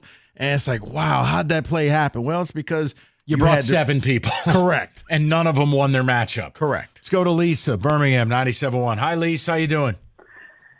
Hey, good. Complete sentences coming right up here. Thank you, Lisa. Yes, I wanted to mention a segment that I saw on SportsCenter related to the Chiefs game, where it was suggested that Patrick Mahomes was speaking to a ref and said, could you please let me know when they're getting close to me so I know if I'm going to be sacked? And it was suggested that perhaps the refs wanted the Chiefs to win. And I'm relating this to the play where Terrion Arnold was, on the back of the fellow who was trying to catch the ball from Houston. And, it was suggested that perhaps, some people might have said, living down south, that maybe the refs wanted to win, the Lions to win. And I think this kind of whining, is not really, what we're about. We're winning because we're good. We're winning because we have grit, and we, it's not our day, we pull off the win anyways. Has nothing to do with anybody wanting us to win except the fans. And the fans went down there and rooted for our team in a away stadium. We were a presence. Mm-hmm. And well, Lisa, think about this. Yeah, who would have ever thought that anybody would utter the phrase, well, the NFL wants the Lions to win? Signed, no one. So I think what you saw was the fact that the Lions defense was so good. It was a penalty. But the ref said, you know what? You've been playing so well today. I think that was just a bang-bang play. Nope. It was a legal play. That's how I see it. Exactly. Yes. And then on the subject of, college teams winning, like related to the Lions, I feel like the Lions, they, are angry. Like Michigan was angry the year before they won the national championship. And this is translating to the Lions as well, that they are angry over last year. I agree with you guys that they came so close and they didn't get it, and they've got a chip on their shoulder, just like similar to Michigan, and hopefully the same outcome that Michigan had. Yeah, and sometimes teams can have a hangover, or it can motivate them, and it's definitely the latter, Lisa. Like I always hesitate to draw, connectivity between seasons, but this team, it's just clear. There's a singular focus. It goes back to Dan Campbell telling his team in the locker room afterwards, no, I want you to remember this because you may never get back here. Mm-hmm. It should hurt. There's something, they are completely dialed in, man. It's just the only thing that could stop my belief would be catastrophe in the injury department. Beyond Aiden. Like, I just believe as currently constituted, without losing any of your major pieces, you're winning Super Bowl. Now, obviously, if you lose 3-4 of your best players, I'm going to feel differently. But, like, in the here and now, no. Mike, I think, honestly, really, if you lose Jared Goff, that's the only thing that can derail this. I think Sewell, Amon-Ra. They've won without J-Mo. J-Mo different. You know what J-Mo is? J-Mo's dessert. Yeah, he ain't the meal. I would say J-Mo's the bacon. You can have the burger, and it's just as good. Bacon makes it better. Okay, you win. You're right. We agree on that. Man, you can't be losing someone like Sewell. Then you lost the bun, and now you just got a mess on your hands. You know what? No, yes, because I would have never have thought that Taylor Decker was as valuable as he was, but you could Dan Skipper was probably the happiest guy out there. He did the best he could. I'll tell you this right now. Thank your lucky stars that Will Anderson didn't play last night. Because as good as Houston's pass rush was, Will Anderson's their version of Aiden, and he's got 7.5, 8.5 sacks, and the best pressure rate on the team. He's a freak. Yeah. Will Anderson on Skipper would have been criminal. Yeah. And you see near the end of the game that we're just going to run to Sewell's side. We're going to opting out of the left side. Hey, Dan, we love you. You're eligible, but we're going to go over here. Just stand there. We'll go to Dean, 97.1. What's up, Dean? Dean? I think Dean opted out. Okay, we'll move on. We'll go over to Hold on. Are you calling us from the private plane? Come on. Don't tell me you weren't there last night. Man, come on, man. You know your dog was there. I'm a loyal fan. Oh, no, he was there. Sending me live text messages. Oh, my. Take us through it, because it looked like a takeover. Yeah, no, absolutely, man. I'm just driving home. And, again, when I say this stuff to y'all, I'm blessed to go. So I always let that, I'm blessed. I can go. You so already got the reservation at St. Elmo for 2 weeks from now? Yeah, absolutely. See? You're going in. You talking about Indianapolis? Yeah, hell yeah, I am. Absolutely. So that's what I wanted to touch on with you, Mike. So I wanted to correct you on something real. Not correct you, but just put you up on game. Yeah. There's a whole thing going on behind the scenes, like a little underworld thing, like how the mafia helped JFK get the presidency. There's some stuff like that going on with this Detroit takeover thing. So what happened was Detroit and Atlanta and Houston has a connection because a big part and large part of the African-American community has always migrated there over the last few years. So you have a large African-American presence that moves from Detroit to Houston and Atlanta. Okay. So when that game came out, 5 of your top Detroit promoters here promoted the hell out of that thing because they all went down there. It was 20 parties over the weekend. So I personally know 6 young ladies who took 10 to 15 women with them personally. And I got homeboys that had women. You get what I'm saying? So that's what was the elephant in the room. It was 20 parties down there. You had a whole crowd of people who's not your normal people like myself who always go. There were at that game. So it's only like that in the cities where a lot of Detroiters have migrated to. Definitely Atlanta. Wait, so Houston, DJ, Dallas. so it was Detroit. The Detroit takeover is Detroit's version of the modern day Freaknik. Well, absolutely. Oh, that's exactly what it was. Wait a minute. My God. Hey, listen. If you was a married man, you need to stay away from that one. I'm talking about it was eye candy everywhere. It was incredible. So that's what was going on, Mike. And I say that to say Indy is not going to be like that. Let's be clear. We know you got a whole group of people who love to go to the games. It's an event, and they do. We got our normal people. Like when I go to the Chiefs, I see some of the same people. We got to follow them. The takeover is real. Oh, yeah. But in them cities, it's different. So Okay. You're not going to see that in Indy, Mike. Fascinating. All right, yeah, DJ, this is good to know. And obviously, I missed my invite to the Freaknik in the mail. So it just is what it is. Last night. You never went to the Freaknik? No, it's crazy, right? I know. Oh, wow. I'd fit right in. The point is, DJ, because when you watched it on TV, it was striking. And like sometimes they say that with Nebraska or Ohio State, well, the red shows up and blue. DJ, it looked like a 60-40 split. It was remarkable. No, it absolutely was, Mike. So let's take this for instance. So, again, for the last year and a half, I've been riding this train. The Minnesota game, we took that stadium over, but it was nowhere like this. Last year in Kansas City, I'm talking we really started – Kansas City was different because that was our first major win. But I'm talking about after that. I was out in L.A. All them other cities, it wasn't the same because you didn't have that migration. Got it. You get what I'm saying? I do. Those cities is different because friends got friends and cousins down there, so it's different. And the whole city went. So let's talk some football real quick. So the thing is, man, what I was watching, and I used to be the dude who, if you'd have asked me 3 months ago, I would have said this big old thing was 65-75% Brad Holmes, and the rest was Dan Campbell. I'm shifting for the simple fact that those guys, man, have completely taken on everything that man said in that press conference a few years ago. And I'm talking about everybody owes that man an apology because they are what he said. When you kick them down, they're getting up, and they don't come back even harder. Like, they are him, and that's what we're seeing. You get what I'm saying? So 100%. From a football standpoint, it's beautiful to see, man. Oh, no doubt. DJ, listen, it is a special time right now, and it feels like more than just a game. And I'm not talking about the parties and the eye candy. I'm talking about this is your time. This is this city's time. It's happening. It felt that way when the Cubs were doing their thing in 2016. It's the same thing here. This is your moment. Like, I truly believe in my heart you're winning the Super Bowl. And I also believe, DJ, that Rico needs an invite to one of these road trips. All right, NFL. America's #1 sports book. $150 in bonus bets if your first $5 bet wins tonight. SGP for Monday Night Football. Just go everything in the passing game for both teams, Miami and LA.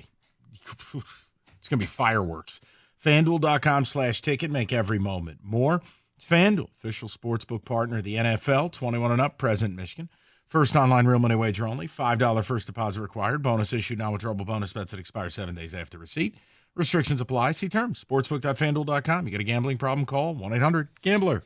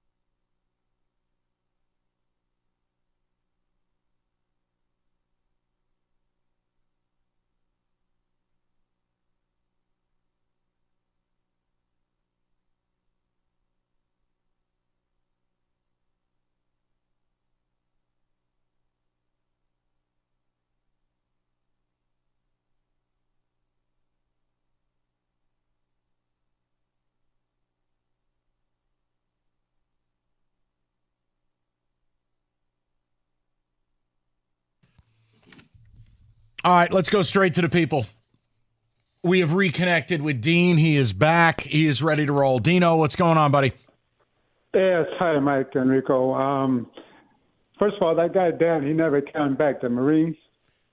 I was hoping to get his story. Well, we got him back. Yeah. Oh, we got him back. It was about 15 minutes later. He sorted his connection out. We kept him on hold. We heard the rest of the story. Okay, I'm sorry, Mr. That's but I okay. want to thank him. Today being Veterans Day, thank you for your service. For Dan.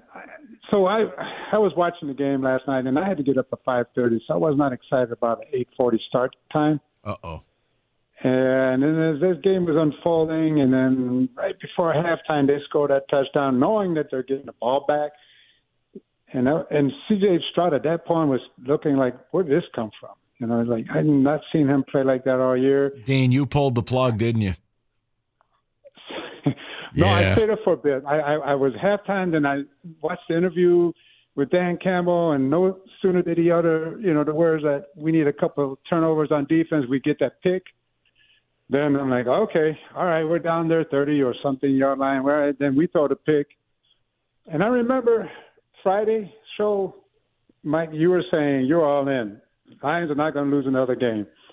And you tried to get TJ Lang to bite on it. And at first it sounded like he was going to go there. Then he pulled back and he said, this is the NFL. You get games that you don't expect and this and that. And I was thinking, you know what? This is one of those TJ Lang games. Yeah. I turned the TV off. I knew it. I knew that's where this was headed. So, Dean, you woke up at 5:30 and you checked your phone. No. I woke up around 12:30, 1:45. Oh, my. And I said, let me look and see. And I was on the ESPN side, and I read Jake Butts kicks walk-off field goal. And I'm thinking, walk-off? I've never heard that used in football term, but I know what that means. And I saw the score, and I said, oh, my God. So Dean wasn't waiting all day for Sunday night. No, Dean was waiting for that 5:30 a.m. alarm. He'd had enough. Oh, man. But it was like, based on everything I'm hearing, this is probably one of the greatest games that we're going to watch. Yeah, it was incredible. I missed it. No, but Dean, here's the deal. Luckily, we'll spin it into a positive. Dino, you saved yourself some stress. You saved yourself some hyperventilation and possibly breathing into a brown bag. It just it's not your fault, because I stand with Dean. I don't need Sunday night football when hardworking Americans have to be up at 5, 6 a.m. You can't be starting these games at 8:30, putting in the extra commercials, a ridiculously long halftime. I'm sorry. The game should start no later than 7:30. It just shouldn't. I'm with you, but it doesn't. It's like the Super Bowl gets later and later every year. Well, that's why America should have the next day off. Kind of like today. Right. Yeah. But hey, as long as Kenny Cott's enjoying his day off, that's real. I mean, one of the true hardworking Nobody works Americans. Harder. Yeah, exactly. Probably still hasn't gotten out of bed today. Let's go over to David, 97.1. David, how you doing, buddy? Hey, happy Veterans Day. And let's not forget the family members of those veterans, the spouses, the children, and the price that they pay. Excuse me. Okay, back to real things. Okay. Mike, you've been lionized. I had the epiphany listening to you. Okay. That emotion that you were feeling last night. Yeah. Putting your foot on your dining room table like you're Captain Morgan. You're in love, Mike. You are invested. I'm Clemenza putting the meatballs in the sauce, looking at you saying, why don't you tell that girl that you love her with all your heart?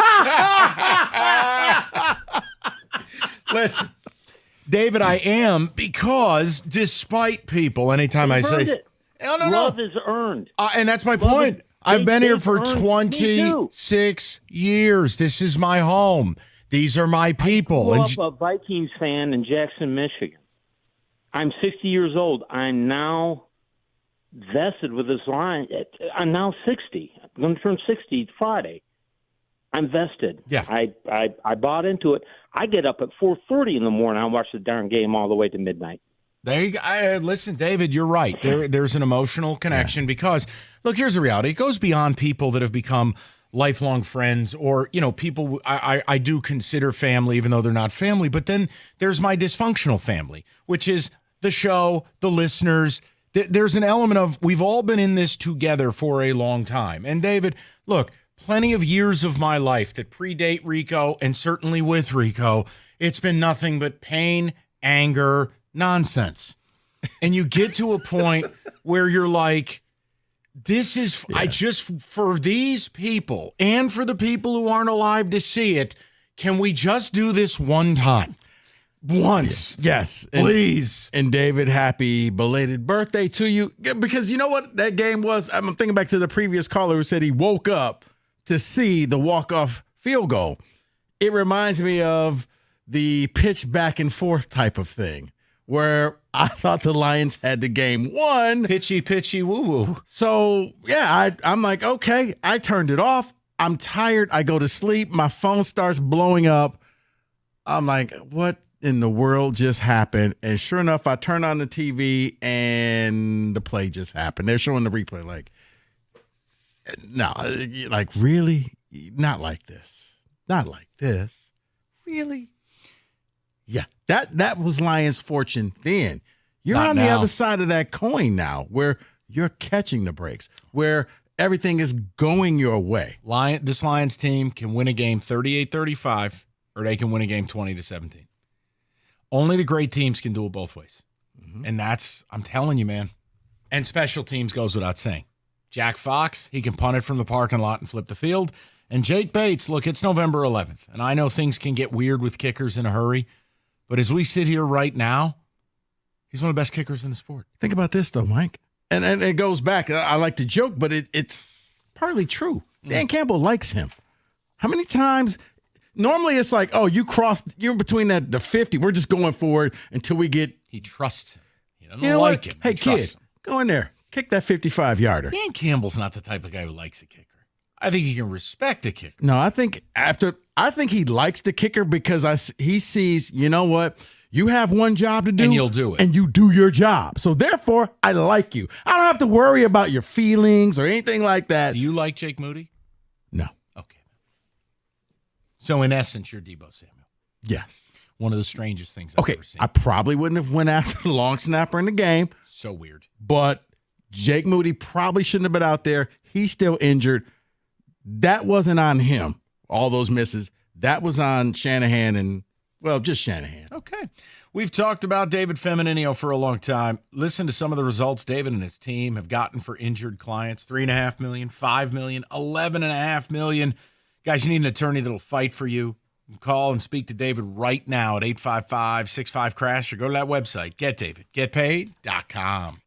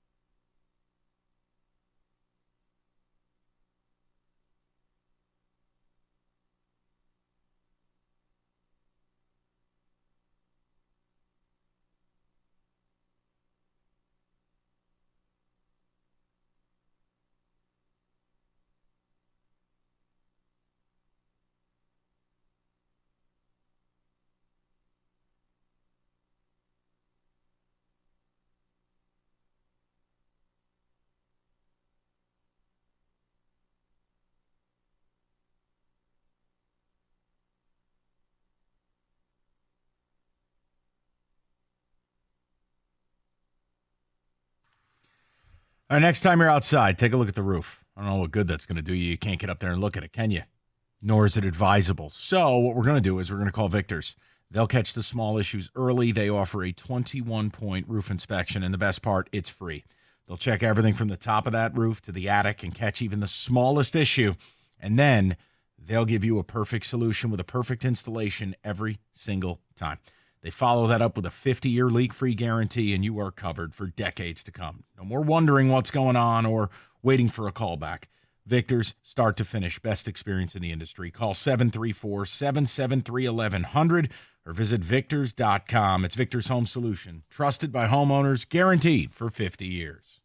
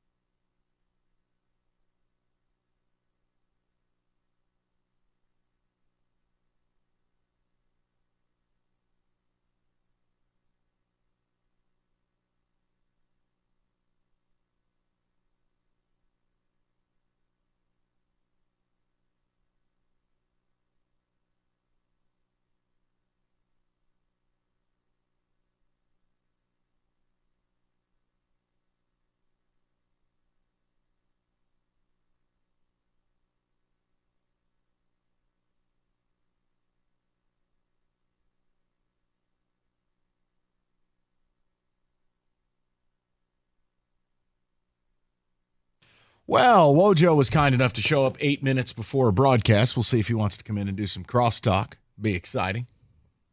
I doubt it. I doubt it, too. Paul, Sarah, any ticket texts before we depart here on this Veterans Day? Tomorrow, band is back together. I can't wait to talk some Tigers with you guys because, hate to say I told you so. You don't hate to say it. No, I like when I get slandered and my character gets impugned and it's like ad hominem attacks on me. And it's like, okay, fine, then show me. And the first chance they have to show you is, according to Evan Petzold, a low ball offer to Skubal. And Yeah, I hope you're ready for Jake Berger. Like, okay, timeout. Like, I think it's okay for me to say, you know what? You guys need to cool out if you want to defend Chris and company, fine. But, like, don't vilify people like me who say, look, I just want more. Like, I want to win, and I'm ready to win. And what is this Moneyball crap? I don't need it. Don't want to block the kids. I will do it tomorrow. Yeah. And look, I have to wait until the offseason's over. I promised I'd do that. Yeah. I will give Scott Harris all of the time in the world. Sneak preview, remember when we were like, hey, you're probably not thinking like Scott. You're not going to go that long-term deal. And you're like, well, you're not going to get this person. I loved his response to the question he was asked. Oh, the payroll question. Yeah, you're right, because we're tired of living in poverty, okay?